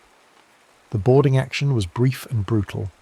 Ethan found himself swept along by the tide of screaming pirates, cutlass in hand, too terrified to do anything but swing when someone swung at him. The Dutch crew surrendered quickly, but not before Ethan had seen men die, really die, with blood and screams and the terrible finality of stopped hearts. In the aftermath, as the crew divided the spoils, Ethan made a discovery that changed everything. In the merchant captain's cabin, hidden beneath a false bottom in a chest of navigation instruments, he found half of something that made his smartwatch's sensors go haywire. It was jade, carved in intricate geometric patterns that seemed to shift and flow in the lamplight. Metallic veins ran through the stone. Magnetite, he realized, remembering his physics classes. When he held it close to his watch, the device's magnetic field sensors spiked, and for just a moment, the cracked screen flickered with readings that defied logic. "Temporal displacement detected," scrolled across the display before it went dark again. "Quantum signature match, 94%. Ethan's heart hammered in his chest. This thing, whatever it was connected to what had happened to him. Connected to the Aurora, to the impossible rift that had torn him from 2020 and dumped him in 1716. "Ah, you've found my little treasure." Ethan spun to find Captain Vane watching from the cabin doorway, her expression unreadable. "This is yours?" "Now it is. Took it from a Spanish treasure ship 3 months past, along with the other half." She produced a matching piece of jade from beneath her coat. The Spanish captain said it was an Aztec artifact, combined with Chinese astronomical knowledge, called it the Jade Astrolabe. When the two halves were brought together, they formed a perfect sphere covered in intricate carvings, symbols that looked like star maps mixed with mathematical formulas, and threading through it all were those metallic veins that made Ethan's watch go berserk. There was writing with it, Vane continued, a prophecy of sorts. When the starborn child comes to mend the sky at Dragon Gate, twin suns shall writhe and heaven's door shall open. Poetic nonsense, I thought. But now... She looked at Ethan meaningfully. Now I wonder... Their conversation was interrupted by a commotion on deck. Silas burst into the cabin, his scarred face twisted with anger. "Captain, we have a problem. That merchant vessel we took, she was flying Dutch colours, but her papers mark her as English. We've just robbed a ship under Crown protection." Vane's jaw tightened. "How certain are you?" "Certain enough. And certain that Commodore Nathaniel Hawke of His Majesty's Navy will be hunting us within the week. He's been stalking these waters for months, looking for any excuse to put a noose around your neck." The name seemed to hit Captain Vane like a physical blow. Her hand went instinctively to a scar along her collarbone, and her eyes hardened. "Hawke," she whispered. "Then we run. Set course for Tortuga. We need information, supplies, and a place to lay low while we plan our next move." Tortuga proved to be everything Ethan had imagined and worse. The infamous pirate haven was a sprawling collection of ramshackle buildings, taverns that never closed, and people who asked no questions as long as your silver was good. The air reeked of unwashed bodies, cheap rum and moral decay. It was there, in a tavern called the Laughing Skull, that they met the cartographer who would change everything. He was an ancient man, skin like leather and eyes clouded with cataracts, but his hands were steady as he examined the jade astrolabe by flickering candlelight. "I know this device," he wheezed. "Seen its like once before in the hands of a Chinese explorer who claimed it could open doors between the world of the living and the realm of spirits." He traced the carved symbols with one gnarled finger. "But this one's different. More complex. The star patterns..." He looked up sharply at Ethan. "You understand astronomy, young man?" "Some." "Then you'll know these aren't random decorations. They're a star map, showing the positions of celestial bodies during events of great magnetic disturbance. Solar storms, they call them in the Chinese texts, when the sun's fire reaches out to touch the earth." Ethan's pulse quickened. "And Dragon Gate?" The old man's smile was gap-toothed and knowing. "A place where the earth's magnetic field runs strange, where compasses spin like dancers and the northern lights sometimes touch the water. The Spanish call it El Triángulo del Diablo. Your people might know it by another name." The Bermuda Triangle. Ethan's blood turned to ice water. He was talking about the Bermuda Triangle, that legendary region where ships and planes disappeared without trace. And if the prophecy was right, if the astrolabe could somehow open heaven's door during a solar storm... "How far to Dragon Gate?" he asked, trying to keep his voice steady. 3 days hard sailing to the northeast, but you'll not want to go there, lad. Ships that enter those waters during the aurora storms, they don't come back." That night, as the crew slept off their shore leave, Ethan found Captain Vane standing at the Stormcrow's bow rail, staring out at the star-drunk Caribbean sky. "You're planning to sail for Dragon Gate," he said. It wasn't a question. "Aye. The prophecy speaks of a starborn child who will mend the sky. You arrive from nowhere, speaking strangely, dressed in clothes no tailor on earth has made, carrying devices that confound our understanding." She turned to face him. "Tell me true, Ethan Reyes. Are you that child?" Ethan looked into her pale green eyes and made a decision that would doom them all. "Yes," he said. "I am." The next morning brought news that chilled everyone's blood. Thomas had gone ashore the previous evening and failed to return. Search parties found him in the custody of local authorities, arrested for brawling with British sailors. But the circumstances were suspicious. Witnesses claimed the British had started the fight, and that Thomas had been targeted specifically. "It's a trap," Silas growled as they gathered in Vane's cabin to plan a rescue. "Hawke's here, or his agents are. They're using the boy as bait." "Then we give them what they expect," Vane replied. "We walk into their trap, but we do it on our terms." The rescue mission that followed became the stuff of legend among the Tortuga taverns. Ethan, driven by guilt and desperate to save his young friend, proposed a plan that seemed insane but just might work. Using his knowledge of chemistry and the ship's store of gunpowder, he improvised a series of flashbang explosives that would disorient their enemies, long enough for a swift extraction. The plan worked perfectly until it didn't. They freed Thomas and were fighting their way back to the harbour when British Marines appeared from concealment, cutting off their escape route. In the running battle that followed, Ethan found himself fighting alongside Captain Vane, his modern reflexes and unpredictable tactics proving surprisingly effective against trained military opponents. It was during that fight that he saw her true nature for the first time. Arabella Vane wasn't just a pirate captain, she was a force of nature, moving through combat with lethal grace, every shot perfectly placed, every sword stroke economical and deadly. But there was something else in her eyes as she fought, something that looked almost like joy. They made it back to the Storm Crow and escaped into open water, but not before Ethan caught a glimpse of their pursuer. Commodore Nathaniel Hawke stood on the dock watching their departure, and even at a distance Ethan could see the cold intelligence in the man's pale eyes. This was no ordinary naval officer. This was a hunter who had found his prey. "He'll follow us," Vane said as Tortuga fell behind them. "Hawke's lost too much to pirates to let us slip away again. He'll dog our wake until one of us is dead." "What did you take from him?" Ethan asked. Vane's hand went to her collarbone scar again. His brother, 3 years ago, off the coast of Jamaica. Young Lieutenant Hawke, fresh from England and full of righteous fire. He died with a sword in his hand and my blade in his heart. That night, as they sailed toward the mysterious waters of Dragon Gate, Ethan told Captain Vane the truth. All of it. The time travel, the quantum rift, his desperate need to return to 2020. He expected disbelief, mockery, perhaps accusations of madness. Instead, she listened in thoughtful silence, occasionally asking technical questions that demonstrated a sharp understanding of both navigation and natural philosophy. When he finished, she was quiet for a long time. "The aurora that night you arrived," she said finally. "I've sailed these waters for 10 years, and I've never seen lights like that so far south. And your devices, your knowledge of star paths we've never charted." She nodded slowly. I believe you. The question now is what we do with this knowledge. We use the astrolabe. We wait for another solar storm and we open the rift.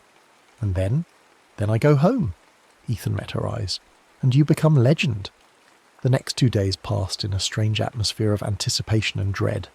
The crew sensed that something momentous was approaching, but only a handful knew the full truth. Dr. Montserrat had been brought into their confidence, and her scientific mind had seized on the implications with fierce enthusiasm. "If what you describe is true," she told Ethan, as they prepared the astrolabe, "then we are about to witness the greatest natural phenomenon in human history. The practical applications alone." Her eyes shone with possibilities. The medical knowledge you've shared, the concept of bacterial infection, the potential of bread mould as an antiseptic. This could save thousands of lives. "We'll save thousands of lives," Ethan corrected, "in about 300 years. They reached Dragon Gate on the morning of the 3rd day, sailing into waters that seemed to shimmer with an otherworldly quality. Compasses began spinning wildly, and several crew members reported feeling strange tingles in their extremities. Ethan's smartwatch, which had been mostly dormant since his arrival, suddenly blazed to life with readings that defied explanation. "Magnetic anomaly detected," scrolled across its cracked screen. "Temporal field fluctuation imminent. Quantum cascade event probable." "How long?" Captain Vane asked, reading over his shoulder. "Soon. The solar storm's building. Look at the horizon." To the north, the sky was beginning to take on an unnatural hue, green and violet threads dancing between the clouds. Aurora Borealis, impossibly far south, painting the Caribbean sky with colours that belonged to the Arctic. It was then that Commodore Hawke's frigate appeared on the southern horizon, her white sails cutting through the afternoon heat like knife blades. But she wasn't alone. Another ship sailed alongside her, flying familiar colours. "Christ's blood," Silas breathed. "That's the Storm Crow." He was right. Impossibly, there were now 2 Storm Crows sailing these waters, the one they stood on, and another approaching from the south under the guns of Hawke's frigate. "Temporal echo," Ethan whispered. "The rift's already beginning to form. We're seeing ourselves from another timeline, another possibility." But even as he spoke, he realised the truth was worse than that. The second Storm Crow flew different colours, not the black flag of piracy, but the red banner of mutiny. Silas had finally made his move, seizing control of the ship and delivering it to Hawke in exchange for a royal pardon. All hands, prepare for battle!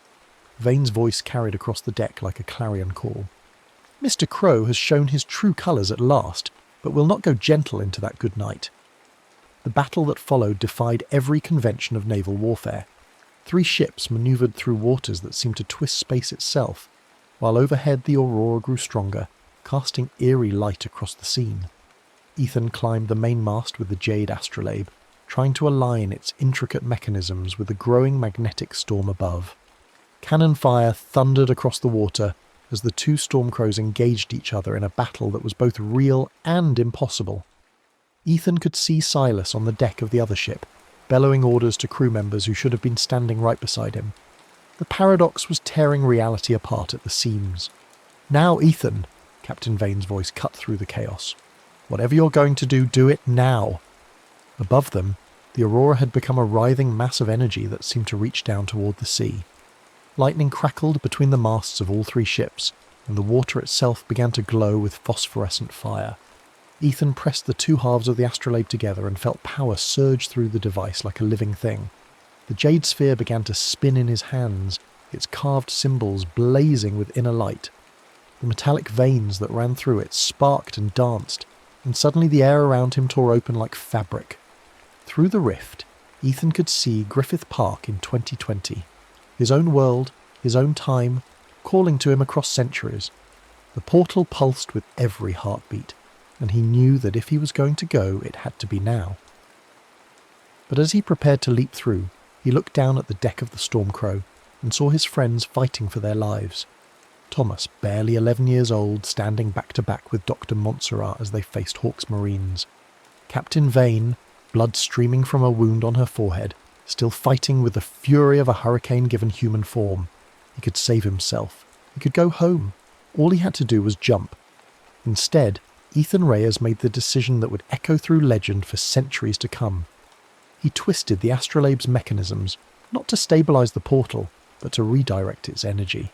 The rift that had opened to 2020 collapsed, but in its place, new doorways tore open across the battlefield. Commodore Hawk's frigate, caught in the dimensional crossfire, vanished into a swirling vortex that deposited it in the middle of the Sahara Desert, circa 1543. The mutinous Stormcrow, along with Silas and his treacherous crew, fell through a rift that led to the bottom of the Mariana Trench, but in the year 2157. The energy backlash sent Ethan tumbling from the mast into the churning waters below. As he fell, he felt Captain Vane's ring, a simple band of gold set with a single emerald, pressed into his palm. "Remember us," her voice followed him into the dark water. "Remember that we were here." The last thing Ethan saw before the portal collapsed was Arabella Vane standing at the rail of the Stormcrow, her pale green eyes bright with tears and laughter, watching him disappear into the space between moments. He woke up in Griffith Park, lying in a crater of scorched earth, with his ruined VR headset still smoking beside him. The aurora was fading from the sky, and his phone, miraculously intact, showed 11:48 p.m, October 15th, 2020. Only 1 minute had passed since the accident, but in his hand he held Captain Vane's ring, and embedded in the VR headset circuitry was a fragment of jade that pulsed with inner light. Over the following weeks, Ethan threw himself into research with the desperate intensity of a man trying to prove he wasn't insane. He studied astrophysics, quantum mechanics and temporal theory, looking for any scientific explanation for what had happened to him. The jade fragment resisted all attempts at analysis, but his smartwatch had recorded enough data to suggest that his impossible journey had actually occurred. The final proof came 2 months later, when he was visiting the Natural History Museum downtown. In a new exhibit on colonial Caribbean artifacts, he found a display case containing a gold ring set with an emerald dated to approximately 1720. The placard read, "Ring of unknown origin, discovered in the personal effects of the notorious pirate captain known as Grim, Arabella Vane." According to contemporary accounts, Captain Vane claimed the ring was a gift from a starborn navigator who saved her crew from destruction. Historians consider this claim to be typical pirate folklore, though the ring's provenance remains mysterious. Ethan stared at the display for a long time, remembering pale green eyes and the sound of his name called across 3 centuries. Then he walked out of the museum and into his future. carrying the weight of legend and the knowledge that somewhere in the past his friends were still sailing toward their destiny. In his apartment that night, as he worked on new equations that might someday allow him to control temporal rifts instead of simply stumbling through them, Ethan Reyes smiled and thought he heard the distant sound of wind in rigging and waves against a ship's hull.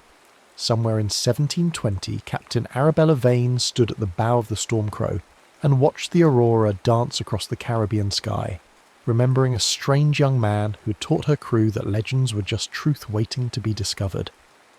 The next story is about to begin. Please relax and enjoy. Marcus Chen had always been the quiet one in his junior class, the kid who preferred ancient history documentaries to video games, who could recite Roman emperors in chronological order, but struggled to remember what he'd eaten for breakfast. So when Mrs. Davidson announced their field trip to the Metropolitan Museum's new Roman exhibition, he was the first to sign up and the last to complain when the bus broke down, extending their visit by 3 hours. While his classmates clustered around the interactive displays, snapping selfies with marble statues and complaining about the smell of old stone, Marcus found himself drawn deeper into the quieter sections of the exhibit. The afternoon light filtered through tall windows, casting long shadows across glass cases filled with ancient weapons, jewellery and pottery. He moved methodically from display to display, reading every placard, studying every artefact as if it might reveal some secret the museum curators had missed. It was in the farthest corner of the Roman military section that he found it, a bronze helmet, its surface green with age and marked by a spiderweb of hairline cracks that seemed to pulse in the shifting light. Unlike the other pristine artefacts, this one looked battle-worn, authentic in a way that made his chest tighten with inexplicable recognition. The placard read, "Gladiator's Helmet, circa 80 CE, origin unknown, recently acquired from a private collection. Note the unusual bronze composition and mysterious inscriptions along the crown." Marcus pressed closer to the glass, his breath fogging the surface. The helmet seemed to call to him, and without fully realising what he was doing, he found his hand reaching out. The security guard was distracted, helping an elderly visitor, and the case's motion sensors had been acting up all day according to the maintenance worker he'd overheard earlier. His fingertips touched the cool bronze and the world exploded. The museum floor tilted, the walls spun like a carnival ride, and a sound like thunder filled his ears. Colours bled together, the white of marble statues, the gold of Roman coins, the red of painted frescoes, all swirling into a vortex that pulled him down, down, down into darkness. When consciousness returned, it came with the taste of dust and the smell of human sweat mixed with animal waste. Marcus groaned, his head pounding as he tried to focus his eyes. Stone walls surrounded him, rough-hewn and stained with what looked like old blood. Straw covered the floor, and somewhere in the distance he could hear the clash of metal on metal, punctuated by shouted commands in a language he somehow understood but knew he shouldn't. Latin. They were speaking Latin. He sat up slowly, his modern clothes, jeans, sneakers, and a New York Giants hoodie, completely out of place in what appeared to be some sort of cell. The bronze helmet sat beside him, no longer cracked but gleaming as if freshly forged, somehow attached to his backpack by leather cords that definitely hadn't been there before. By Jupiter's beard! What manner of slave is this? The voice boomed from the cell's entrance, where a massive Roman soldier stood studying him with suspicious eyes. 2 more soldiers flanked him, their armour catching the torchlight that flickered from sconces along the corridor beyond. Marcus scrambled to his feet, his heart hammering against his ribs. "I'm not a slave," he said, then realised he'd spoken in Latin without thinking. How was that possible? The lead soldier laughed, a harsh sound that echoed off the stone walls. "Not a slave? Then explain your strange garments and that sacred helmet of Mercurius. You're either a runaway gladiator or a very poor thief." He gestured to the other soldiers. "Bring him to Dr. Brutus. If he's a fighter, he'll earn his keep. If not..." He shrugged, the implication clear. They dragged him through a maze of corridors that opened into a vast training ground under the open sky. The Ludus Magnus, his history-obsessed brain supplied automatically. The great gladiator school of Rome. Sand covered the practice area, darkened in patches with old blood, and wooden weapons lined the walls. Dozens of men moved through combat drills, their bodies scarred and muscled, their eyes holding the flat wariness of those who lived each day knowing it might be their last. At the centre of it all stood a man who could only be Dr. Brutus, tall, lean, with arms like iron bands and a face that looked like it had been carved from granite. A long scar ran from his left temple to his jaw, and when he smiled at Marcus's approach, it was the expression of a wolf sizing up prey. "Another gift from our generous patron," Brutus said, circling Marcus like a predator. "What fighting experience do you have, boy?" "Fighting experience?" Marcus's voice cracked. I don't fight. I'm a student. There's been some kind of mistake." Brutus backhanded him casually, the blow sending Marcus sprawling into the sand. Blood filled his mouth, and his vision blurred. "Everyone fights here," Brutus said conversationally. "The only question is whether you fight well enough to live through tomorrow." He nudged Marcus with his foot. "Get up. Let's see what you're made of."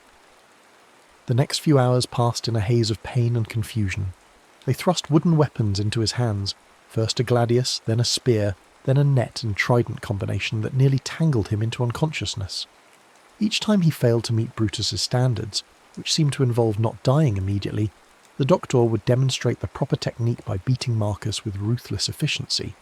"You move like a city boy," Brutus observed after Marcus had failed to block a simple sword thrust for the dozenth time. "Soft hands, soft mind. But..." He tilted his head, studying Marcus with new interest. "You learn quickly, and you see attacks before they come. Interesting." It was true, Marcus realized with surprise. After the initial shock wore off, some survival instinct had kicked in. He found himself anticipating Brutus's moves, not through skill but through pattern recognition. The same ability that helped him ace history tests was letting him read the subtle tells that preceded each attack. It wasn't enough to make him competent, but it was enough to keep him breathing. As the sun began to set, casting long shadows across the training ground, another gladiator approached their practice area. He was young, maybe 20, with the pale complexion and blue eyes of someone from the Northern Territories. Scars crisscrossed his arms and torso, but his movements held a fluid grace that spoke of years of training. "Doctore," the young man said, bowing slightly, "I am Gaius Valerius Maximus, though the men call me Valerius." "I heard you had a new recruit," Brutus grunted, "if you can call him that." "Darius, this is Valerius. He'll show you to your quarters and explain the rules. Try not to get yourself killed before your first real fight. I've got money riding on you lasting at least a week." Valerius helped Marcus to his feet, his grip strong but gentle. "Come," he said quietly. "You look ready to collapse." The gladiator quarters were sparse but clean. Long barracks lined with simple beds, each man's possessions limited to what could fit in a small wooden chest. Valerius led him to an empty bed near the back, away from the clusters of men who watched their arrival with calculating eyes. "You're not what they think you are," Valerius said once they were alone. It wasn't a question. Marcus considered lying, then decided on a version of the truth. "I'm lost. I don't know how I got here, and I don't know how to get home. And the helmet."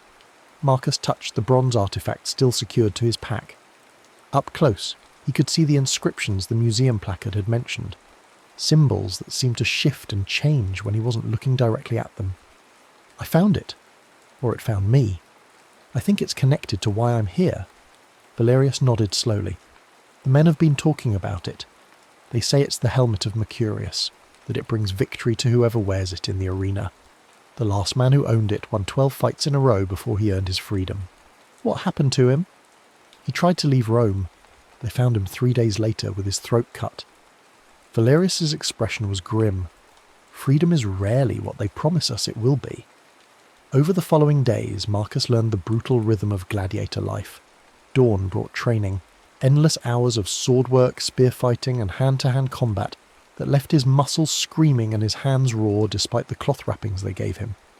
Midday meant rest, food, and medical attention for the inevitable injuries. Afternoons brought more training, this time focused on specific fighting styles and arena tactics.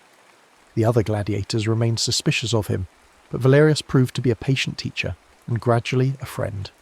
He'd been captured during a raid on his village in Gaul 3 years earlier, and unlike many of the others who'd been broken by their circumstances, he maintained a quiet dignity and a stubborn hope that someday he'd see his homeland again. The trick, he told Marcus one evening as they tended to their wounds, is to remember who you were before this place tried to remake you. The moment you forget that, you become just another animal fighting for scraps. But not everyone was as accepting as Valerius. A gladiator named Quintus, a bull of a man with arms like tree trunks and a disposition to match, had taken an immediate dislike to Marcus. Perhaps it was jealousy over the attention the mysterious helmet generated, or maybe it was simple predatory instinct targeting the weakest member of the pack. Whatever the reason, he made Marcus's life miserable with a creativity that would have been impressive if it weren't so vicious. Strange clothes, strange speech, strange weapons, Quintus would mutter just loud enough for others to hear. Mark my words, there's something unnatural about this one. The gods don't favour pretenders. 2 weeks into his captivity, Marcus got his first taste of what waited for him beyond the training ground. They marched the gladiators through underground tunnels that reeked of fear and death. Emerging into the hippodrome, the vast network of chambers and corridors beneath the Colosseum's arena floor. The sound hit him first. 50,000 voices creating a wall of noise that seemed to press against his chest. Then came the smells, sweat, blood, exotic animals, and the peculiar mixture of perfume and wine that marked the Roman elite in their seats high above. "Remember," Valerius whispered as they waited in the holding area, "the crowd loves a good show more than they love death. Give them drama, make them cheer, and you might live to see another sunset." Marcus's first opponent was a thin man with the hollow eyes of someone who'd already given up. They handed him wooden weapons, training gear that could still kill but was less likely to produce the spectacular arterial sprays that marked the more prestigious matches. His opponent wielded a net and trident, the retiarius fighting style, while Marcus found himself with a gladius and small shield, the basic secutor loadout. The gate lifted, and suddenly he was on the sand, the roar of the crowd crashing over him like a physical force. The Colosseum stretched impossibly high above him, tier upon tier of faces all focused on the small circle of sand where he stood trying not to vomit from terror. His opponent attacked immediately, the trident punching forward with surprising speed. Marcus stumbled backward, muscle memory from his training with Brutus taking over, where conscious thought failed. The net came next, and he barely managed to duck under it, the weights along its edge whistling past his ear. What saved him was his complete lack of formal training. Where an experienced gladiator would have followed predictable patterns, Marcus fought with the desperate creativity of someone who'd never learned the proper way to die. When the trident came again, instead of trying to block it with his shield, he grabbed a handful of sand and flung it at his opponent's eyes. While the man staggered, momentarily blinded, Marcus closed the distance and tackled him to the ground. They wrestled in the sand, the crowd's roar intensifying. Marcus had maybe 15 pounds and definitely several years on his opponent, but the man fought with the viciousness of someone who knew defeat meant death. Fingers clawed at Marcus's eyes, knees drove toward his groin, teeth snapped at any exposed flesh. In the end, it was Marcus's modern sensibilities that won the fight. Where his opponent expected him to go for a killing blow, Marcus instead trapped the man's arm in a wrestling hold he'd learned from YouTube videos, applying pressure until the man's shoulder made a wet popping sound, and he screamed in surrender. The crowd's reaction was mixed. Some cheered the unexpected tactics, others booed what they saw as an unsatisfying conclusion. But Emperor Domitian, presiding over the games from the imperial box, raised his thumb. Mercy. Both fighters would live. As guards led them back to the hippodrome, Marcus's opponent grabbed his arm with his good hand. "Thank you," he whispered. "My family. They needed me to survive today." That night, back in the Ludus, the other gladiators treated Marcus differently. Not with respect, exactly, but with the acknowledgement that he was no longer just meat waiting to be butchered. He'd proven he could survive, and in their world, that was the only currency that mattered. "You fought smart," Valerius said, helping him clean a cut on his forearm. "But next time they'll give you a real opponent. Someone with skill, not just desperation." Marcus nodded, his hands still shaking from adrenaline. As they talked, he noticed the bronze helmet seemed to glow more brightly than before, the inscriptions more distinct. It was reacting to something. The violence, the crowd's energy, or perhaps his own brush with death. Whatever it was, he could feel it building towards something, like a battery slowly charging. His second fight came 3 weeks later, and this time there was no mercy in the selection. His opponent was Lucius Aurelius, a veteran gladiator with 2 years of arena experience and 17 confirmed kills. Unlike Marcus's first fight, this one was scheduled as a true contest. Real weapons, real consequences, and the clear expectation that only one man would walk away. The night before the fight, Quintus cornered him in the latrines. "Tomorrow you die," the big gladiator said conversationally, "but before you do, I want that helmet. Hand it over now, and I'll make sure your death is quick." "It doesn't work that way," Marcus replied, surprised by the steadiness of his own voice. "The helmet chooses its bearer." Quintus laughed. "Superstitious nonsense. It's bronze and leather, nothing more." His hand dropped to the knife at his belt. "Give it to me, or I'll take it from your corpse." Before Marcus could respond, Valerius appeared in the doorway, his own blade already drawn. "Is there a problem here?" The tension stretched between them like a wire about to snap, then Quintus shrugged and backed away. "No problem. We were just discussing tomorrow's entertainment." But Marcus could see the calculation in the man's eyes, the patient hunger of a predator willing to wait for the right moment to strike. The next morning brought the familiar ritual, the march through the tunnels, the growing roar of the crowd, the final moments of preparation in the holding chambers. This time, though, Marcus strapped on the bronze helmet, feeling its weight settle onto his shoulders like destiny itself. Lucius Aurelius was everything Marcus was not. Tall, perfectly muscled, moving with the fluid confidence of someone who'd made killing into an art form. He carried a gladius and large shield, the classic gladiator configuration, and when he looked at Marcus across the arena, his smile held the warmth of winter in Germania. The fight began like a dance, both men circling, testing distance and timing. Aurelius was patient, content to let Marcus make the first mistake, while Marcus tried to apply everything Valerius and Brutus had taught him about reading an opponent. When Aurelius finally attacked, it was with a speed that made Marcus's previous opponent look like he'd been moving through honey. The gladius came in a perfect thrust aimed at Marcus's heart, and only the helmet's strange influence, a kind of premonition that came as a tingling along his scalp, gave him enough warning to twist aside. The blade scored along his ribs, drawing a line of fire that made him gasp, but he managed to get his own sword up in time to block the follow-up cut. The crowd roared its approval. They could sense they were watching a real contest. What followed was the longest 10 minutes of Marcus's life.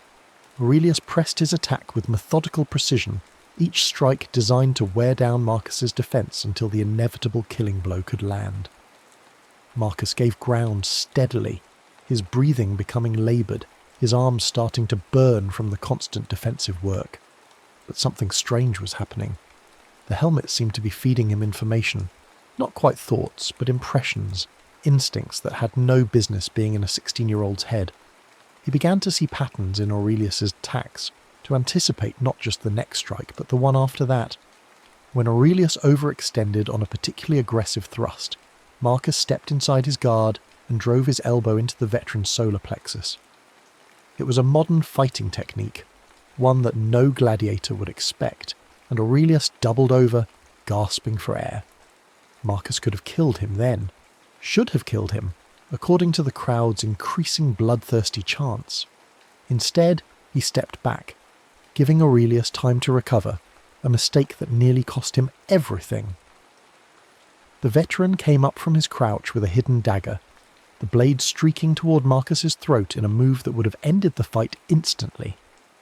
But the helmet's influence was stronger now, its bronze surface actually glowing in the afternoon sunlight, and Marcus moved with inhuman speed to catch Aurelius's wrist just inches from his neck. They stood locked together for a heartbeat, the dagger trembling between them, and Marcus could see surprise and something like fear in Aurelius's eyes. Then Marcus twisted, using leverage instead of strength, and the dagger went spinning across the sand. This time he didn't hesitate. His gladius found the gap in Aurelius's armour, sliding between ribs to pierce the man's heart. Aurelius looked down at the blade protruding from his chest, then up at Marcus, and smiled. "Well fought," he whispered, and died. The crowd went insane. Marcus had not just beaten a veteran gladiator, he'd done it with style, with drama, with the kind of unexpected reversals that made for legendary arena stories. Coins rained down from the stands, and somewhere in the Imperial box Emperor Domitian was nodding his approval. But Marcus barely heard any of it. The helmet was singing in his mind now, its bronze surface blazing with an inner fire that he could feel, but that somehow didn't burn him. Power flowed through it. Not just the energy of the crowd's adulation, but something deeper, older, connected to forces that existed long before Rome rose from the Seven Hills. That night, back in the gladiator quarters, the celebration was muted by the reality of their situation. Aurelius had been well liked, and his death cast a shadow over what should have been a victory feast. "You're changing," Valerius observed as they sat apart from the others. "The helmet, it's doing something to you." Marcus touched the bronze artifact, which had returned to its normal appearance but still hummed with latent energy. "I can feel it building towards something. Each fight, each moment of danger, it gets stronger. And what happens when it reaches full strength? I think it takes me home." Marcus looked around the torchlit barracks, at the scarred men who'd become his unlikely family, and felt a pang of guilt. "I think it always takes me home." But Quintus had been listening from the shadows, and that night, when the others slept, he made his move. Marcus woke to the sensation of the helmet being lifted from beside his bed, and opened his eyes to see Quintus's bulk silhouetted against the dim light from the corridor. The big gladiator moved with surprising stealth for his size, but the helmet's absence had broken whatever spell of sleep Marcus had been under. "I warned you," Quintus whispered, when he realised Marcus was awake. "It should have been mine from the beginning." Marcus rolled off his bed, coming to his feet in a crouch, but Quintus was already moving toward the exit. The other gladiators stirred but didn't wake.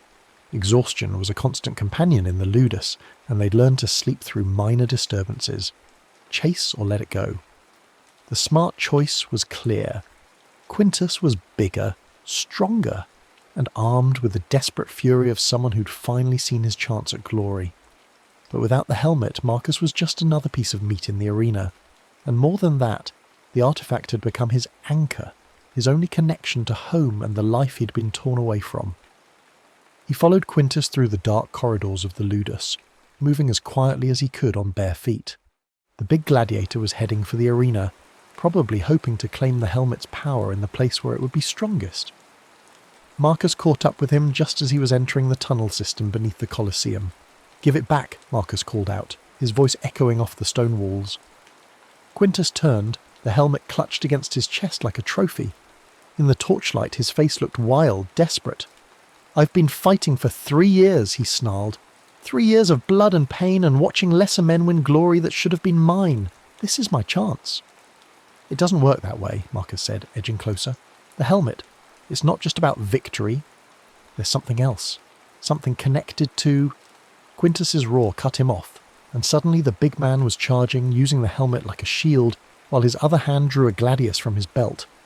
Marcus dove aside, rolling across the stone floor as the blade sparked off the wall where his head had been. They fought through the labyrinthine passages beneath the arena, a desperate running battle lit by flickering torches and echoing with the sounds of their breathing and the ring of metal on stone. Quintus had the advantages of size and strength, but Marcus was faster and more familiar with fighting in confined spaces, a skill he'd never imagined he'd need in his suburban New Jersey life.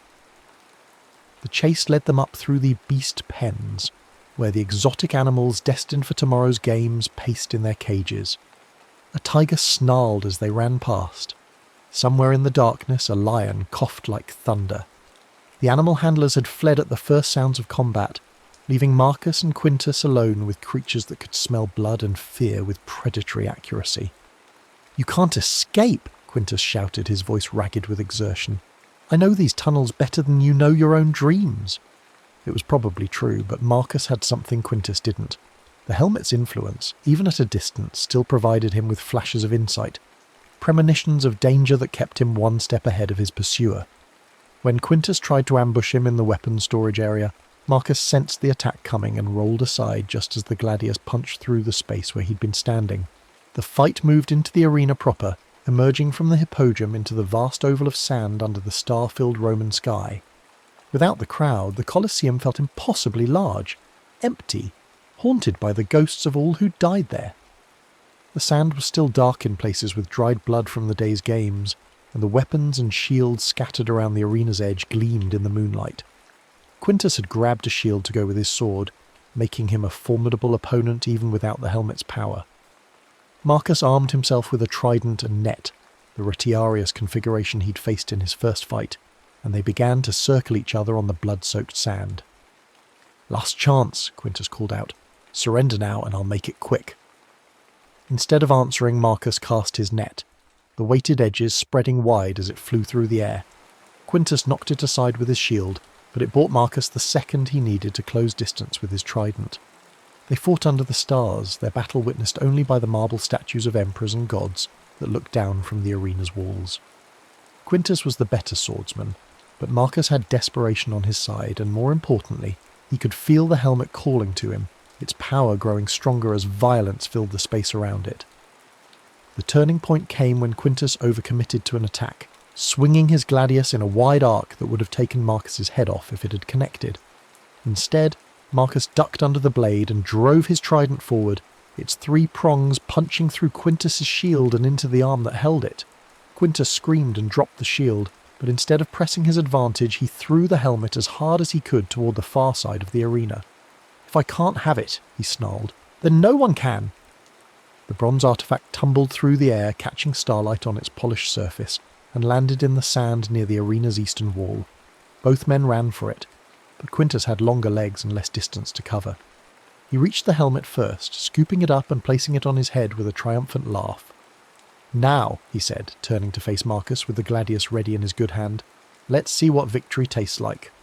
The helmet blazed to life on his head, its bronze surface glowing like a small sun, and Marcus felt his heart sink. Whatever power the artifact possessed, Quintus now commanded it. But something was wrong. Instead of the confident smile Marcus expected, Quintus's face showed confusion, then alarm, then outright terror. The helmet's glow was intensifying, and Marcus could see that it was burning the big gladiator, the bronze somehow heating to unbearable temperatures against his skull.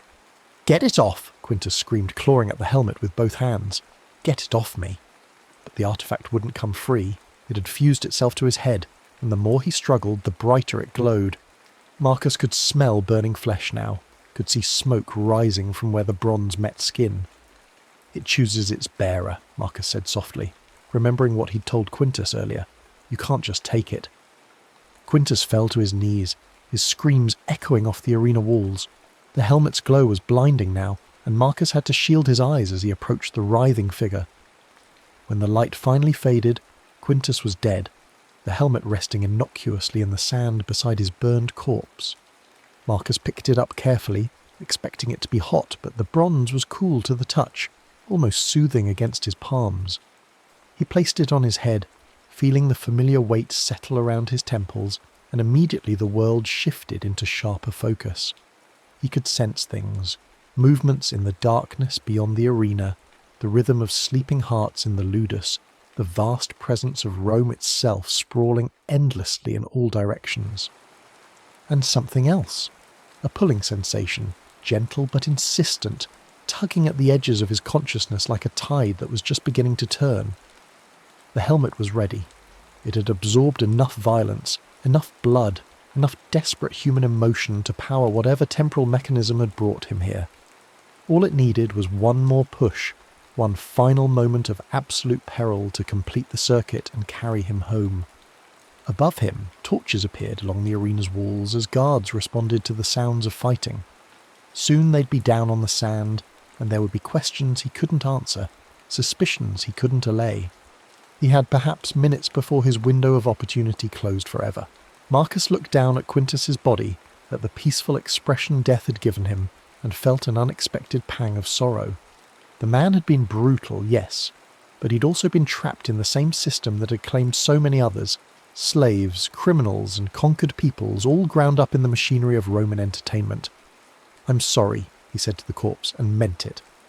Then he picked up Quintus's fallen gladius and held it to his own throat. The blade was sharp enough to part skin with just the slightest pressure, and a drop of blood ran down his neck as he pressed the edge against his carotid artery. This was the moment the helmet had been waiting for. Not just violence, but the absolute certainty of death. The crystalline instant when life balanced on a razor's edge. The world exploded into light. Reality folded in on itself like origami made of pure energy, and Marcus felt himself pulled through dimensions that had no names, across distances that couldn't be measured in any earthly units. The Colosseum vanished, ancient Rome disappeared, and for a timeless moment he floated in a space between spaces, where the only constants were his own consciousness and the bronze helmet that anchored him to himself. Then the museum floor was solid beneath his feet, and he was standing exactly where he'd been when this impossible journey began, in front of the glass display case, staring at the cracked bronze helmet that looked exactly as it had before, almost exactly. Marcus stumbled backward, his legs suddenly unsteady, and realised he was still wearing the helmet. But even as he watched, it began to change, the bright bronze tarnishing and developing the same green patina and hairline cracks as the museum piece. Within seconds, it was indistinguishable from the artefact in the display case, except that one was in his hands and the other was behind glass. He looked around frantically, expecting to see security guards rushing toward him, but the museum was exactly as he'd left it. Mrs. Davidson was still discussing Roman architecture with a group of students near the front entrance. His classmates were still taking selfies with marble statues. No time seemed to have passed at all, but when he looked down at himself, the evidence of his impossible adventure was written across his body. Sand filled his shoes, not the fine, clean sand of a modern beach, but the coarse, blood-dark sand of an arena floor. His clothes were torn in places he didn't remember tearing them, and beneath the New York Giants hoodie, fresh scars traced the paths where Roman steel had found its mark. Most convincing of all was what he pulled from his pocket, a silver denarius bearing the profile of Emperor Domitian, minted in the year 81 CE according to the inscription around the edge. The coin was real, authentic, valuable enough to fund his college education if he chose to sell it, but he wouldn't sell it, just like he wouldn't tell anyone where he'd been or what he'd seen. Who would believe him? And more importantly, some experiences were too profound to be reduced to mere stories. Marcus carefully placed the helmet he'd brought back into his backpack, then turned away from the display case. As he walked toward the museum exit, he could feel the bronze artifact's weight against his back. Not heavy, but significant, like carrying a piece of history that was also a piece of himself. Outside, the afternoon sun felt different on his skin. Warmer, more precious, laden with the knowledge that each moment of peace was a gift that could be snatched away without warning. He'd lived through humanity at its most brutal and most noble, had seen the courage and cruelty that dwelt side by side in the human heart, and somehow survived to carry that knowledge home. The bus was fixed by the time he rejoined his classmates, and the ride back to school passed in a blur of familiar suburban landscapes that looked impossibly green and clean after the dust and stones of ancient Rome. His friends chattered about the exhibits they'd seen, complained about the length of the trip, made plans for the weekend that stretched ahead of them like an unlimited horizon. Marcus listened to it all with the patient attention of someone who had learned not to take ordinary moments for granted. In his backpack the bronze helmet rested quietly, its power spent but its presence still comforting. He was home, but he was also forever changed.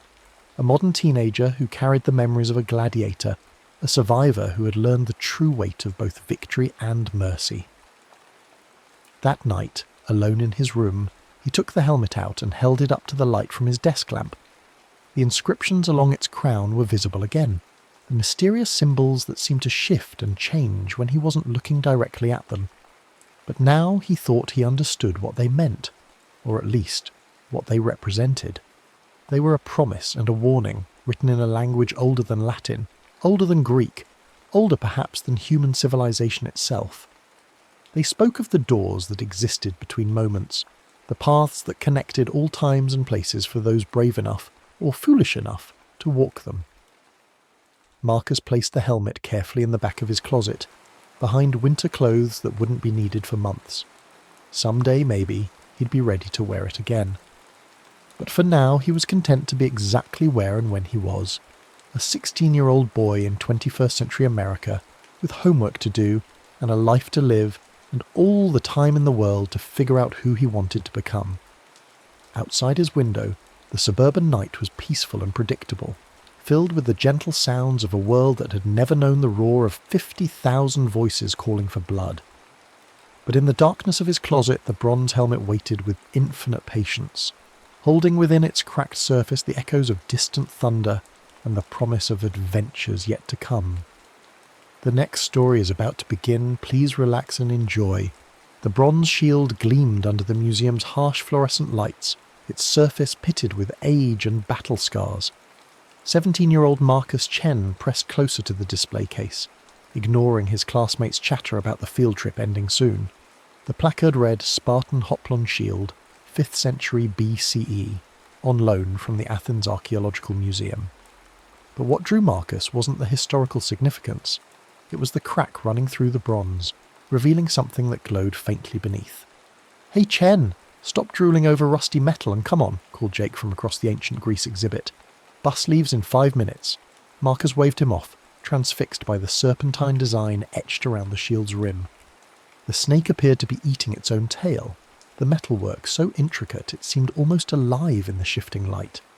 Without thinking, he reached out and touched the glass barrier. The security rope had somehow fallen away, leaving the case partially open. His fingertips brushed the crack in the bronze. The world exploded into blinding white light. Pain lanced through his skull as consciousness returned. Marcus groaned, tasting dust and something metallic. Blood. His head throbbed with each heartbeat, and when he opened his eyes, the sterile museum lighting was gone. Instead, harsh Mediterranean sunlight beat down on him from a cloudless sky. "Get up, you worthless dog!" The words were shouted in a language Marcus somehow understood, though he'd never heard it before. A shadow fell across him as someone grabbed his arm and yanked him upright. Marcus found himself staring into the weathered face of a man whose dark eyes held no warmth. The stranger wore a bronze breastplate over a crimson cloak, a short sword at his hip. "I said, get up!" The man's grip tightened painfully. "You think you can run from the Agoj? Think you can hide in the dust like a coward?" Marcus stumbled to his feet, his modern sneakers slipping on the packed earth. Around him, the air rang with the sounds of combat training, wooden spears clacking together, grunts of effort, and the harsh commands of instructors. Dozens of young men, none older than 20, practiced formations in the scorching heat. Their bronzed bodies gleamed with sweat as they moved with deadly precision. Where am I?" Marcus stammered. The instructor's eyes narrowed. "Playing foolish games, are we?" His hand moved to his sword hilt. "You're in the Agog, boy, training ground of Spartan warriors, and if you don't start acting like one, you'll feed the crows before sunset." Spartan? The word hit Marcus like a physical blow. This wasn't possible. He'd been in the museum touching the shield, and now...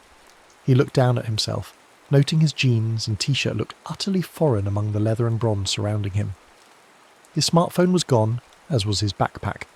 Only the clothes on his back remained from his real life.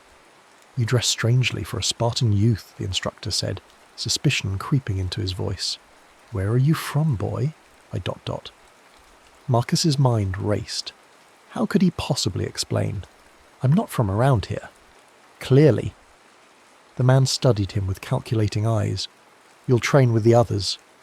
Keep up or die. Those are your choices." He shoved Marcus toward a group of teenagers engaged in weapons practice. "And lose those ridiculous shoes. Spartans train barefoot." The next hours passed in a blur of pain and confusion. Marcus was thrust into sword drills he'd never learned, forced to run across terrain that tore his feet bloody, and pummeled by opponents who'd been training since childhood. Every mistake earned him a blow from the instructor's staffs. Every sign of weakness brought mockery from the other trainees. "Look at him stumble like a newborn calf," sneered a broad-shouldered boy with cold blue eyes. "Are we training warriors or wet nurses?" "Enough, Alexios," said another voice. Marcus turned to see a lean youth with intelligent dark eyes stepping between them. "He's learning. We all had to start somewhere." "You defend weakness, Nicomedes?" Alexios spat. "In Sparta the weak serve only one purpose, to die so the strong may live." Nicomedes didn't flinch, and the wise know when to speak and when to train. "Which are you doing?" For a moment Marcus thought Alexios might attack his defender. Instead, the blond boy smiled coldly and turned back to his drills. But Marcus caught the promise of violence in his eyes. That first night, as the other boys settled on their rough straw pallets, Nicomedes approached Marcus's corner of the sleeping quarters. The older boy moved quietly, careful not to wake the others. "You're not Spartan," he said simply. "Your accent is wrong, your movements untrained. Where do you really come from?" Marcus weighed his options. The truth was impossible to believe, but lies would only complicate things further. "Somewhere far away," he said finally, "very far away." Nicomedes nodded thoughtfully. "Your strange knowledge today, the way you tied knots, how you cleaned that wound on Demonikos' arm. Where did you learn such things?" During the training, Marcus had instinctively used techniques he'd learned in Boy Scouts and first aid class. The Spartan methods were crude by comparison, and he'd helped where he could. "My teachers, they showed me different ways. Different indeed." Nicomedes settled beside him, keeping his voice low. "You spoke of pressure points when stopping bleeding, mentioned something called infection. These are not words I know, yet they seem wise." Marcus felt a spark of hope. If he could find even one ally in this brutal place, perhaps he had a chance of survival. "I can share what I know, if you'll help me understand your ways. A fair trade." Nicomedes extended his hand in the Spartan manner, gripping Marcus's forearm. "But know this, the instructors will show you no mercy for being foreign. Here, you either prove yourself or you die. There is no third option." The words proved prophetic. The following days brought increasing brutality as the instructors tested Marcus's limits. Dawn runs across mountain paths left his feet shredded and bleeding. Wrestling matches left him bruised and battered. Weapons training with wooden swords resulted in cracked ribs and split lips. Yet slowly, impossibly, he began to adapt. His modern understanding of anatomy helped him avoid serious injury. His knowledge of leverage and physics improved his fighting technique, and most importantly, his alliance with Nicomedes provided crucial insights into Spartan culture and expectations. "They're not just testing your strength," Nicomedes explained as they shared meagre rations of black broth and barley bread. "They're testing your spirit.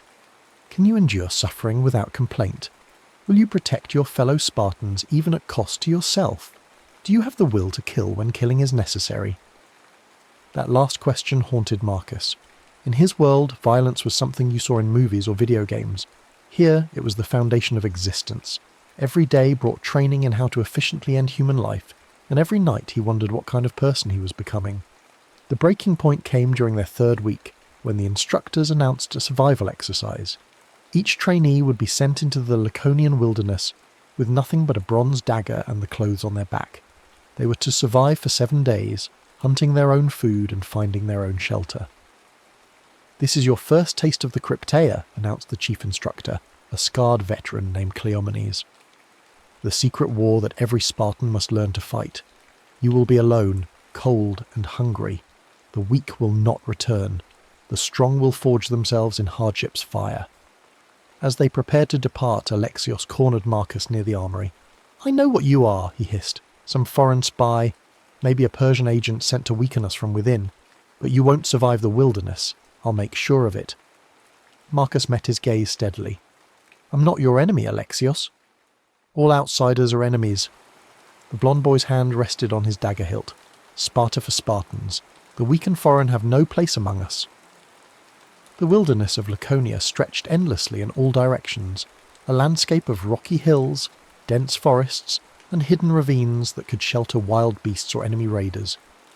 Marcus found himself alone for the first time since arriving in this ancient world, with nothing but his wits and hard-earned training to keep him alive. The first day brought the harsh lesson of hunger. His modern sensibilities recoiled from the idea of killing animals for food, but his growling stomach soon overcame such squeamishness. Using techniques he'd learned in outdoor survival courses, he fashioned snares from plant fibers and caught small game. The meat was tough and gamey, but it kept him alive. By the third day, he'd found a defensible cave near a stream and established a routine of hunting, gathering, and maintaining his shelter.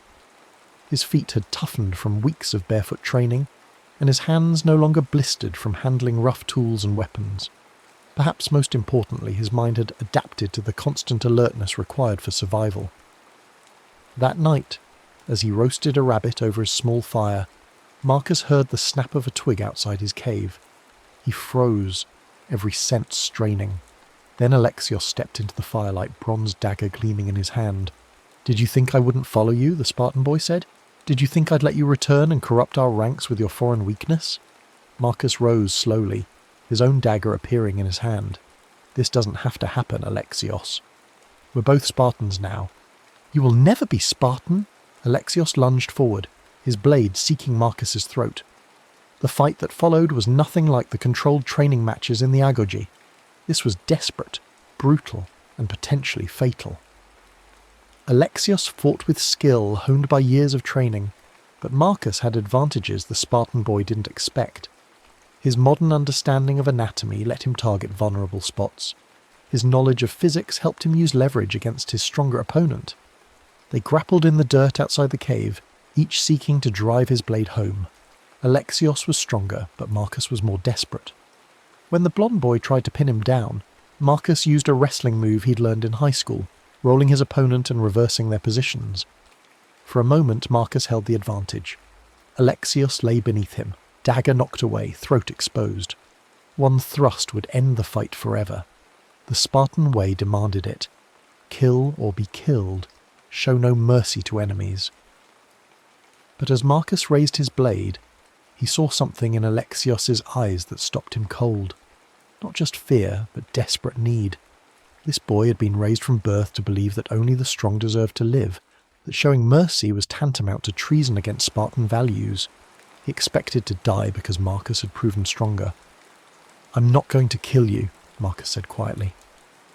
Alexios stared at him in shock. "What?" "We're both Spartans. We both serve the same purpose." Marcus stood and offered his hand. "The real enemy isn't each other. It's the wilderness, the cold, the hunger. Fight those, not me." For a long moment Alexios remained on the ground, staring at the extended hand. Then, slowly, he reached up and grasped it. Marcus pulled him to his feet, and they stood facing each other in the flickering firelight. "I don't understand you," Alexios said finally. "Neither do I, sometimes." Marcus gestured to his fire and the roasted meat. "But I understand hunger. Share my fire tonight. Tomorrow we can go back to being rivals." They sat in awkward silence, sharing the meal and warmth. As the fire burned low, Alexios finally spoke again. "Where are you really from? And don't say, far away. I want the truth." Marcus stared into the dying flames, weighing his words carefully. "You wouldn't believe me if I told you. Try me. I'm from another time, a time far in the future, where men have forgotten how to be warriors, where battles are fought with weapons you can't imagine, and people live in cities larger than all of Sparta." Alexios was quiet for a long time. "That's impossible." "I know it is, but it's true. How did you come here?" Marcus told him about the museum, the bronze shield, the strange glow he'd seen in the crack. As he spoke, he remembered something that made his pulse quicken, the serpent symbol etched around the shield's rim, eating its own tail. "I've seen that symbol," Alexios said when Marcus described it. "In the old caves, where our ancestors made offerings to the gods. There are carvings there, ancient even by Spartan standards." "Where?" Marcus's heart raced. "Where are these caves?" "Half a day's journey north, but they're forbidden. Cursed, some say. Why do you want to know?" "Because that symbol might be my way home." They set out at first light, travelling through terrain that grew increasingly wild and treacherous. The caves Alexios spoke of lay hidden in a narrow ravine, their entrances almost invisible among the rocky cliffs. Ancient stone markers warned away the curious, carved with symbols that predated even the early Spartan settlements. Inside the largest cave, Marcus found what he was looking for. The walls were covered with primitive paintings and carvings, some depicting scenes of hunting and warfare.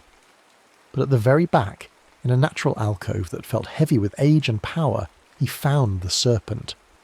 The symbol was identical to the one on the bronze shield, a snake consuming its own tail, carved into the living rock with painstaking detail. But more importantly, beneath the carving sat something that made Marcus's breath catch in his throat. It looked like an hourglass, but made of materials he couldn't identify. The frame appeared to be some kind of crystal or precious stone, while the sand inside glowed with a faint pulsing light, the same light he'd seen in the crack of the museum shield. "What is that thing?" Alexios whispered. Marcus reached for the artifact with trembling hands. The moment his fingers touched its surface, energy coursed up his arms. The cave around him seemed to shimmer and blur, as if reality itself was becoming unstable. "It's my way home," he said. But even as the words left his mouth, Marcus found himself hesitating. Home meant returning to his comfortable life of school and video games and fast food. It meant leaving behind the harsh but purposeful world he'd begun to understand. It meant abandoning Nicomedes, and yes, even Alexios, who had become something more than enemies in the wilderness. "You would leave us?" Alexios asked, and for the first time since Marcus had known him, the blonde boy's voice held no mockery or cruelty. "Leave Sparta? I don't belong here," Marcus said, though the words felt hollow. "I'm not really a Spartan. Aren't you?" Alexios gestured to Marcus's scarred hands, his sun-darkened skin, the lean muscle he'd built through weeks of brutal training. "You've endured the same trials we have, bled the same blood, shared the same struggles." It was true. The soft teenager who'd touched a museum display case felt like a different person entirely. This Marcus had learned to fight, to survive, to push beyond limits he'd never imagined. He'd found strength he didn't know he possessed, and forged bonds deeper than any friendship from his old life. But he'd also seen the darkness of this world, the casual acceptance of violence, the rigid hierarchy that crushed individual thought, the expectation that weakness deserved death. How much of himself was he willing to sacrifice to belong here? A distant horn echoed through the ravine, interrupting his thoughts, the signal for the end of the survival trial. They had to return. "Come on," Alexios said. "Whatever you decide, we need to get back before they send search parties." They emerged from the caves to find the other survivors already gathering at the designated meeting point. Of the 30 who had entered the wilderness, only 23 remained. Some had fallen to wild animals, others to exposure or starvation. The instructors showed no emotion at the losses. This was simply the way of things. "So the foreigners' lives," sneered one of the survivors, a brutish boy named Pantetes. "I'm surprised the wolves didn't finish him off." "He fought well," Alexios said simply, and the unexpected defence silenced Pantetes. If Alexios, who had openly despised Marcus, now spoke for him, others would listen. Nicomedes appeared at Marcus's shoulder, relief evident in his dark eyes. "I worried you might not return. The mountains are dangerous, especially for those unused to them." "I had help," Marcus said, glancing at Alexios, "and I learned things about myself I didn't know." The march back to the Agog took most of the day. As they crested the final hill overlooking the training grounds, Marcus felt an unexpected pang of something that might have been homecoming. The harsh landscape, the shouting instructors, the smell of sweat and bronze. It had all become familiar, even comforting in its brutal predictability. But their trials weren't over. Chief Instructor Cleomenes waited for them in the main courtyard, flanked by several senior warriors whose scarred faces spoke of decades of warfare. 23 return, he announced. 7 proved themselves unworthy of Spartan blood, but for the rest of you, one final test remains. He gestured, and weapon racks were brought forward, not the wooden training swords they'd grown accustomed to, but real bronze blades honed to razor sharpness. "You will fight," Cleomenes continued, "not to practice, not to learn, but to prove. Each of you will face an opponent chosen by the instructors. Victory brings graduation to full warrior status. Defeat." He shrugged. "The wounded may recover and try again next season. The dead will feed the carrion birds." Marcus felt his blood turn cold. They were expected to fight to the death? But looking around at his fellow trainees, he saw only acceptance on their faces. This was the Spartan way. Only the strong survived to take their place in the ranks of the warriors. "Marcus of the Strange Lands," Cleomenes called, "you will face Alexios, son of Lysander." A murmur ran through the assembled trainees. Everyone knew of their rivalry, their confrontation in the wilderness. This would be a popular match among the spectators already gathering at the edge of the combat circle. As they took their positions, bronze swords glinting in the afternoon sun, Marcus found himself thinking of the artifact hidden in his belt pouch. He'd managed to conceal it during the march back, and its weight seemed to pulse against his hip. One touch, one moment of concentration, and he could escape this world forever. But that would mean abandoning his friend Nicomedes, leaving Alexios, who had grown from enemy to grudging ally, fleeing from a life that had forged him into someone stronger than he'd ever imagined possible. "Begin!" Cleomenes shouted. Alexios came forward cautiously, his blade held in perfect form. Around them the crowd grew silent, straining to see every detail of what many expected to be a fight to the death. "I won't kill you," Marcus said quietly as they circled each other. "And I won't kill you," Alexios replied. "But we must make them believe we might." They began to duel, bronze ringing against bronze in a deadly dance. Both had learned much in their weeks of training, and both fought with skill that impressed the watching instructors. Marcus used his knowledge of anatomy and physics to find openings, while Alexios countered with perfect Spartan technique and years of experience. Back and forth they went, neither gaining decisive advantage. Cuts appeared on arms and legs, blood stained the packed earth, but somehow both fighters managed to avoid fatal wounds. The crowd grew restless. They wanted to see death, not an extended dance. "Finish it," someone shouted. "One of you must fall." That's when Marcus saw his opportunity. As Alexios pressed forward with a particularly aggressive attack, Marcus sidestepped and grabbed his opponent's sword arm. To the watching crowd, it would look like he was setting up for a killing blow. Instead, he whispered urgently in Alexios' ear. "Trust me," he said, then swept the blonde boy's legs and sent him crashing to the ground. Marcus stood over his fallen opponent, bronze sword raised high. The crowd held its breath, waiting for the death blow.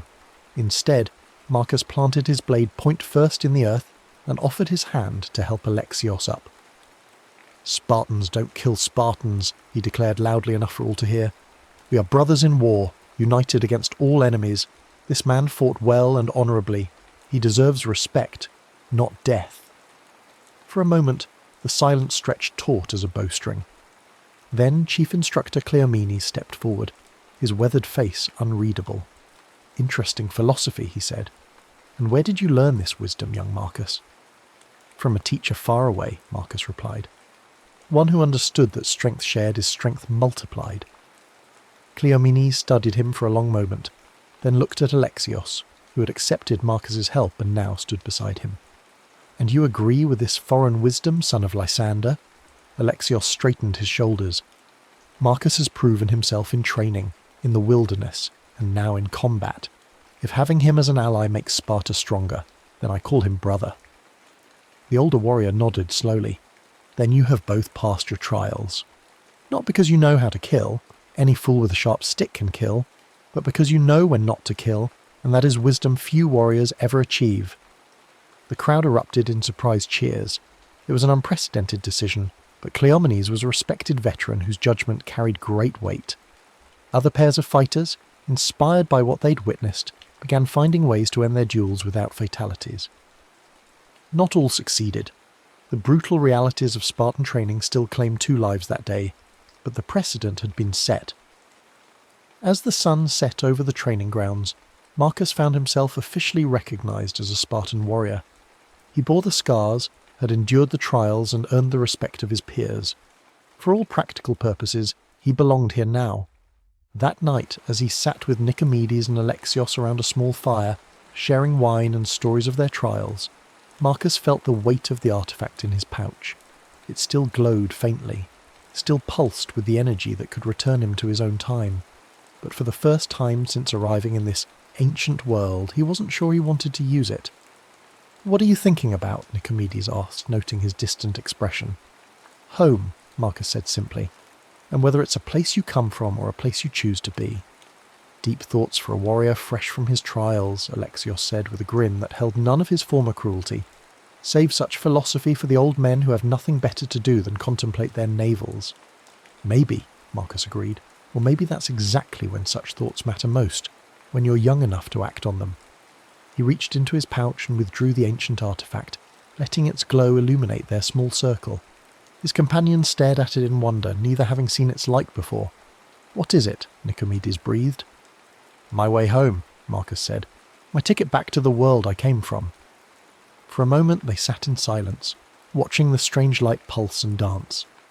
Then Alexios spoke, his voice unusually serious. "Whatever world you came from, it made you strong enough to survive here. Strong enough to change how we see things. Maybe that was the point. Marcus looked at his friends, for that's what they had become, forged in the crucible of shared hardship and mutual respect. In his own time, he'd had acquaintances, people he hung out with at school or texted occasionally, but never anything like the bonds he'd formed here, tempered by real danger and genuine trust. Yet he also thought of his parents, who would be wondering where he'd disappeared to. His little sister, who despite her bratty tendencies, he genuinely missed. The comfortable life of hot showers, warm beds, and unlimited food that awaited him if he chose to return. Decisions are easier when you have no choice, he said finally. Then make a choice that gives you more choices later, Nicomedes suggested. The artifact will still work tomorrow, won't it? Or next week. Marcus nodded. The device showed no signs of instability or decay. If anything, it seemed to pulse more strongly now that he'd found it, as if responding to his proximity. Then stay a while longer, Alexios said. Learn what it truly means to be Spartan. See if this world can become home, or if your other world calls too strongly to ignore. It was reasonable advice, and Marcus found himself nodding. One more season, he decided. Let me see what kind of warrior I can become, what kind of man I can be here. Then I'll choose. The artifact's glow seemed to pulse in approval as he tucked it away. Around them, the sounds of the agog settled into evening quiet, the distant conversations of guards on duty, the rustle of wind through the training grounds, the soft snores of exhausted young warriors getting their rest. Marcus lay back on his rough pallet, staring up at stars that looked exactly the same as they had in his own time. Some things, he reflected, were truly eternal. The struggle to find one's place in the world, the bonds forged through shared adversity, the choice between comfort and purpose. Tomorrow would bring new challenges, new training, and eventually new battles. The Spartans were always at war with someone, Athenians, Persians, or rebellious helots. He would face real combat, real danger, and discover what kind of warrior he truly was. But tonight, for the first time since touching that bronze shield in a museum that wouldn't exist for thousands of years, Marcus Chen felt at peace. He had found strength he didn't know he possessed, friends who had become brothers, and a purpose greater than anything his old life had offered. The choice between worlds would come again, he knew. But for now, he was content to be exactly where he was, a young Spartan warrior, scarred by trials and strengthened by adversity, carrying the wisdom of both past and future in his heart. As sleep claimed him, Marcus's hand unconsciously moved to the artifact hidden beneath his pillow. It pulsed once, gently, as if acknowledging his decision. Then its glow faded to a barely perceptible ember, waiting patiently for the moment when its power would be needed again. In the distance, a wolf howled across the Laconian hills, and Marcus smiled in his sleep. He was no longer afraid of wolves, or darkness, or the brutal uncertainties of ancient life. He had become something new, not quite the modern teenager he'd been, not quite the ancient warrior his training had shaped him into, but a bridge between worlds, carrying the best of both into whatever future awaited. The bronze shield in that distant museum had cracked for a reason, he thought, drowsily. Some barriers were meant to be broken, some journeys were meant to be taken, and sometimes finding yourself required losing everything you thought you knew about who you were supposed to be. Marcus Chen had come to ancient Sparta by accident, but he would stay by choice, at least for now. The future, both past and present, could wait for one more season while a young warrior learned exactly what he was capable of becoming. The next story is about to begin. Please relax and enjoy.